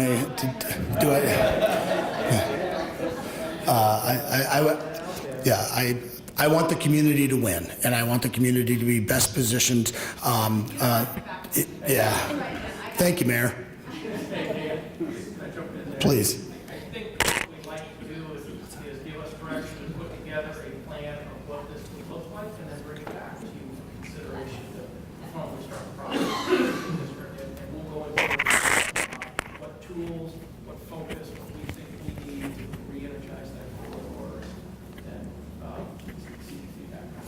Thank you, Patrick. Councilmember Anderson. To one of the points the mayor made about the original redevelopment plan, we shouldn't kid ourselves. That was a 30-year process. It didn't start off real easy. I was involved in writing that first plan. It was not easy to do. And it was like starting, over and over again to try and get that off the ground, and it finally took after a while. So it won't be easy. We shouldn't kid ourselves about that. My question is, and you've already mentioned the importance of a property maintenance code. I think that's key to this whole thing, the property maintenance code. It may be important for this area, but it may be important for other areas in the north part of Gilbert also at some point in time. So I think that's key. But my question really is, what if we use some other tool instead of a redevelopment district? What if we use a business improvement district? Would that answer or address any of these issues? Certainly, I have some comments on that, but I'd like to hand it over to Amanda. She's served on a national fellowship that's engaged a national audience on the use of business improvement districts, and I'd like for her to perhaps chime in on that, and I'd be happy to add. So we can certainly, a business improvement district, we can certainly look at that. It's a bit of a challenging process for Arizona because at this point you have to have 90% of property owners who buy into a business improvement district. Through that they have to self-tax. So they would create their own taxation that would go towards things like clean up, creating that clean, safe, vibrant area. I think that the real advantage of a redevelopment area, and I know we keep kind of hammering this, is the unified vision. The business improvement district does not necessarily require that the town's departments are contributing to that unified vision. It's really the property owners coming together, and we would certainly bring them into this, but I think the expertise lies within staff, and I could almost see it being where if you had a redevelopment area and then you overlay it with a bid. Does that answer the question? Okay.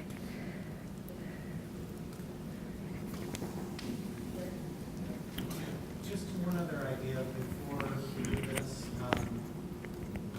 What if we get a SWAT team of people on your team, Dan, maybe some council members, and partner with our capital investors? And because they love this space, when you have opportunity for appreciation, that's where their sweet spot is. And if we can put in their hands some great data and show them some opportunities, give them, some good, maybe there's a little economic development tour or something like that. I mean, usually their mouths water when they see some opportunities. And you know what unifies some of these absentee owners is contracts. Where they can make some money. They've probably been sitting on it for a while. Good time for them to cash out. But that would really get the private sector engaged.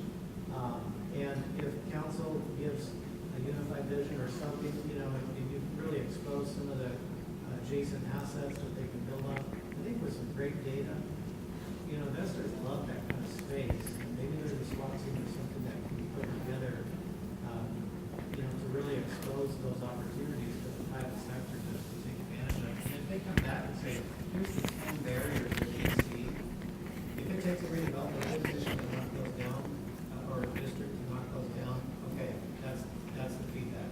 If we can do it outside of that, maybe there's an opportunity there. Councilmember Taylor, the point about engaging the business community and the development community and focusing on this area, couple that with council leadership and certainly staff leadership, I think is an excellent idea. It is an approach that we have taken over the years in sort of a different format where we do engage property owners. We, again, work with the chamber in doing some of our business outreach and business walks in those areas and taking in information. We've had a number of roundtable discussions where we focused in on this area as well. The more we do those things, the better. And to your point, the redevelopment, the idea of establishing a redevelopment area is really to give everybody a tool set. Perhaps an unlimited tool set as it relates to the tools available in a redevelopment area.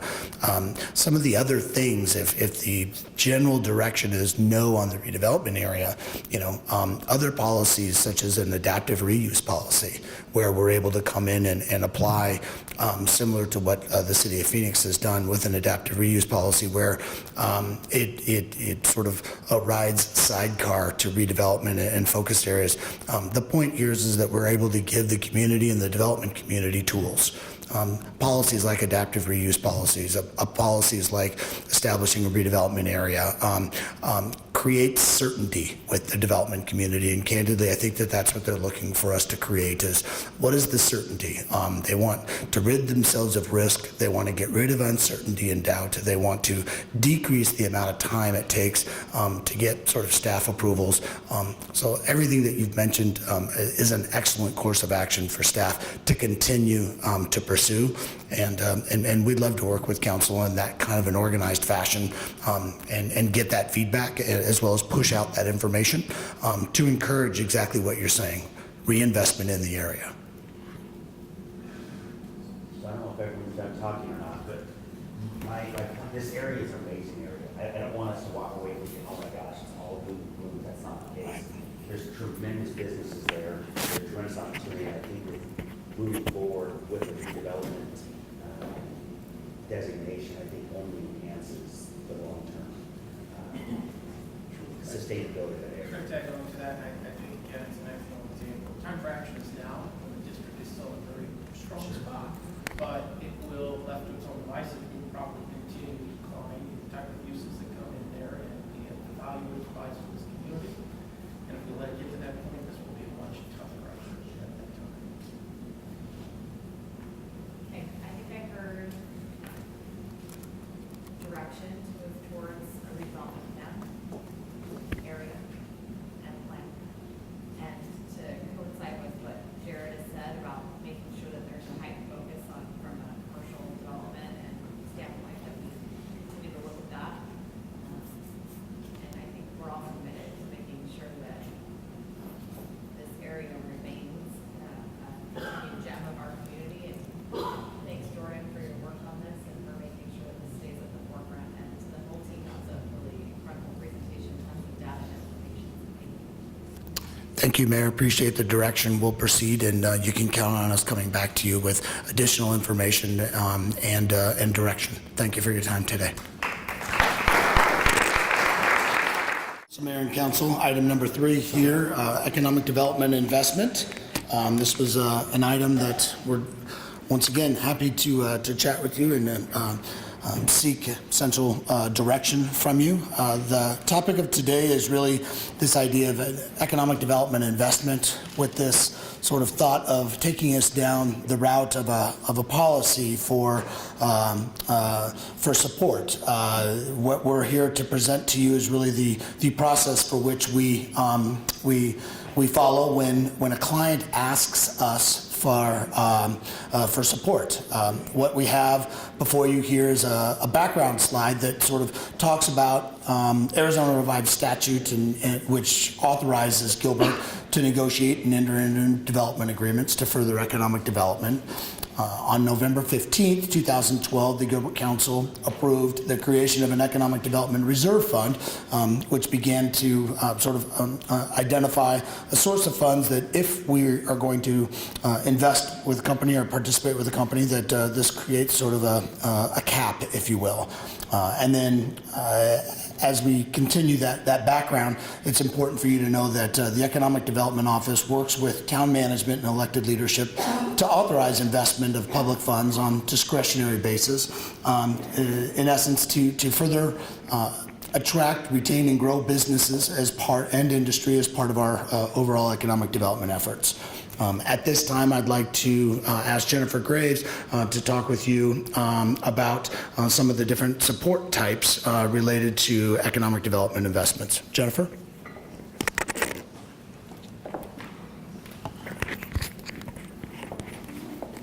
Good morning, everybody. And thank you, Dan, so much for that introduction, and I'm really excited to be here talking to you guys today. And so Gilbert provides financial support in 4 distinct areas for projects. The first one would be public infrastructure, so that would include things like public offsite improvements, roads, sidewalks, water and wastewater upgrades. The next one would be fee reimbursements, which can include planning and plan review and permit fees, but this does not include system development fees. The next one would be job training, which is focused on increasing the skills of existing and qualified new employees. And then the last one would be a sales tax reimbursement, which is only used for retail projects to offset the cost of public infrastructure improvements. Yes, sir. When you said job training, we're not providing the job training. We provide the dollars to help reimburse for the job training, correct. Thank you for that distinction. He asked whether we provide the job training itself, and we do not.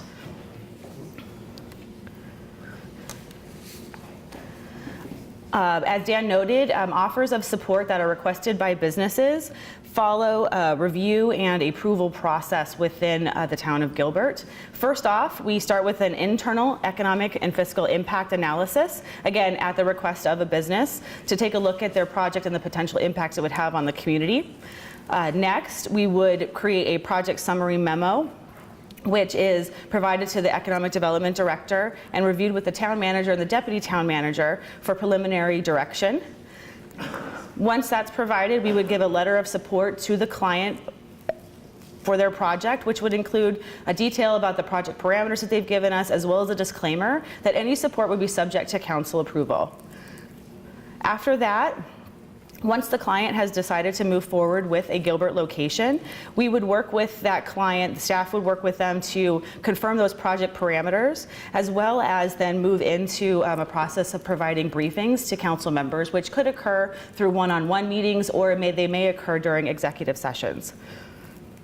We would take those project parameters after that, the finalized information, and solicit a third-party economic and fiscal impact analysis, again, using those confirmed parameters.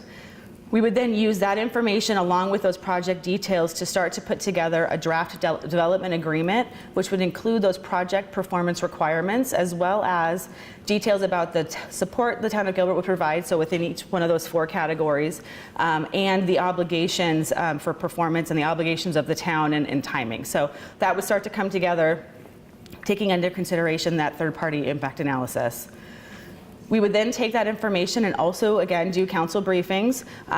Once we have that development agreement drafted, again, that would happen mostly during executive session, or also through one-on-one meetings, so there'd be a combination of interactions.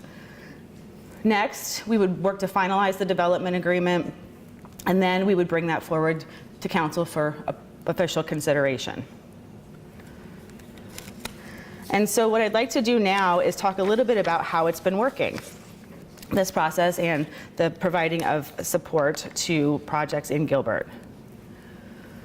There have been 8 economic development oriented agreements approved since 2012. This represents about $43 million worth of potential commitment to projects, with potential return on that investment of $72.1 million in direct revenue. That's based off of the fiscal and economic impact analysis performed for each project. Those projects, the 8 projects, represent $954 million in total capital investment, 5.3 million total square footage, new or expanded square footage, and just over 4,300 total jobs. What I'd like to do now also is highlight 3 projects that represent the various different support types. The Rivulon project represents a sales tax reimbursement in support of public infrastructure. As we all know, Rivulon has been a catalyst project in the community, specifically in the Central Business District. And in addition to bringing 3 million square feet of office to the community, it also has retail and hotel amenities planned for the site, and is expected to generate $2.6 million in sales tax revenue for the town of Gilbert once the maximum reimbursement is achieved. The Silent Air project represents public infrastructure and fee reimbursement. It was the expansion of an international manufacturing company, and it added 225 jobs to their workforce, representing a total of 425 jobs. So that includes then the 200 jobs that have been retained by that company in the community.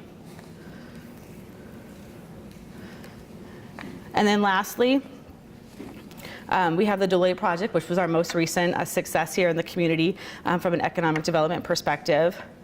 This represents a job training reimbursement agreement. Phase 1 alone of this project consists of 1,500 jobs at an estimated average wage of $95,000. And there's a potential to add another 1,000 jobs to the project over multiple phases. In addition to the support, the financial support that we provide through development agreements, I just want to also highlight the fact that the town of Gilbert provides a lot of programs for the business community that also helps them in a variety of other ways. So the Taking Care of Small Business program enables smaller businesses that are curious about the development process, don't really know how to get started, to approach the town and have a variety of departments provide them initial feedback on what they need to do to get started and up and running. We have different planning programs that assist businesses that are just exploring the process, particularly with the discovery meeting, which allows them to come in, meet with somebody from economic development as well as the planning department to understand where their projects should be, where they should go, what they would need to do to get up and running, and just give them some of that guidance, particularly on the development side if they're going to have to go through the planning process or the plan review process. Plan review programs, the team over there has a number of ways in which different size projects can go through the process with expedited permitting, one and done process, pardon me, and some of those other services that right size the review process to match the project. In addition, our office, the Economic Development Office, plans and executes a number of business education events every year, bringing in experts at no cost to the business so they can learn about human resources, taxation, marketing, all of those things, and get those services from our department and that advice at no cost to them. And then lastly, we work hand in hand with groups like the Arizona Commerce Authority to provide access to the statewide incentive programs that are available, which also align with job training, reimbursement for investments that they make, and those also provide income tax credits. So really, that's the conclusion of the presentation and the overview today. Thank you so much for having us here and letting us present to you. And certainly Dan and I would be happy to answer any questions you may have about how we review projects for financial support. So I've been asking about this for a long time, and this, I don't know what the preference of the guests is going to be on this, but I appreciate being able to talk about it for a few minutes here. Thank you for the presentation.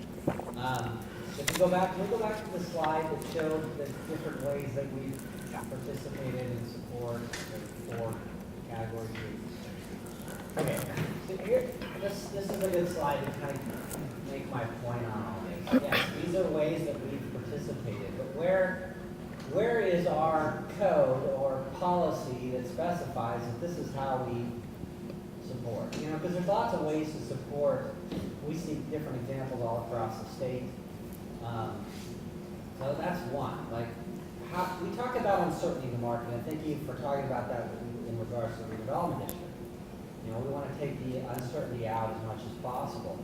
And I think when we go out there and set a policy and let the whole market know, here's the rules of the game, suddenly the game goes really well. People play very well. They're willing to do things, make moves that they otherwise wouldn't be able to make or want to make because there's too much risk.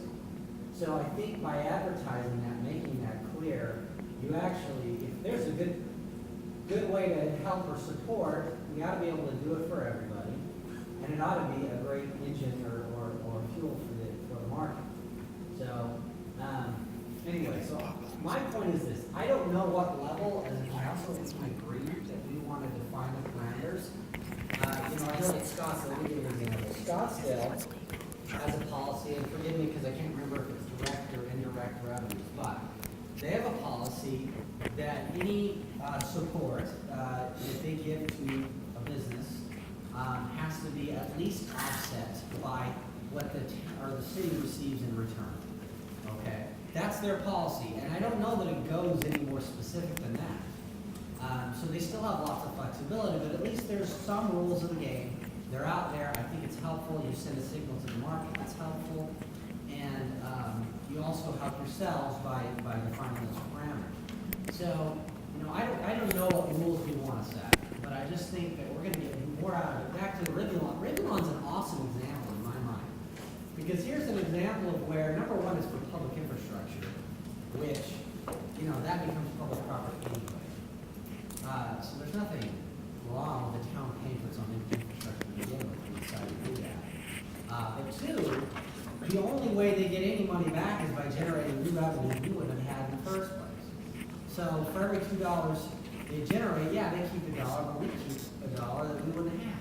So, you know, something like saying, hey, we'll open the door, let's say we want to see more conversions from residential to commercial. We usually see, we have this phrase out there, downzoning, which by the way, I have a problem with to begin with, because the highest and best use depends on the situation. But anyway, we want to see more conversions the other way towards commercial. Well, we could say something like, hey, if you will convert from residential to commercial, or just say any development that's commercially zoned can pay themselves back up to 25 years, up to half of the revenues they bring in sales tax revenue, you know what I mean, cap it to the total investment in public infrastructure. Basically the same thing we did for Rivian, but open the door for everybody. I don't see how we're losing that. We're going to gain new revenues we didn't have in the first place. And plus we've set the rules of the game, you've sent a signal to the market, it's very predictable. Now if that's not a good policy, let's work on it, but I'm just trying to give some examples of where a policy actually helps your market. Again, you want less uncertainty in the market if you want people out there creating wealth. That's what you need. You need to send clear signals, and that's helpful. So I've rambled a lot. I apologize for that. I didn't bring my own PowerPoint on this, and I appreciate staff's help on it. But I'm hoping we can get just a little discussion, and maybe the council decides, no, we're happy with this discretion. Go back to the first slide. Okay, discretionary basis. I read that as the arbitrary. I'm sorry, but I do. That means we can make the rules as we go, and I don't think that's number one fair. And number two, the most productive and effective way to approach these opportunities. So with that, that's my comment, and I hope we have some discussion about some ideas that we might want to start with. I liked the example of Scottsville that you gave us. I feel like that's reasonable and acceptable, and I just want to make it clear too. I don't know that we've really ever said no to anything. Like, I think if anybody's approached us, we've come up with, here's some, you know, we do those letters that say, like, here's kind of what we're thinking. You come back to us, and if they end up choosing Gilbert, that conversation continues, and if they end up not choosing Gilbert, that conversation ends. Like, I'm trying to think of a time when someone's come to us and said, this is what I was thinking, and we've been like, nope. I mean, and I make that statement because I have felt like it's open to everyone, and maybe we haven't advertised it that way, and if a policy makes people feel like it's more open to everyone, then. Well, I know I've said that publicly every meeting, all the time. So we've never heard any arguments of someone saying, I approach you now, and you guys have not, you know, put a finger. So, but that's, we have turned down deals. It has happened. And I name one that was very public and would make a bunch of people mad. We've turned down deals as staff and as council. Yeah, separate. but my It point wasn't is, a deal. well, okay, but what were the rules of the game that decided that we turned the deal down? I mean, yeah, we came up with some discretionary reason why we didn't think it penciled in that case. But that doesn't mean you know when they started that process how that was going to turn out, and they had really no basis to know. So, yes, of course we're open to any offer. I can come to you and offer anything. Everyone has the right to ask. But what they can expect as an answer is a totally different question. And that hasn't always been, yes, we have trimmed it along certain lines, and I think that's great. Why don't we just clarify that?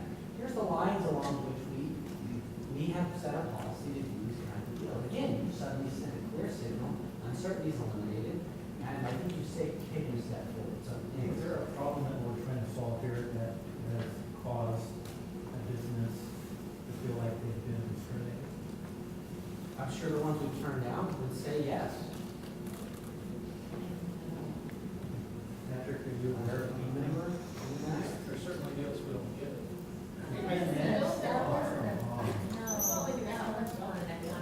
Yes, it was.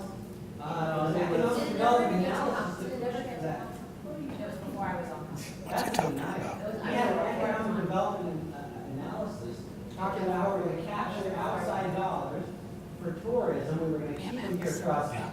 That was all about economic development. We turned it down, and good that we did, in my opinion. But it's not fair that we just, whatever, I don't know. Why did we turn that one down, not others? I don't know. I think if I could just kind of talk high level, macro overview, we've got an economic development strategy that we put together that projects out 5 years in which we should focus our efforts to achieve the types of employment opportunities, the types of wages we'd like to attract to our community. We obviously have a high wage strategy focused on those STEM industries because we've got a strong workforce that we can pull from and have a value proposition for the Deloittes of the world to make it possible for them to come here. And then we also try to focus on the built environment that's going to be created as well. It's not just the employer companies who come and go, but have high quality, sustainable environment, built environment, so that it's always an attractive opportunity for them to have an employer to come in. But we use that economic development strategy as our focus. And then the state gives us certain tools that we can work with through the statutes, and we do always try to participate in public infrastructure where it's available as that tool that we can bring to the table so that we can land a Deloitte with 2,500 plus jobs and what will grow. And we've had many conversations about this through the years, Victor, I know.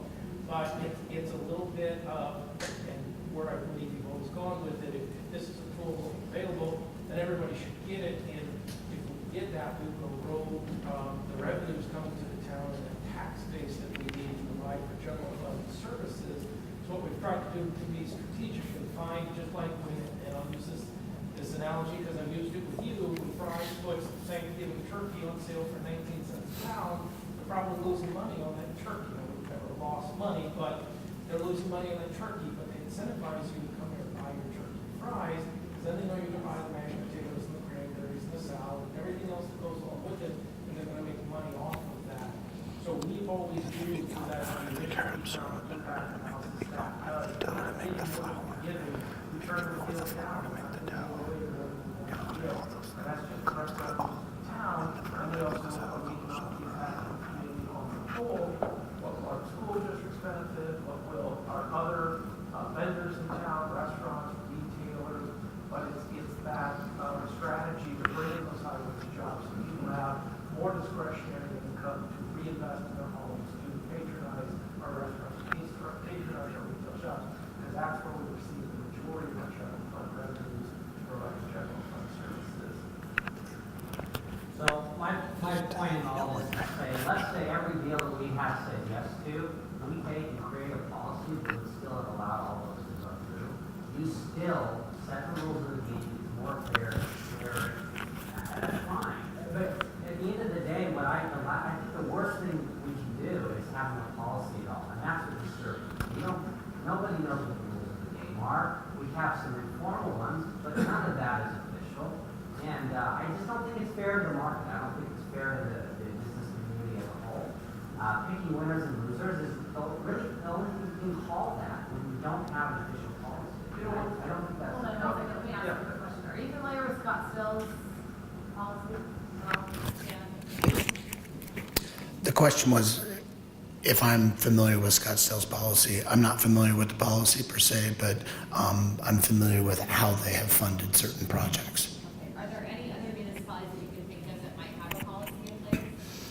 I'm not aware of anyone that has a policy in place. I think, to Patrick's point, most of the communities have sort of a general philosophy and have built strategic plans that go after certain industries or certain occupations, similar to the way that we have organized our sort of strategy for economic development, and then using primarily the state as that sort of first place to understand what you can and cannot do as it relates to the gift clause and some of those others. And in these various support types, dovetail with what the state allows for, and with what we're seeing other communities doing. So, I haven't really heard anybody be totally on the council opposed to the idea of a policy. What I've heard is, we do feel like it's open to all. We want, I'm fine with memorializing that. There obviously are parameters within which this council is going to be more agreeable or not. And those are things, I think, the things that you pointed out, Patrick. So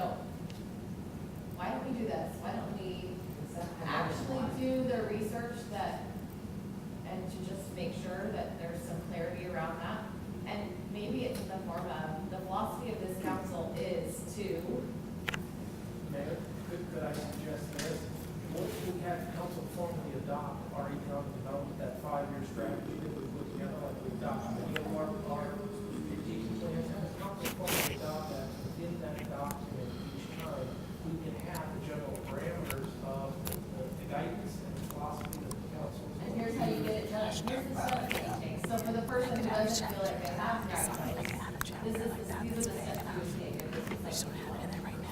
And we could have general clauses in there that we are happy to talk to anybody for any project of any type, even if it doesn't fit within this, but this is the general vision, philosophy of the council of the town, and how we pursue our And obviously that general philosophy will shift as the council changes. I mean, that's gonna need to shift. So you can hand that to somebody. Here's our, we'll use that. See what's Yeah, and it's probably not gonna get to the level of specificity I want, but any clear guidance is an improvement in my, And you'll vote for it. my opinion. Yeah, it'll be a step in the right direction. You hear that? Okay, good. We don't wanna go to all the work, and then you'd be like, then you throw a wet blanket on whatever it was. I don't even need to throw up my. That's true, you might be. They're pretty quick. All right, how do you feel about that as a direction? Mayor, members of the council, appreciate the direction, and we'd be delighted to bring that back to you in the form of something that you can review and hopefully adopt. Okay. Thank you. Thank you. Growth and development. And it's also the foundation to many of our other plans and initiatives. But more importantly, it ensures that our day-to-day, short-term decisions are consistent with the long-term community vision. So the general plan is required by state law, and at least every 10 years, we need to update the plan and have it approved by the voters. The plan is made up of both optional and state-mandated elements, and that includes things like land use, growth areas, circulation, environmental planning, community design, and maybe an element for education and innovation. The process will also look at the trends that are shaping our future, things like e-commerce and smart cities, autonomous vehicles, and resiliency. So all of these components will make up Gilbert's general plan. So under the leadership of the council and mayor and the planning commission and the town manager, staff was authorized to hire a consultant to update the general plan. And we have Michael Baker International under contract, and they have sub-consultants with Kimley Horn, ESI, and Gun Communications. We will also rely on an advisory group. Thank you, everyone, for having me, Mayor and Council. Just to remind you, my name is Kristen Myers. I'm the Transportation Planning Manager here at Gilbert, and I've also been recently designated the ADA Coordinator. What I'm bringing to you today, you giggle. It kind of was. I'm kidding. So we're back to you today. I just kind of take you back in time a little bit. Back in September of 2017, we came to you with a request to approve a contract with Kimley Horn and Associates to prepare ADA transition plan and self-evaluation of the town. This is something that we had not had done since it was enacted by the feds in 1991, so we were trying to bring the town into compliance. Since then, we have been working for a year with Kimley Horn on this process. It has been a huge endeavor with every single department within Gilbert, with management, and then also with our public. So today I'm going to introduce our senior project manager from Kimley Horn. He is our ADA expert and has really guided us through this process. His name is Brian Schamberger. Also, we have Stephen Lewandowski over there from Accessology, and he was kind of the boots on the ground, looking at all of our buildings, taking measurements, and really got to know Gilbert well, and there's some information in this presentation that he's provided. So with that, I will give it to Brian to continue. This is your recorder.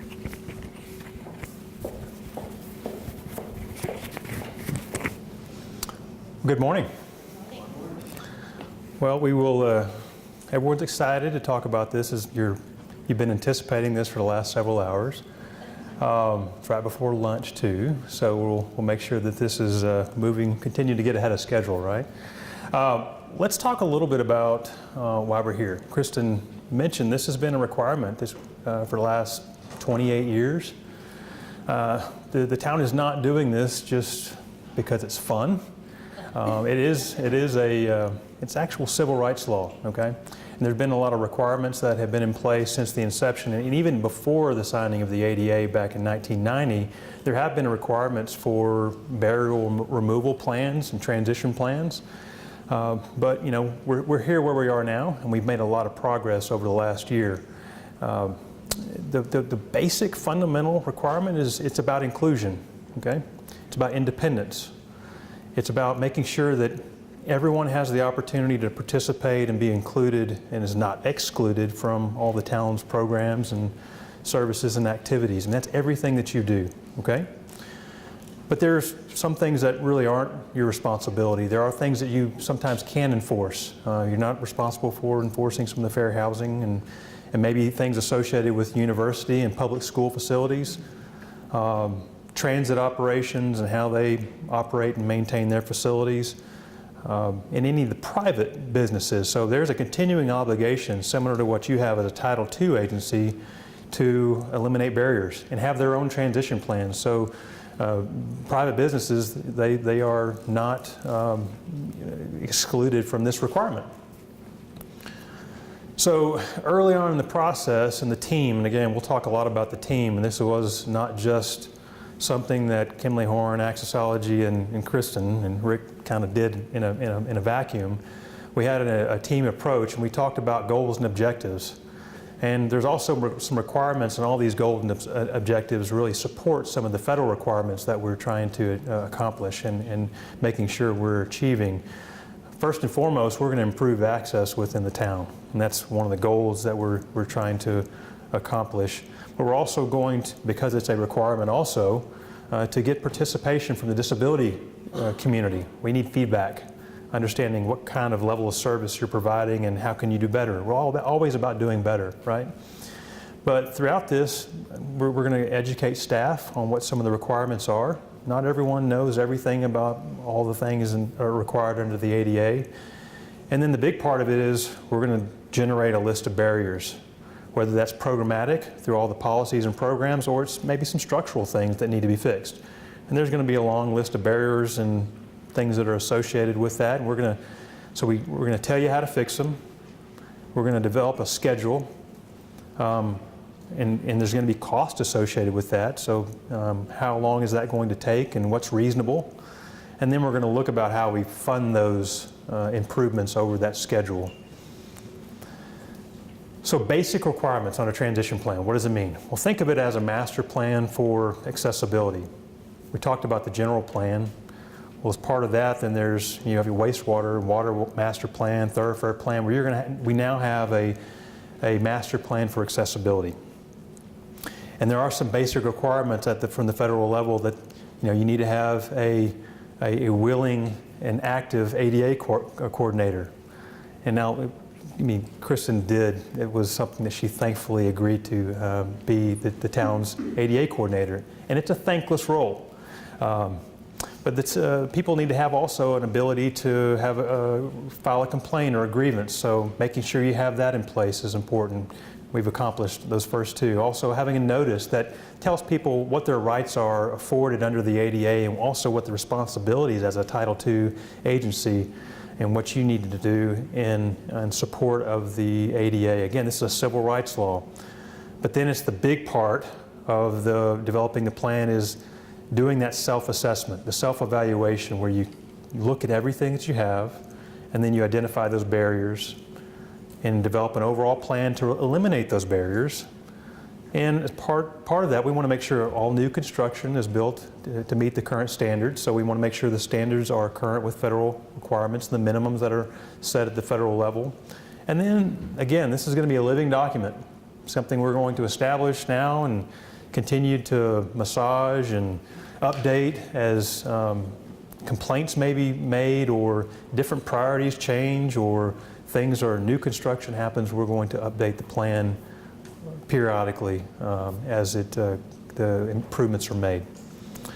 So I mentioned the team approach. So early on, as we started this, we developed an ADA liaison committee, and I believe a few people in the room participated in that. I know we have a few folks here.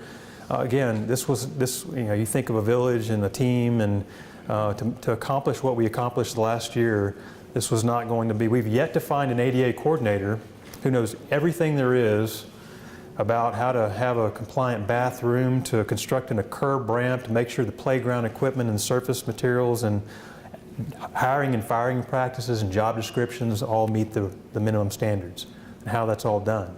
So we needed participation from every single department, and we accomplished that. And that allowed us to establish this communication tree. So when we start to think about what needs to be done and how we can get information and how we pull information back about all the different programs, we look to the folks that represented each of the departments that are listed there on the screen. I'd also mentioned there was a public involvement component. Well, because it's required. Again, I didn't do this because we thought we needed input, but you think about other master plan activities and the public outreach that you just had for your general plan. We wanted to receive feedback. We also established an external ADA advisory committee, similar to our internal group. Well, this was made up of local disability advocates, people that represent organizations with people with disabilities, and just general citizens that had disabilities. It's a great opportunity for them. They met periodically throughout the development of the plan, and there's a lot of reasons why we did that. First, again, it's required. Second is, well, they provide a lot of free advice. We don't live in their world, and the reality is we need to take the opportunity to understand what are their priorities, what's important to them, and how, again, the town can provide a better level of service. And the last reason is, well, you're probably less likely to be sued if you've included them as part of the process. So it's more, again, a part of this is about risk management. And we want to make sure that, again, we're getting some constructive feedback throughout this entire process. We also had some community engagement. We had, again, a public meeting that we held on July 19th. Participation or attendance was, I think I heard earlier, sparse. It's just, it was important, though, to have the people that did show up. They provided great feedback. We also extended the reach of that by having a public survey that we administered through the town's website, made available to everyone to fill out, again, getting information about what's important to them and how the town can provide a better level of service. And then we also had a map that we administered that allowed people to pinpoint specific areas throughout the town where they were maybe struggling with access, or maybe it's getting into a building or a park or a section of sidewalk or whatever it may have been. They provided some very specific information that creates an action log that the town can work from. It's an important GIS tool that is now available, and it's going to be continued to be available for the next several months. So we'll focus the remainder of our time on talking about the self-evaluation, and that's where probably 95% of our efforts were. Again, there was some work that was done back in 2014 on the public rights-of-way that looked at around 164 intersections. We incorporated that information as part of this plan update. And then we looked at program services and activity. Again, that's kind of the softer side, all the policies, but then it's participation in boards and commissions, whether it's you're participating or you just want to be included as part of that process, and then the jobs, employment practices, any ordinances, do they affect access in any way? Emergency management plan. Are we don't want to just have that line that says, oh, and we're going to take care of people with disabilities. What does that really mean when you talk about whether you're bringing people in or evacuating? How do you really need to handle that, and how does that cooperate with the different plans, whether it's through the county or the surrounding communities? And then website and social media, a big part of it, we looked at that. It's a great communications tool. And then we look at the built environment, infrastructure. We looked at 48 buildings, all the public areas, parks, The Parkway Improvement Districts, had 11 of those, and then there's some standalone parking facilities that are open to the public. And then we finished out the rest of the traffic signals, or 46 intersections, and then the transit stops, making sure that the actual transit stops themselves are accessible. But first we'll talk a little bit about programs, services, and activities. So what does that mean? Well, it's all the different policies and programs and the documents that are available, and how maybe it's looking at what's really the role of the ADA coordinator. How does someone actually file a grievance? What about the job descriptions that are available in ordinances? There's also things like any retaliation or coercion policies, and some of the things that may or may not have existed. So we looked at all the different documents, and there's a long list. And we basically said, okay, does this meet the letter of the law? Or are there some areas of improvement that could be provided with any of those documents and policies?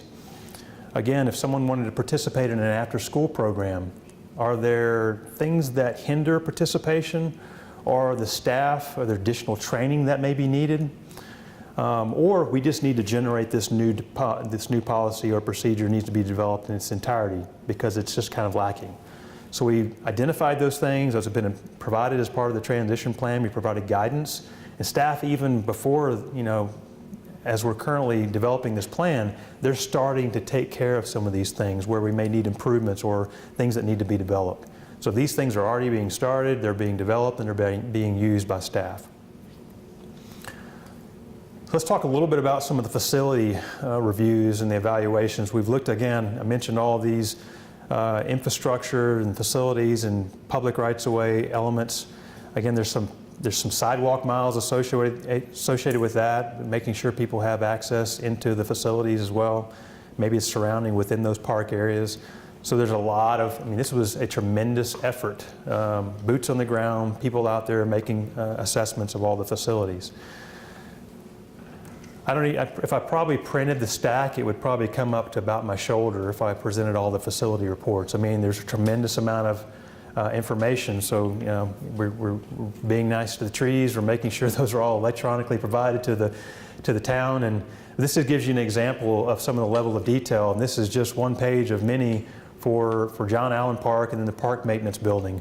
So what these, and again, Council, you'll have copies of these, a couple of the examples of these reports, some of the shorter reports. Again, what it does, it talks about some of the findings. Again, what didn't meet the standards, maybe what those violations are, what standard that it didn't meet. Again, what remediation needs to take place to fix it. And then there's some cost and then priority. So if it's a high priority issue, we're going to tell you. If it's a low priority, you're also going to tell you that too, and that's going to impact where it is and falls on the schedule. So there's a couple examples for different facility types in different elements for the facilities that were evaluated. Similar type of reports were provided for parking lots or public rights-of-way. So just give you a few examples of some of the compliance, and we'll talk about some of the priorities. And again, if you look at Department of Justice priorities, their basic priorities are making sure there's adequate parking, accessible path to travel to and from the buildings, making sure people can get into the facility. It really doesn't matter if the bathroom's not accessible if you can't even get into the building, right? So there's some priorities that are established at the federal level. And then we start to look at the level of compliance, and we want to kind of walk through quickly some of these. So exterior, again, I mentioned making sure the parking accessible, path of travel to the building. And then if we, based on the buildings that we looked at, again, we looked at 48, really only one building had what we would consider 100% fully compliant parking. Now, that doesn't mean you don't have accessible parking in any of these areas. I mean, there was something specific at all the other ones that was just not right. And that could have been, let's say a sign was a couple inches too low, or the stall dimension wasn't the correct width. Maybe it's an inch or two off. Well, it didn't meet, therefore that location wasn't accessible. But you see that all the other ones you have fairly high compliance. We got the right number of spaces, the entrance is good. So overall it's good, it's just some minor things need to be fixed related to building the exterior. On the interior, then we start talking about access to goods and services. If you have bathrooms, those need to be accessible. The path going through the building needs to be accessible as well. So we're looking at all these within those buildings that we looked at. again, similar to parking, when you walk into a building, there's probably 80 different questions that you have to answer, okay? If one of those things doesn't meet, then therefore that bathroom technically isn't compliant. Yes, Mayor? Can I ask you a quick question? Obviously, when they built these, Yep, the goal was, or maybe they were compliant when they were built. right. The standards have changed quite a bit over the years, I would imagine, with different technologies and things like that. So if the goalpost is always moving, how do we catch up?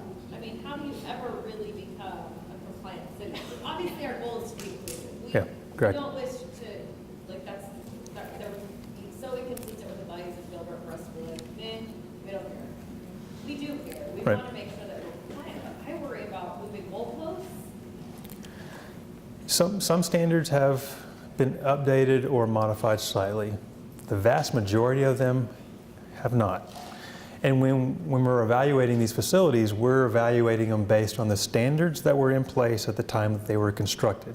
Okay? So that's important. So were they just, did the town just not hold the engineer to this standard that complied with ADA, or Not, where's the disconnect? not really sure what the reason is for why it didn't meet the current standards or the standards that were in place. Sometimes it's, I didn't blame Scott Anderson. right, yeah. I wasn't blaming Scott Anderson. It's more of, there are, just, and again, these are tolerances that are, we're just telling you, we're just reporting the facts, ma'am. Just the facts. So it's, if there are some things that are an I feel really old. yeah. I have no idea what that meant and why. I'm just giving you a hard time. You don't know it's long enough for us to do that to you. Sorry. Right. But again, I'm still trying to figure out what to do with those rice cakes and with the hair roller. I don't know. I guess I'm going to have to eat them. Were y'all participating, paying attention earlier? So yeah, there are some things that haven't changed for whatever reason, whether it was because of just the planning, engineering, architecture, design, inspection, contractor, and some of these little things just get sometimes overlooked. We don't know what the reason is. And some of these fixes are very minor. Like we can move a towel dispenser up or lower it a couple inches, and therefore it's compliant. So again, moving a sign, little things like that show sometimes numbers that aren't that great, but then you see 94, 98, almost 100% compliance. So in certain areas, it's really great. So not sure what happened 15, 5, 10 years ago. It's just where we're at today. Thank you. Sorry for that. No, this questions as we go through this, please. When it comes to the parks and parkway improvement districts, again, it's looking at, again, parking, access to the different amenities that are offered in any of those areas. You don't have to have everything fully compliant, but some things need some certain percentage of those elements need to be compliant. Again, we start looking at things, if one thing within a bathroom is not compliant, then it's not fully compliant. That doesn't mean that we're moving walls and ripping plumbing out and demoing buildings. It's again, some minor things. You look at things like playground surface and playground equipment, it's really good shape. We don't see these numbers anywhere. Again, your new construction, that does talk to new construction, we are doing it right, which is really positive. Again, sidewalk and stuff, over time things shift. The world is not flat, and the earth shifts and changes and cracks and heaves and all those things. You need to maintain what you have. So now we're getting a current status of what's out there today. Standalone parking lots, again, the dimensions, what the number. We had 11 parking facilities that we looked at. 3 out of the 11 had the required number, but again, that may be just, let's repurpose a few parking spaces, 1 or 2, to get the required number, and then it's a sign or a slope issue or markings. Again, that was where we had about 3 out of the 11. So we've got those documented and what needs to be completed. And then from public rights-of-way, we looked at signals and also transit stops. But remember there was a 2014 study that was done that looked at probably 3/4 of the locations. We've got 162 locations. Again, we're looking at the curb ramps, access to the push buttons, making sure people can actually communicate and cross safely with your at your traffic signals. Looking at the 2014 information, again, making sure that there's actually these numbers are fairly high, to be quite honest. Making sure the detectable warning surfaces all the way to the landing areas that are present adjacent to with some of the cross slopes. I mean, 70, 80, 90% compliance is very good considering what we typically see. And again, that's a testament to some of the new construction and the way things are being built. When you look at the smaller group that we evaluated as part of this last 2018 update, similar things, actually some higher percentages there, again, associated with curb ramps. Making sure, the transition to the roadway is safe as people enter the intersection all the way to, well, we just need a curb ramp here because it's required. In some cases, there are some areas where we may need to add a curb ramp here or there, which is not a big ticket cost, but it's just, meeting the standards. The push button, the traffic signals, again, if you have a disability or if you have little or no vision, or if you're that's your opportunity as anyone, to cross an intersection safely. The key issues there: can we reach it? Can we get access to the push button? Is it located in the right location? Here there's some placement of the push button. We can improve on that. About 50% of those are in making sure there's level landing areas all the way to the actual button itself is the right button, and most of those, almost all of them, are the correct ones. The later data, again, this last 46 that we looked at, very similar. Actually, it's even the more recent intersections are even a higher compliance. So there's a few things that need to be done at our traffic signals. And then bus stop, transit compliance. Okay, so when we're there, it's the boarding and the lighting areas. That pad that's required, if you have a shelter, is the shelter and the seating compliant? Are there good connectivity to the curbs and the sidewalk system surrounding it? We don't want to have poor transitions, so in some cases we do have some level changes there we want to fix, and that's an easy fix, again, with some minor sidewalk work. And then just some slope requirements there that are adjacent, surrounding some of the actual shelters and posts themselves and the transit stops. So again, these are fairly high percentages. Again, almost 3/4 in most cases were compliant. So I mentioned earlier that once you generate that list of barriers, then one of the requirements is that you prioritize. So what does that mean? Well, the federal government really doesn't say what that means. It says you just need to prioritize your improvements. So there are some best practices, and we are following that. We're also following some of those Department of Justice priorities. Again, it's parking, path of travel, access to goods and services, getting into the facility, and all the amenities that are offered. Beyond that, then we look at, well, let's look at the severity of the issue. Is it dangerous, or is it just barely out of compliance? That's going to influence your decision to make that improvement next. Then is it located right next to a center for independent living, or right next to a medical facility, or in an area along a transit route that has a high concentration of persons with disabilities that are on the ridership? That's going to have, again, a higher priority, as opposed to it barely didn't meet the standard and it's out in the middle of, let's just say, nowhere, or it's by where there's not a lot of foot traffic or people that use that facility. And then if it has a complaint, that's going to really raise, as long as it's a valid complaint, it's going to really raise the priority of that issue. And so depending on funding and how it's being scheduled, the prioritization is something that is set initially, and then it can change depending on the severity and all the factors. And maybe someone down the road says, hey, I'm now trying to use that area because I need to use that sidewalk to get to the grocery store, or whatever it may be. That can change your priority, so we can update the plan. We talk about this, it's a living document. We've also provided some more tools for staff to use, and we're talking about GIS and databases that are going to be developed. There's a lot of data that was generated for all these facilities, whether it's sidewalk, associated with the park, and in this case, the Southeast Regional Library. So you kind of see this heat map of green, yellow, and red. We know where the red are the locations that, as things are changing, or if there's projects or maintenance that's being conducted, these are the areas that are going to be worked on first. Yes, sir. publicly available, these heat maps?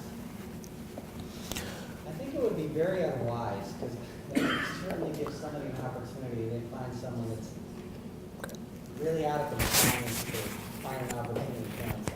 I'm thinking about ambulance chases, back to stop. Anyway.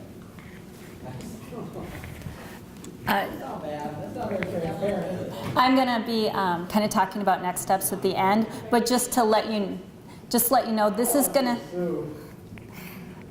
to be an interactive internal map. So like when CIP is doing development and getting their budgets together, they can go into this location, like let's say they have a project at Southeast Regional, and they can say, how can we incorporate some of these higher priorities in there, but it is an internal resource and it won't be a public document or a public map at this point.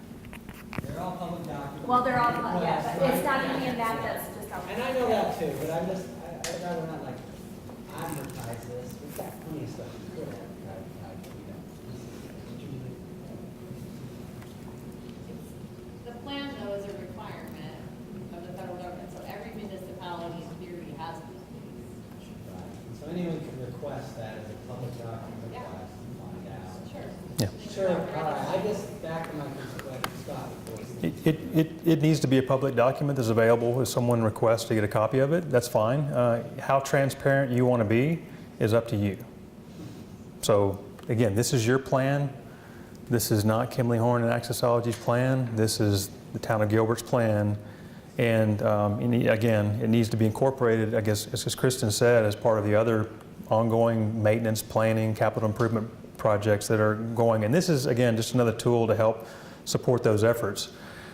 Just a few examples about that prioritization and how we think of things as high priority versus medium and low priority. Again, I talked about DOJ priorities. Parking is the #1 issue. Again, at the parking garage #1 or Xavier parking garage, again, this was an example where, yes, the bars at the garage entrance didn't meet the 98-inch minimum. Fortunately, all the actual stalls within the garage meet that 98 inches. It's just the bar was a little too low. So the easy fix, although it is a higher priority issue, is just raise the bar. So we're raising the bar. It's kind of a good way of saying that. In terms of accessibility, because if someone comes there and they say, I can't get my van in that garage, they have no place to park. That's a problem. So we're going to fix that. It's an easy fix. So not everything that's a high priority is a costly fix.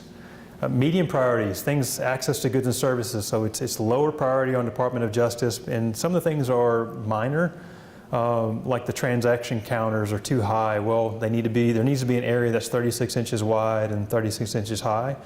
So the fix there is to lower a section of the counter. Do you have to do that tomorrow? No. If you had someone that complained about it, that would change its priority, okay? Low priority, there are things when you get into the interior elements and bathrooms and think about these things, you probably don't think about it because you're probably not confronted with these issues, but if you were in a chair and you had these exposed pipes, you can get cut, you can have hot pipes, it can burn you because if you have no feeling in your legs, you don't know that's happening at all and you're just washing your hands. But the easy fix is, again, although it may be a lower priority, just cover the pipes. Public rights-of-way, high priority. If it's a severe issue like this, where if someone had low vision or no vision was, navigating that, they could trip. We've had some people we've known that have been in death-related cases, and the majority of them are sidewalk-related because tripping, falling, things happen, obstructions nearby, and who knows what can happen. And unfortunately, we want to minimize these things. These are the things that need to be focused on first. Excessive ramp slopes, things like that. You don't want to have a chair tip over.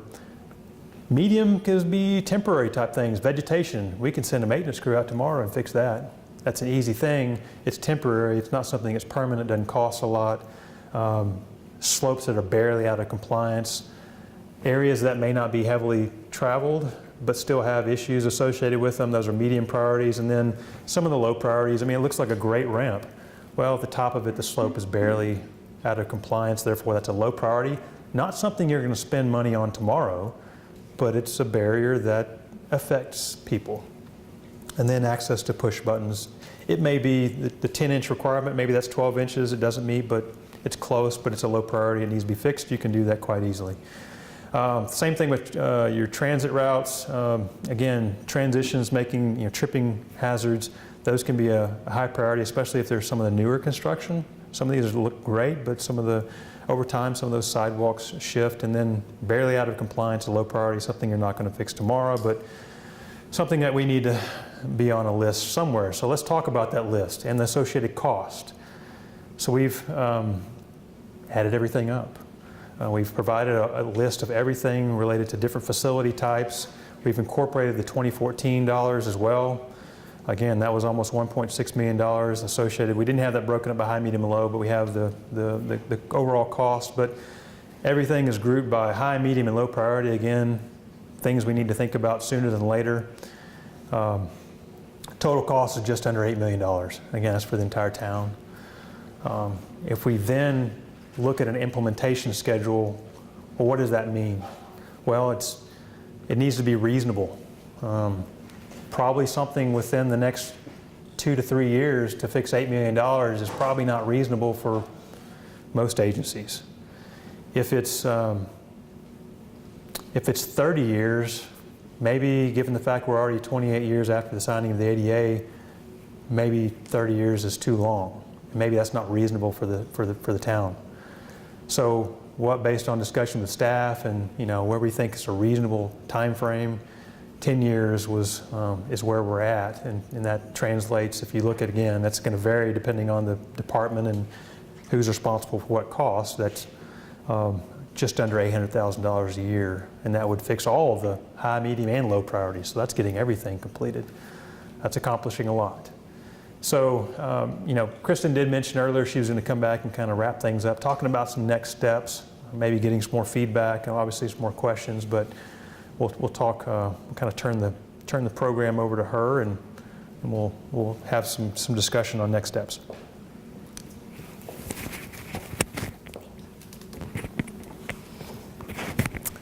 Okay, so now some next steps and how do we move forward with this plan? This plan is, as Brian mentioned, large. It's over 5,000 pages. There's a lot to digest with the staff right now, and really how do we look at this? Really what this is a framework. Just because we had here a schedule, this is that framework again. This is that structure that we will look at. However, how this gets into the budget process and CIP is really still a council decision that you guys will go through from April on until to each year's budget is approved in June. So these are items that we'll be evaluating. Like, let's say we're working at Cosmo Park. Now we have this data that really shows us what items are out of compliance. Well, if we have a CIP project with Cosmo, we'll be able to really look at those and incorporate that. We may have already been fixing these already. At least now we have a tracking mechanism to understand what those were and what we were doing to fix them. So what I have suggested is that we're going to really start to create an internal process for tracking the compliance efforts. One of the best ways for us to do that is with a dynamic GIS system. If we have staff just having to file through this document, I can tell you that they're probably going to put it on a shelf. And that's one of the things that we committed. We were not going to have a study that was just going to sit on the shelf. It was going to be an active living process within the town. So we've been working with GIS already. We have some really robust data in there. Thank goodness to Kimley Horn and Accessology. It's pretty phenomenal. CIP will have access to it, each department. I will be working with Rick Hooker, who I forgot to talk about at the beginning, is our CIP project manager who's helped us all through this process from the beginning and has been great. So now him and I are going to be working with each department to understand how this can fit in with them and what tools are going to be best for them to implement and move forward in the budgeting process. Again, incorporate findings into the budget process. So as these projects come forward, you may see a line item from maybe street maintenance to do one item from a maintenance standpoint, and that might be in their operating. Another one, again, might be in CIP. And then we're going to look for a yearly reporting process. One of the things we want to do is, are we meeting this compliance, and how are we doing that? And it also will give us an opportunity, are we missing some things, or you know, maybe this year was really, we had a lot of opportunity to make a lot of fixes because there were some big projects in. So maybe the next year we just start looking more from a maintenance standpoint. And staff will be working on this as we move through. And again, to go back to Brian's point, this is a living document. This is not trying to box us in. This is really that framework, that master plan that now staff will move forward to have continued conversations with council and staff. So with that, I open it up for questions. The number, almost 8 million, is that priced as projects being standalone projects? Or is it priced as them being incorporated or included in other projects? That's priced itemized, correct? Through the ADOT, we looked at ADOT's pricing structure for fix. I'll let you talk to that. You have more.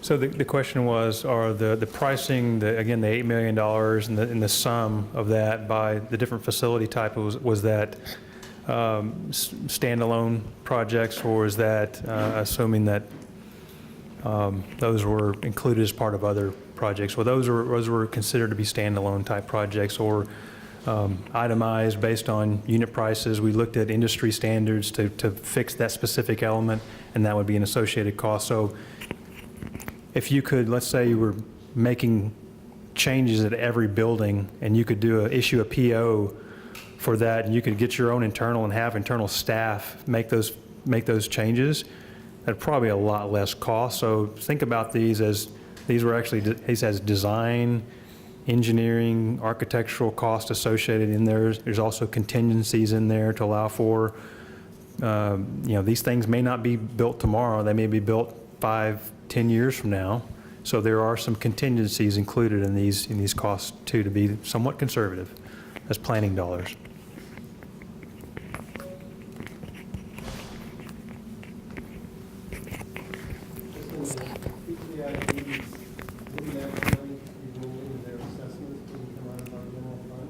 So the question was, would KIDs come out of the neighborhood assessments or their fund? Yes, and that would be a discussion that Parks and the ADA staff would have with those homeowners. It wouldn't be something that we would come tomorrow to them in the PKIDs and say, hey, look what we found, let's go fix it.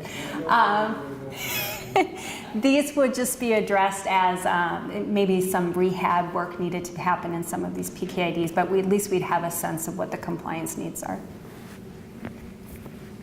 Any other questions from council? Just one, and you and I talked about this, Kristen. On occasion, I'll get a complaint from someone, and I know you guys touched on this on your very first slide. Someone will be concerned because a local business that's been built recently maybe isn't in compliant, and they are frustrated with that and want to know why we're not enforcing that. And we've gone back to plans to verify that when the plans were submitted, accepted, and built, that everything was okay, but we can't tell them after the fact. They go back and change something. Correct. So we're kind of looking at a two-pronged approach from that. In all of our departments right now, we're kind of going through some training also, so that when we're getting these, we're making sure that we understand what the requirements are. But yeah, one of the things that was really interesting to me as we had the public process and we worked with some of the advisory committees, we had a woman who has a disability, she's wheelchair bound. And she had recently participated in a couple of our restaurants, and they had changed the mechanism, the door handle on the bathroom, and she could no longer use the bathroom. And when the plans were finalized and we inspected, it was all in compliance. And the business decided after the fact that they wanted maybe a prettier type of knob, which unfortunately made it inaccessible to her, and she can no longer frequent those restaurants. Part of this approach is training staff so that we're catching stuff on the front end and making sure that we have all of our ducks in a row. But second is working with the chamber and working with small businesses. Some of it is just they don't know. And so what we want to do is, even though we can't enforce once those are built and there's their private property, we can at least be engaged in our community. It takes all of us to live here, and so as much as we can help provide them with just a higher level of understanding, I think is going to go a long way, because I don't think a lot of this is malicious. I just think it's not knowing. Awesome, great job. Thanks. Thank you. Water Resources Master Plan is updated every 5 years, and this has been an 18-month-long process that we've been involved with Jacobs Engineers. And so I'm going to turn this over to Fair Yeager. She's been our project manager on the Jacobs Engineering side for us. All right. Thank you very much, Eric. Again, I'm Fair, happy to be here, and I'm going to give you a super brief overview of this master plan. The document itself is a few hundred pages with all the appendices, so you're not going to get the detailed version, but it's all there. It's been a great opportunity to work on this effort for the town. So you see the agenda here. We have a quick ask of the mayor and council, give a quick overview of what we accomplished in the project, and give you a little more detail regarding kind of each of the systems related to water resources, water, wastewater, and reclaimed and recharge. So our ask today is that we're looking for direction from you to adopt this plan at a later council meeting. So we're here just to kind of educate you and inform you with the findings of this latest plan update. Can I ask a quick question? Yes. Do we have a date for that meeting yet? Not yet. Yes. Yeah. So Amy needs to pay more attention to the meeting. And the question was, is there a date set for the meeting? So not yet. Yes. Well, when you call yourself a lame duck at every meeting. Okay. We call you worse. That's okay, no problem. I was telling Eric earlier, I was at the Neely plant earlier this morning, and I gave myself a little baby wipe bath and changed my clothes, and I'm like, I could have just come in what I was wearing. So, yeah. All right, so a quick overview of the project and what we accomplished. I have to give kudos to the town and the staff. You've really spent, many years kind of setting yourself up to be in a great position to be planning and getting ready for all the development that you've been experienced. So you're well positioned to meet your needs at build out. So there's not a lot of work yet to do. You're doing a great job. And you've been planning with that sustainability in mind, so that you are positioned for the remaining growth that you will have here in town. So we kind of looked at this project where your water resources portfolio is kind of the wrapper of the whole project, kind of sets the boundary conditions. But we evaluated the water system, the wastewater system, and the reclaim recharge systems to come up ultimately with the plan document. So we examined the adequacy of your water resources portfolio to meet your needs at build out and whether additional supplies are required. In conjunction with that, we looked at the long-term storage credits and all of the recharge that you've been doing in town to see how well you are poised to meet any future drought conditions, because they are very much looming on the horizon. We also analyzed the capacity requirements of each of the systems and conducted hydraulic modeling of water, wastewater, and reclaimed water systems to be able to convey your supplies or collect the wastewater at build out and ensure that you have adequate capacity and infrastructure. And lastly, the plan culminates in a capital plan that kind of provides a guide and a roadmap for you to position yourself for build out. Again, Eric notes this process is cyclical. It happens routinely every 5 years because you do experience changes. So again, this is just one of the updates. On the water resources front, what you'll see here on the graphic, the bars represent projected demands over time. Zone 1 in orange at the bottom, then zones 2 and 4 combined, and zone 3 in the goldish color. And the supplies are stacked behind. And you'll see that includes SRP, RWCD supplies, CAP, as well as additional CAP planned leases that you have in store. You've done a great job in securing some additional CAP water over the summer. I know that's pretty much a done deal, and you have a bit more to complete on the horizon. But if you look at the graphic, you do have adequate supplies at build out to meet your needs with these projected acquisitions. What we did add here at the very end in build out was we added a little bit of buffer for some unanticipated demands that may materialize in some of your growth areas. That might be the northwest part of Zone 1, over on the Power Road corridor on the eastern side of town, as well as in your medical growth areas. So those slivers here represent some unanticipated demand. If you were to understand or to turn this into terms of, instead of acre feet, into million gallons per day that a lot more folks are familiar with, the bar without this additional demand would be about 58 MGD on average. With the additional demand, it's just over 62 MGD. So, and it's very much in line with your last plan update, not too much change.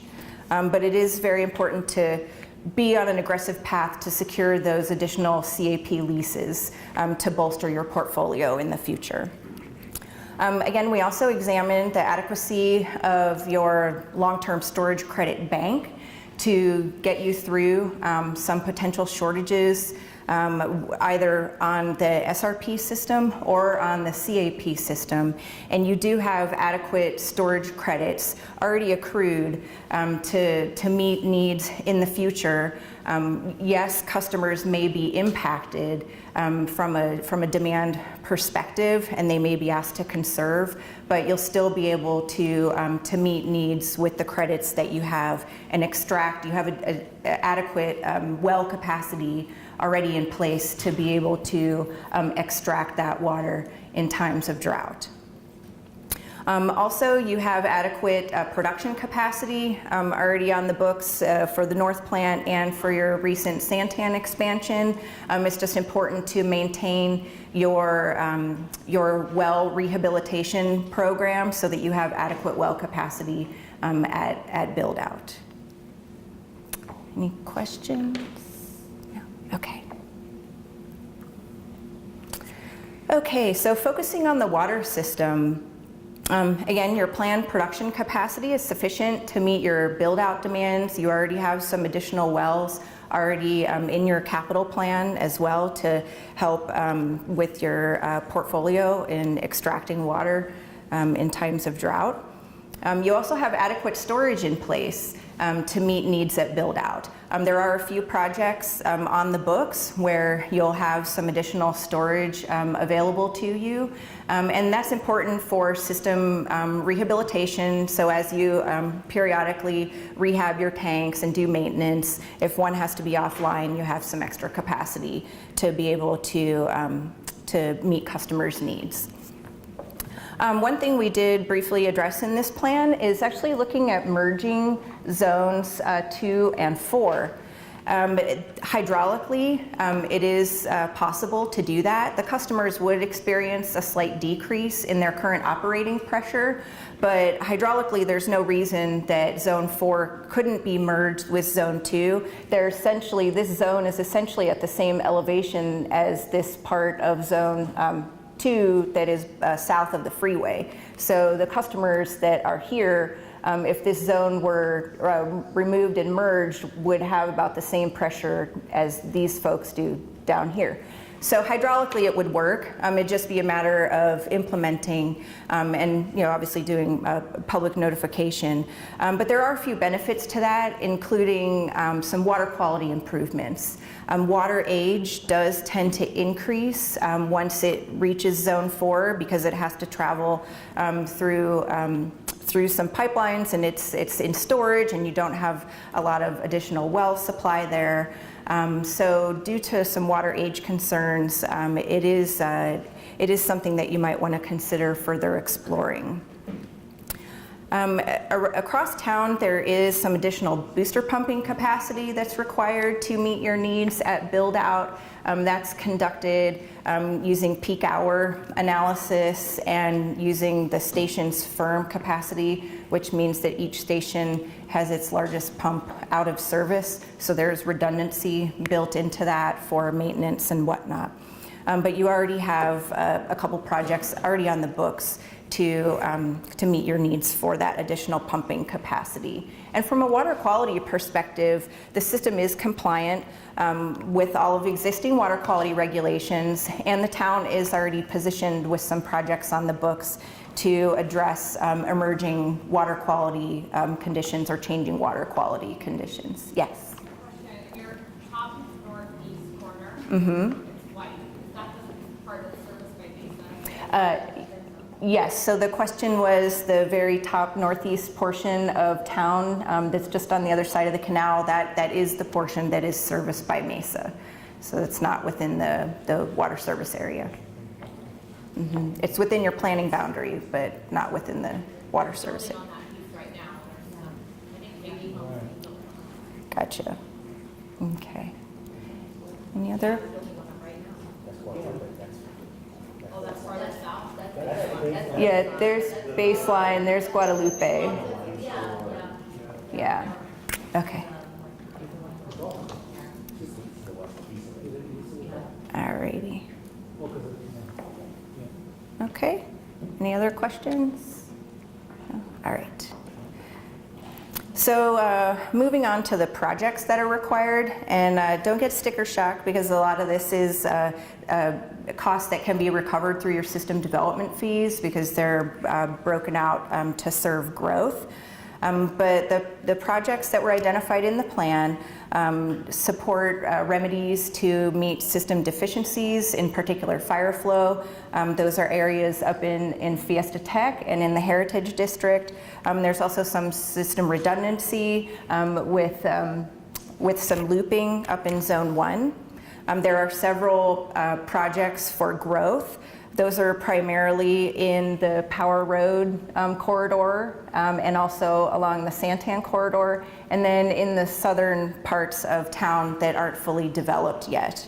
So there's quite a bit of growth yet to occur within the water system, but again, these are the types of projects that you can recover through your system development fees.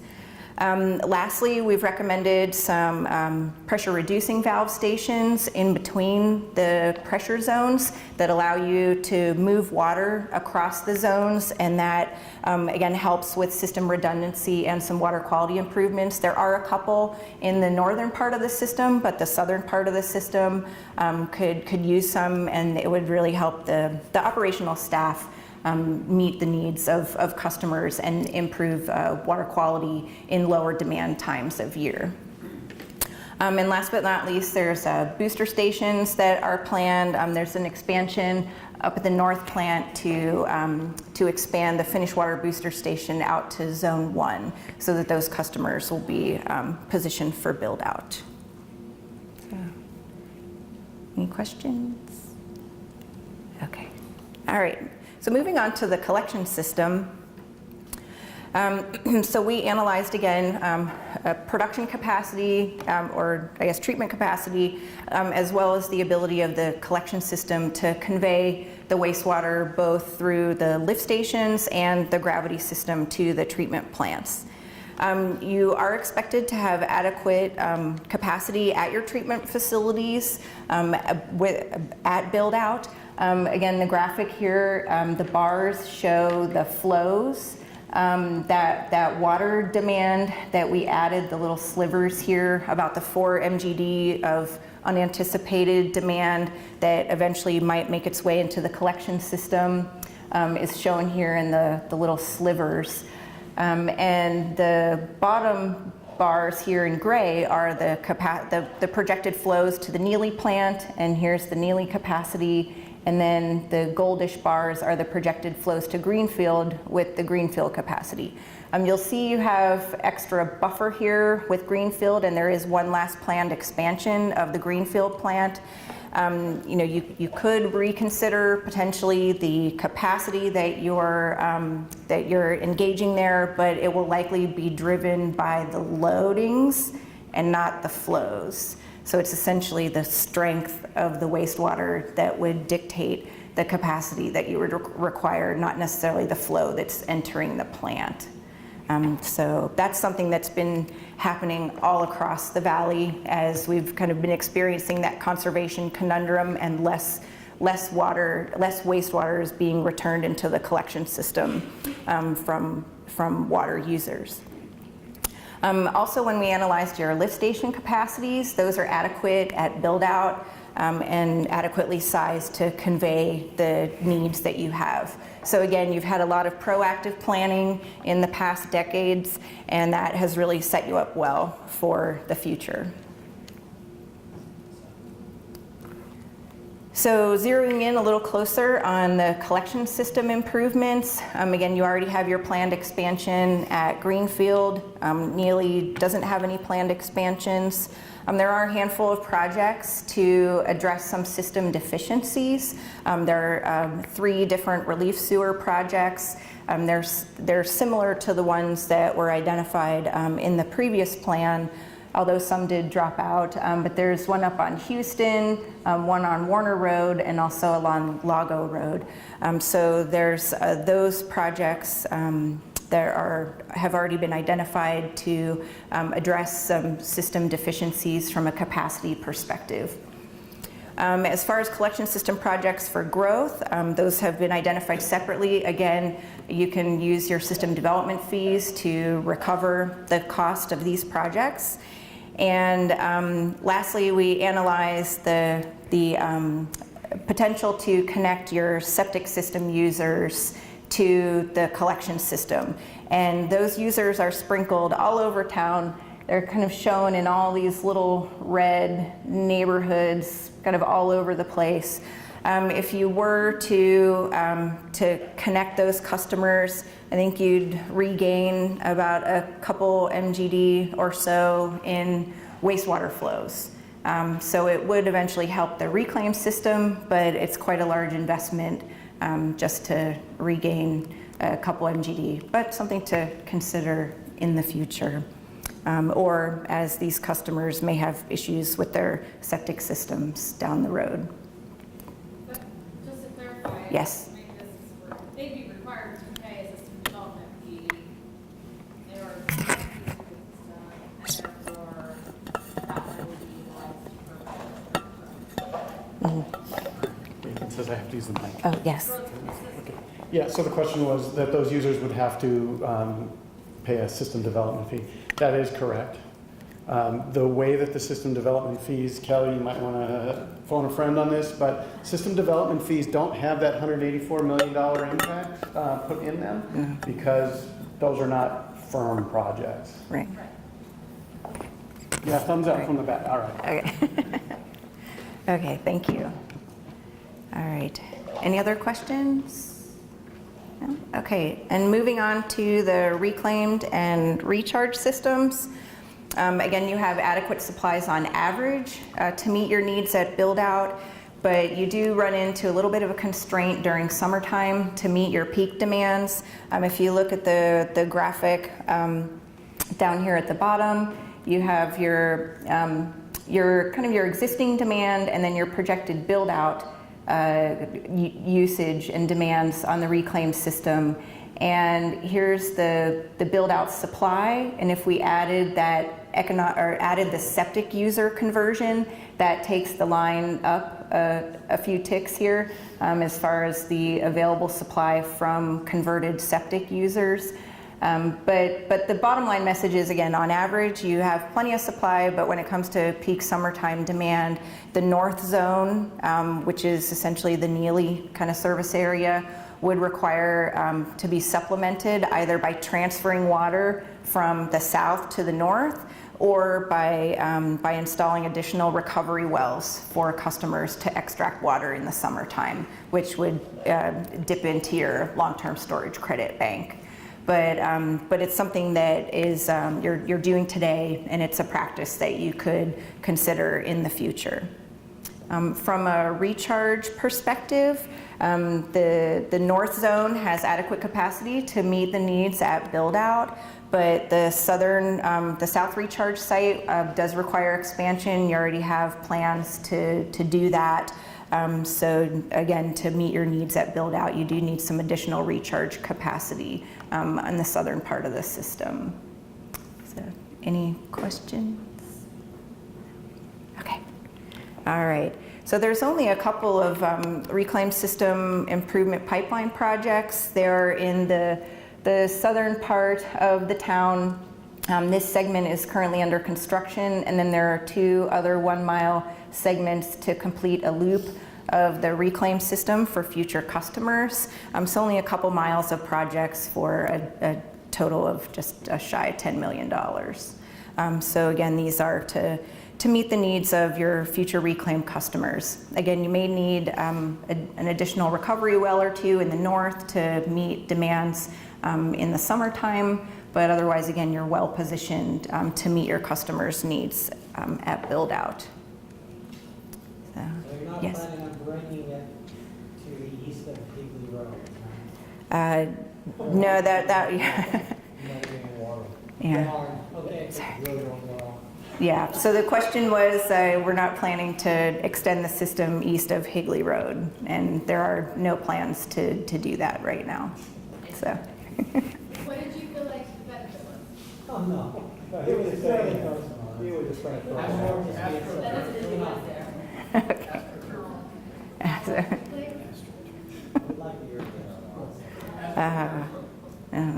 Okay. All right. Well, that's really kind of the very high level overview of the project. If you have any further questions, I'm happy to answer them. And Eric and Jessica are here to support as well. They were very closely involved. But otherwise, I appreciate the time. I think this is awesome because we really needed to hear where we are and where we think we need to be. Sure. Eddie? So this is a question to Eric, because I think over the next number of years, we have an issue with 2025 or what our benefits of recurring. So part of legislative sunsetting potentially that whole thing. Can you elaborate what our strategies might be to help influence our legislators to say we want them to get rid of that sunset so that can help us in the future? Sure. The question relates to our recharge activities, especially in relation to our effluent, our reclaimed water. There is a state statute that expires in 2025 that allows us to continue to earn those long-term storage credits after that date.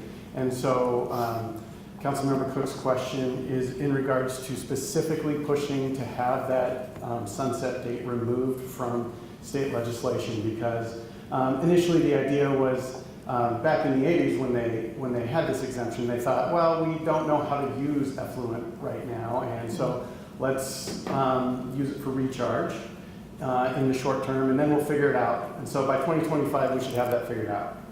But we've made massive investments, the Riparian Preserve, the Neely Water Ranch, South Recharge Site, that this is how we are going to use our reclaim in the future. And so we want to have that exemption removed, or that sunset removed, so that we can continue to make use of those assets. And so in the next year, we're going to be pushing specifically with Arizona Municipal Water Users Association to have that sunset date removed. What pushback, if any, do we expect from the legislature on that? The question was, what pushback do we expect to have from that? We've been discussing the drought contingency plan. It's been in the news quite a bit very recently. There are specific agricultural interests that are going to be affected through the drought contingency plan. And they will lose surface water.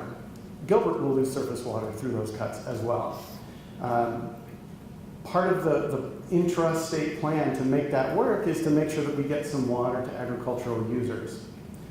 That water will come at our expense.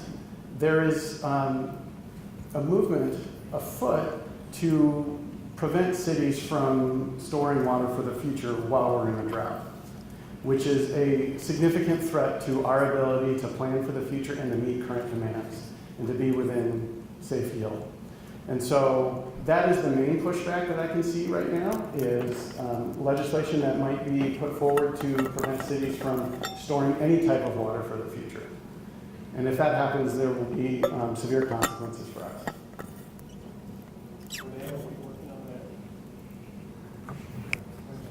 We actually have a meeting with Patrick tomorrow to kind of circle back up and make sure we have a good plan of action.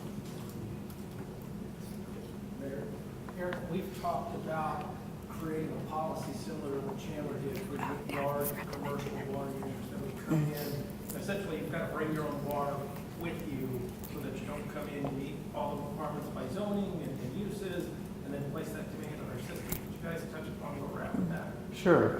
So Patrick's question is in relation to our water resource portfolio specifically in, let me go back. Here we go. Okay. So Fair mentioned that in our plan, we built in some contingencies, these two slivers for economic development. Not specific to any one project, but the way that we were able to come up with these demand bars was based on current land uses and current demands of those land uses. And what can happen is that you get one large user who comes in that fits the land use, but their water use profile is completely different than what we planned on. And we're not talking about like a large Walmart in a smaller area. We're talking about a really high user, maybe an industry that uses it as part of their process. And then if they came in and we didn't have necessarily this buffer, they could throw off our whole plan. And so we want to make sure that we're able to carefully manage that little bit of buffer that we might have with our supply. And so we're working on some policy development that we'll bring forward to council in the near future for how will we manage that little bit. If a user wants to go above the average or a projected demands, can we get them that water? Is it economical for us? Are there other tangible benefits that the town would receive in exchange for the use of that additional water? And if not, how do we put a policy in place that would require that user to bring their own water to Gilbert to meet their demands, so that not all users are outsized impacts. And the main goal here, an additional goal for this, is to make sure that the last person that develops their parcel has water, because that's a property right as well. So we're trying to manage our supplies, the existing supplies that we'll have, with some unforeseen future demands as well. Ultimately, density plays into this as well, Mhm. which is probably another reason for us to continue that look at the regional commercial CUP, because density is going to matter in the long run. Yeah, I'm going to just add a little bit to that. So the mayor asked the question about, or commented about density playing a factor in the projections. And we did analyze that as part of the project and looked at your current densities, and we included the vertical overlay areas where you can have higher development than your typical maybe 4-story building. You can, in some areas of town, you can go to 6 stories to 11 stories. And we did factor that in as part of our development projections here. So we worked in concert with planning and economic development in order to determine what uses were allowed within certain places, and to actually allocate that growth to vacant parcels, taking into account the potential for that additional vertical development. And we specifically developed our unit demands for residential, and the residential demands are per housing unit. They're not per acre, so you could have many apartments or condos on a small parcel. So we did per unit demands there. You could have 500 housing units. And also our non-residential demands, we developed those using per 1,000 square feet. Again, not per acre, so that we could take into account additional vertical growth that you might experience in the future. So that was part of our program. Yes. Mm-hmm. Any other questions from council on water? Do you have a timeline for the economic development policy? We're probably about halfway through. Eric can speak to a little more, but we've part of our task is to support that, and we've analyzed a lot of your data because we want it to be custom, to your needs in your town. We're not just copying what somebody else is doing. So we've gone through the data analysis piece, and it's the matter of developing that framework now. So we kind of have a good basis. Spring, maybe? Yeah. So by, Right. did I totally miss I think I missed it, just went. Okay. Spring. Yes, so we will be developing the framework. I totally missed it, I'm sorry. It's not you, it's me.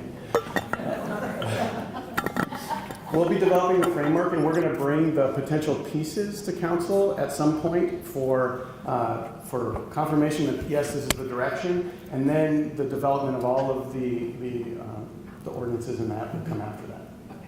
I just think this is a critical part of the conversation around the general plan too, because of where we want to go with that. And so I think getting it done ahead of that, so it can be a piece. So there's an element of that included.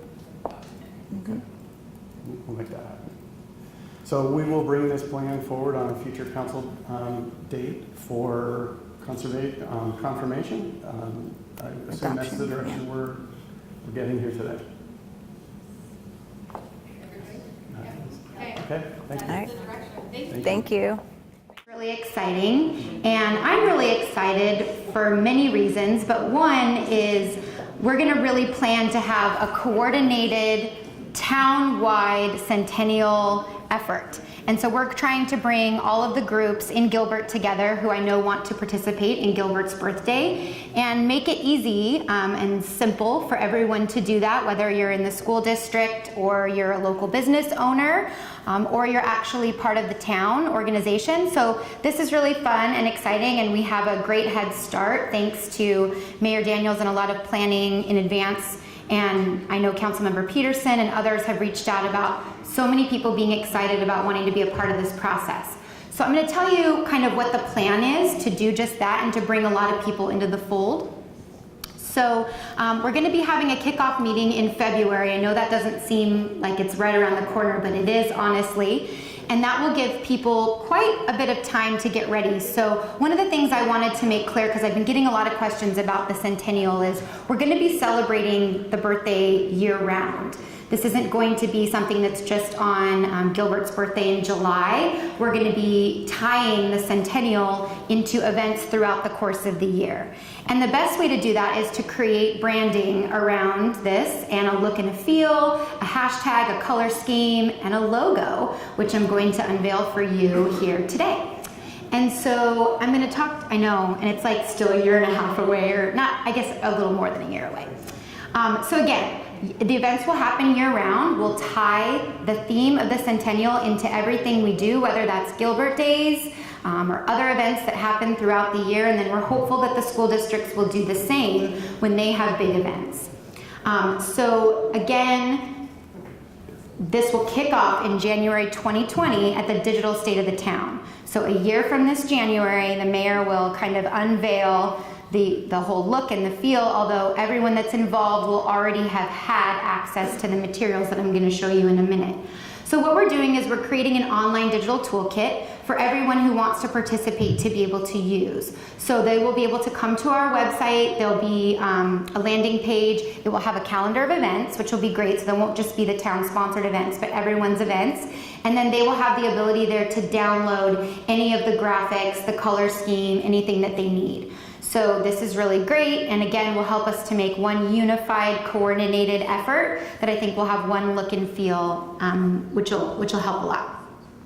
So we are looking to have a signature event or a dedication, and this is where I'm going to bring up our lovely town manager, Patrick. Right now? Is this my call? This is your call. Okay, so a couple of things. So since we are celebrating year-round, we do want to do something to definitely signify Gilbert's actual birthday. And so we are looking at a dedication, and Patrick is going to talk to you specifically about that. But we're also going to unveil a new logo, a new town logo. Many of you know the swish that has been compared to a toilet bowl swish, among other things.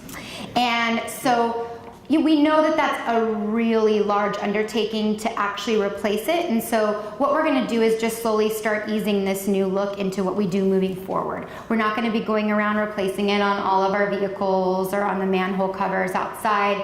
That is quite a tremendous undertaking, but over time, as we're ordering new vehicles, we'll be including that new look and feel. So it's going to have a brand to it. It will have a logo and then a flag and other maybe components that will come with it. That will be unveiled in July of 2020, along with. Really important. Yes, go ahead. Never had a town flag. No, and that is something we're definitely going to involve the community in helping us with. No. That is not No. an actual flag. I mean, that's not a town flag. When you look at what the definition of a flag is, that is actually not like. Oh, just because it doesn't have the town seal on it. It's just the town seal. It's just- What? You call it a flag with a town seal on it. Yeah. Yeah, A piece of it's Yeah. off of the town seal. yeah. A piece of cloth. Okay, sorry, I derailed this, but I. No, you're fine. No, this is good. Look, this is. Yeah. Part of the conversation. Yeah. No, definitely. So yes, so that will all be coming. I just want to be really clear about the dates because I know you all get a lot of questions. So I think this will be really helpful if I can use you as ambassadors out to the community to share that this is the plan, and then also be directing people to our website where they'll be able to find all the information, the tools that they need for whatever events they might want to hold. Because we really do want people to use this branding, because I think collectively we can make a much greater impact there. But in July, there will be a dedication of some sort, and so Patrick has done this in the past. Now coming up? No. False alarm, now it's the real thing. July 2020. July 2020. I know it's almost 2 years away. It feels like it's forever, but yeah, we have to get, I'm a planner. We got to plan. And so we wanted to take a look and show you some examples that Patrick found when he's done this in the past at other cities, but then also some examples out there that we think are really kind of cool and interesting. Yes. So, as any Cubs fan can tell you, a centennial, like a Cubs World Series, only happens once every 100 years. So it's important to mark this passing for future generations who will not experience a Cubs World Series or a centennial passing in their community.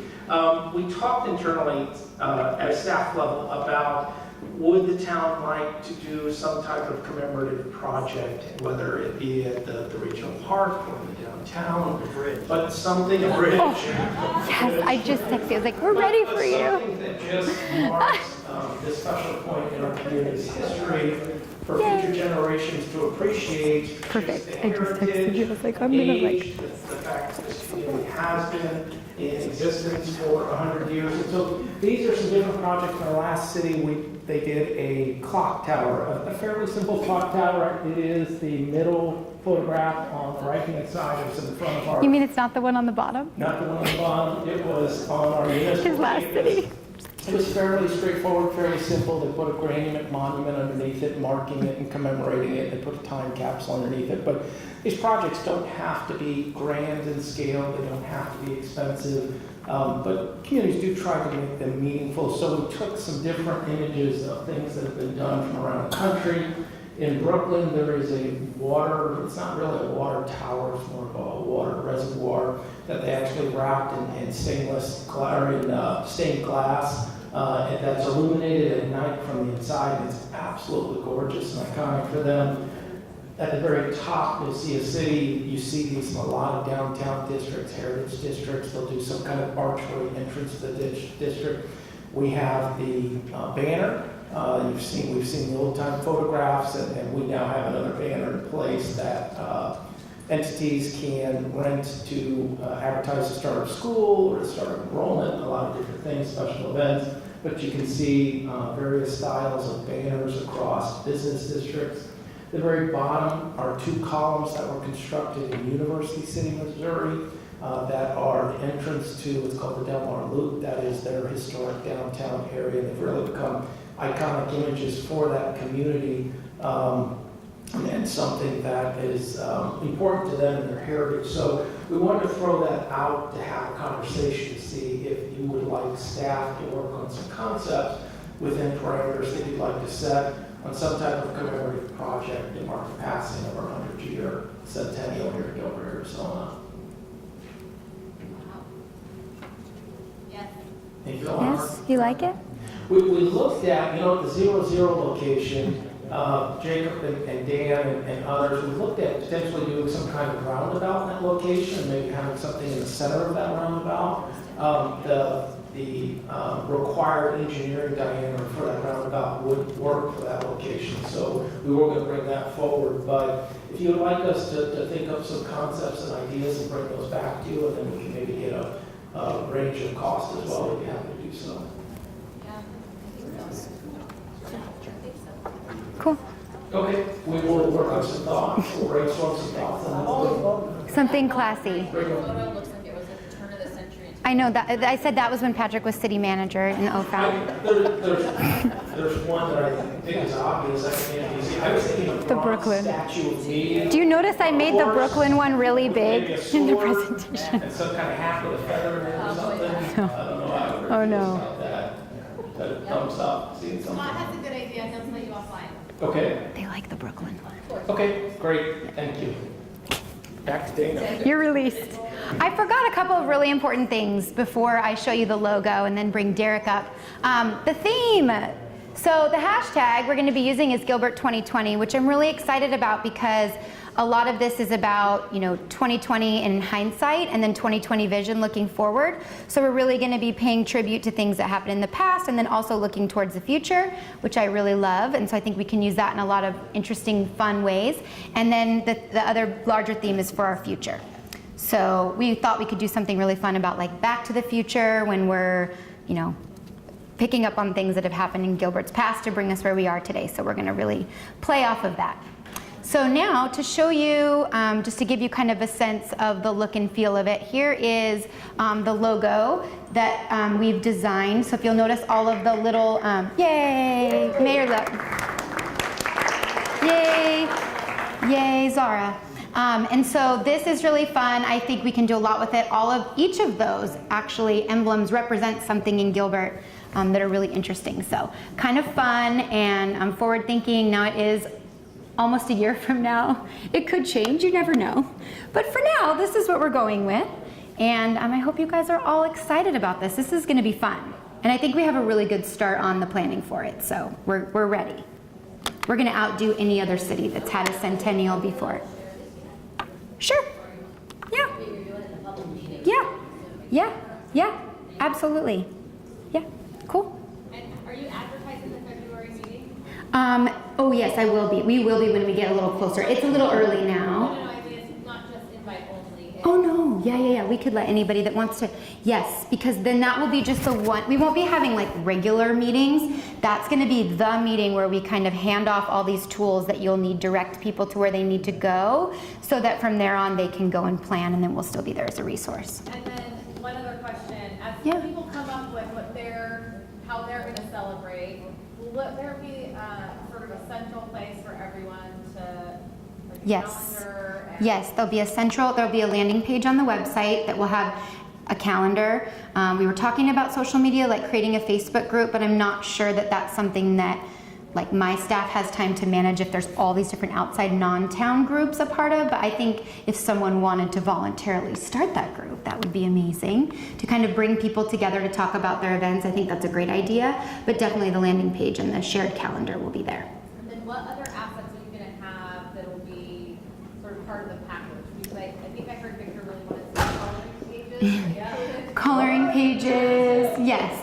So there'll be a couple versions of this. There'll be like a black and white, so other different logo versions that you can download, and then the actual colors. These are the colors. So you'll download those, and then there'll be the font and probably some specific brand guidelines about how we want you to use it, where to use it, and then obviously people can follow up with Zara if they have any questions or want to do something And differently. then what about collaborations with other local companies? Like if you have a local entrepreneur who wants to make a bunch of t-shirts. Yes, Yeah, yes, do it, right? yes, go, do it, take it. Yes, that's what it's for. Yeah. And if the other organizations want to submit their dates to you, they'll get added to the Yes, 100%, yes. And is there gonna be, I guess as part of the information, I'm thinking specifically school curriculum, I can imagine the schools will really get excited about this, like see them doing, wanting to do things like time capsules and stuff like that, to celebrate. Will there be, like lessons about the history of Gilbert that they'll be able to download from that site? I don't know, that's a great idea. I could talk to the, There's a curriculum piece. yeah. Teachers, and I'm sure that. Spark. The historical society. Yeah. Yeah. We could help to coordinate that, yeah. Yeah. Oh yeah, no, we'll definitely put imagery and other things up that people can download for sure. Yeah. Cool. Wow. I know, it's exciting, right? Yeah. Funny story, Metro Live, we're talking about creating a centennial ice cream flavor. which we Oh, can cool. come up with and do a competition for Will that. there be a centennial pack? He's wearing a tail fin. No. No. I love it. Show the first picture. Show the first picture. You showed that cowgirl. Oh yeah, my cowgirl back there. Oh, okay, wait, we've got an idea from Councilmember Taylor and Karen. This is just one of many events that I want to add to this, is the naturalization ceremony. Oh, that'd be awesome. Oh yeah. And they have a queue of people that want to come. That become citizens that year. Yeah, that would be a great story. Yeah. Key dates like July 4th. Yeah. It's a really fun day for people to become a U.S. citizen. Yeah. That's really Yeah. close to our birthday. Yeah. That'd be really cool. Yeah. I love that. Yeah. Yes. Cool. Very cool. We will also probably host a birthday party in San Diego that week of our. Perfect. Because everybody in Gilbert's in San Diego that week. That's perfect. That's actually a really good marketing idea. Don't joke about that. If you're going to be there, I'm going to make you do it. Have you heard of this place, Gilbert? You're going to just be handing out all kinds of t-shirts. And yeah, it's a great idea. Tourism, right? Where's Dan? I don't know, Dan's not here. Yeah, perfect. Cool. Okay. Any other questions for David? I think that you all know Derek Konofalski, who works in my department. If you don't, this is Derek. Derek is our data and technology analyst, and he presented to you last year about the creation of our open data portal and the work we were doing with What Works Cities to do this.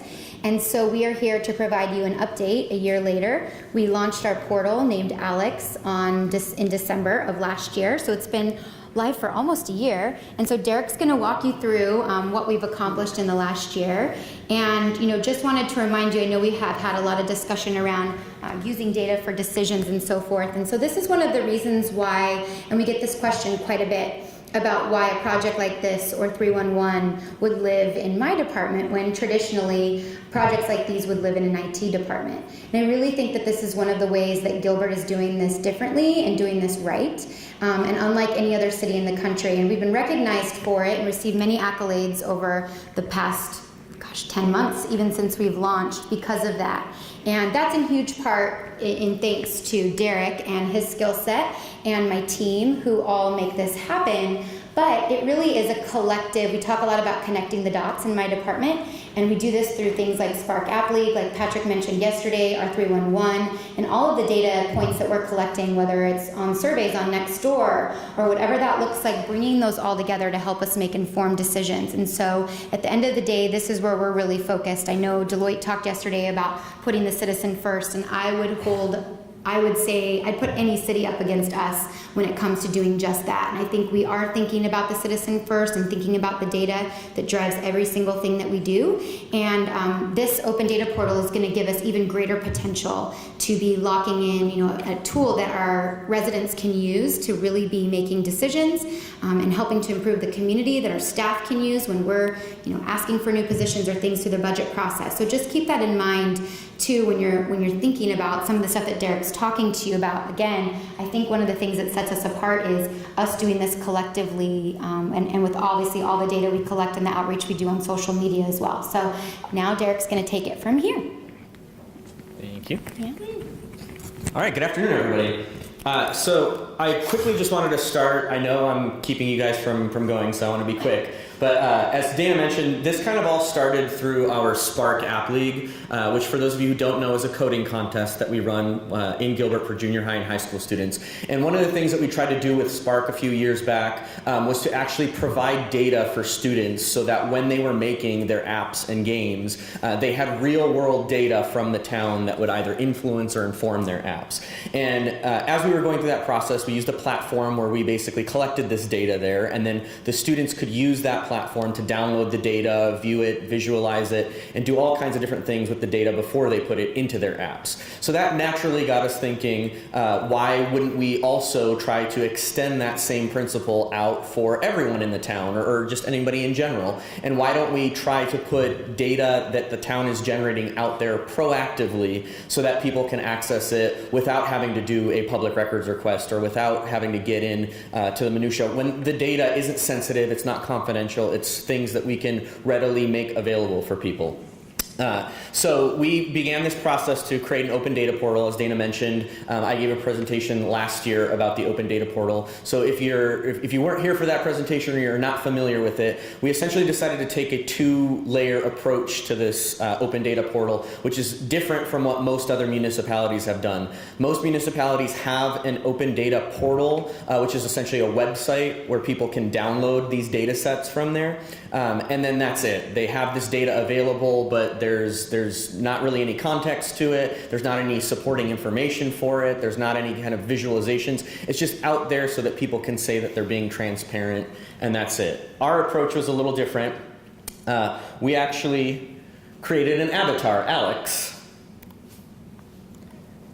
So you can go to alex.gilbertaz.gov, and Alex provides context for all of the data sets that we have available for people. So if you actually go to the website, this is the website, alex.gilbertaz.gov, all of our data sets are split up into different categories based on what type of data they are. Oh, whoops, I'm not connected to the internet. It's right there. The 92 West. It's okay. We got time? Right? We want to see what he's going to show us. Oh, yeah. Take your time. Okay, great. I like Alex Floyd. Not that I've seen it. He has bad eyes. He doesn't even know who's here. Yeah, is Patrick here? I can't tell. No, just kidding. Hey, Chief Silver, do you have the works with you? I can hear you. She's taunting me. Actually, it's embarrassing.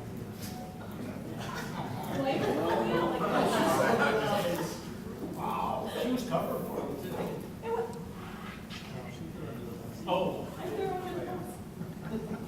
You're not paying attention. What's your name? Okay, so here we go. So when you go to Alex's website and you choose a category, there's two different types of sections that you can actually access. There is, I'll start at the bottom and kind of work my way up. There's the raw data sets themselves. So if people are interested in just seeing the raw data, downloading it, visualizing it on their own, or putting it into their own apps or websites or whatever they want, that data is freely available. It doesn't require a login. It doesn't require any kind of account setup or anything. It's there. They click a button, they can download it. But then the other part is these connecting the dots stories. And the connecting the dots stories basically describe to people how Gilbert is using these data sets. What do we do with this data? So the example that I'm pulling up right now is the population of Gilbert versus our fire department calls for service. So what we were trying to show in this story is just some basics on how the number of calls for service in the town correlated to the population. So as more people move to Gilbert, whether the actual calls for service went up or if they kind of maintained the same trend as the population. But also we created heat maps so people could actually see where in Gilbert those calls for service were going. So these heat maps are animated, so they actually show over the last 10 years where the call for service activity went, and then that directly informed where we built the fire stations. So somebody looking at this can, instead of just downloading the raw data, they can download that data and then supplement it with kind of our motivations or what the town is doing with that data. Now, as Dana mentioned, we've only been, the Open Data Portal has only been up for approximately 8 months, but within that, we have 16 sets on the, data sets on the Open Data Portal currently. There are over 12,600 page views on the ALEC site, which means 3,600 unique users have actually gone to ALEC and either looked at a data set or read one of the ALEC stories. Our top categories are growth and development and community safety, and our top story is the population versus full-time employees, where we compared the number of employees that Gilbert has over the last 10 years with other municipalities both in the country that have similar population sizes to Gilbert, but also with our regional partners, so Mesa, Tempe, Chandler, and we looked at what the ratio was of employees to residents. We also, on the raw data portal, we have 5,200 unique views that came from 1,100 unique users. So that shows that not everybody's necessarily downloading the data after they view it. They may be just viewing it, reading the ALEC stories, and then they're happy from there. But there are people that are actually downloading and using the raw data sets. And in that, our top category is community safety, which matches what we saw with the ALEC piece. And then our actual top data set is police department calls for service, which to me is not surprising because we're already putting that information out for people with community crime maps and that kind of thing. So it's kind of a secondary place for residents and other users to see where that's coming. So what's next for the Open Data program in Gilbert is we have a public survey for open data that we're going to be releasing before the end of the year, right around our 1-year anniversary mark, to see, just survey to the public who's using the Open Data portal, how are they using it, what data do they want to see that we don't currently already have on the portal, and what information they're looking for when it comes to the town and how we can be more transparent and kind of be proactive about putting this information out there. And then also, we have open comments on all the data sets and stories. So there are a few comments that people have posted, but we will try to kind of raise that engagement and get people to actually start asking questions about some of this data and posting it publicly so that other users that go onto the Open Data portal can see those questions and see the answers as well. And then lastly, there are my personal favorite part of having an open data program is the types of information that you can present to people using this data. And so I've collected a couple visualizations that I would like to see us put out as part of the open data program. So I'm going to start with this one first. This is just an example. This isn't using Gilbert's actual data. This is data that is pulled from other municipalities. But just as an example, one of our most requested, or actually one of the most searched data sets that people are looking for that we currently don't have access to is our finances. So our big goal for the next coming year is to put financial information, both revenue, expenses, budgets, things like that. And this example from Arlington allows the budget to be broken down so you can see kind of the major categories that all these funds go through, but then when somebody clicks on the major ones, it zooms in and you can see kind of the subsections of where the funds are going, and you can continually click down to kind of drill into there to the point where people essentially get an understanding of where their tax money is going, where where the funds that the town has are going to contribute back to them. Same thing with revenues, funds and reserves.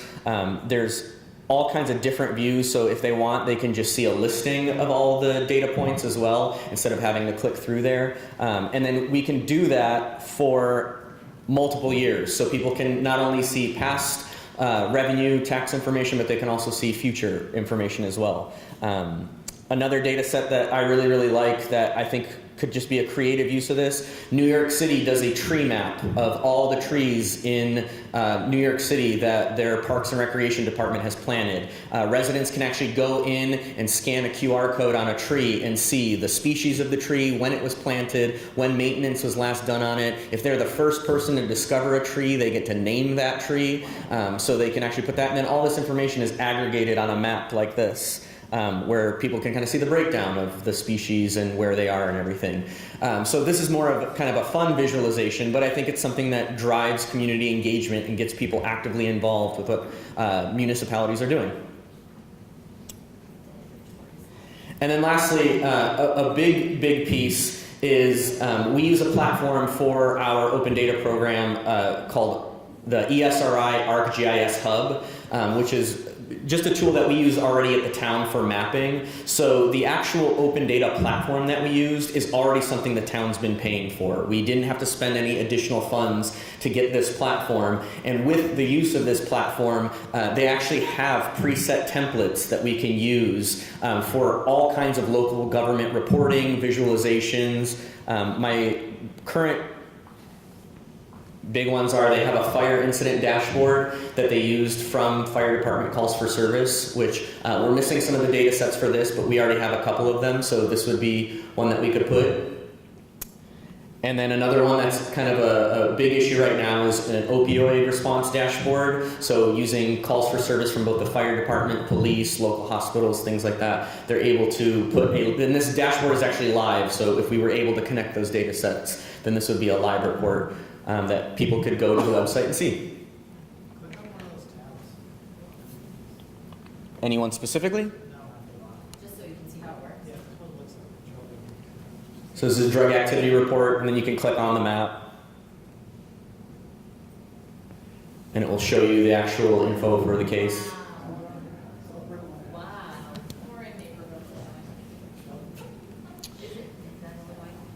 What's that? Oh, where this? Yeah, this is not Gilbert data. I'm not actually sure where this. It looks like Naperville County. Yeah. So yeah. So this helps me know where to go and do the best drug test. Yeah. I've been to Naperville.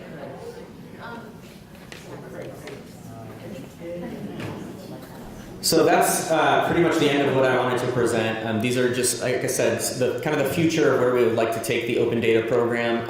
Again, it's still kind of in its infancy. We do have several data sets out there, and people are at least looking at them and using them, but we'd obviously like to grow that more. So if anybody has any questions, I'd be more than happy to answer them. Otherwise, that's all I have for you guys.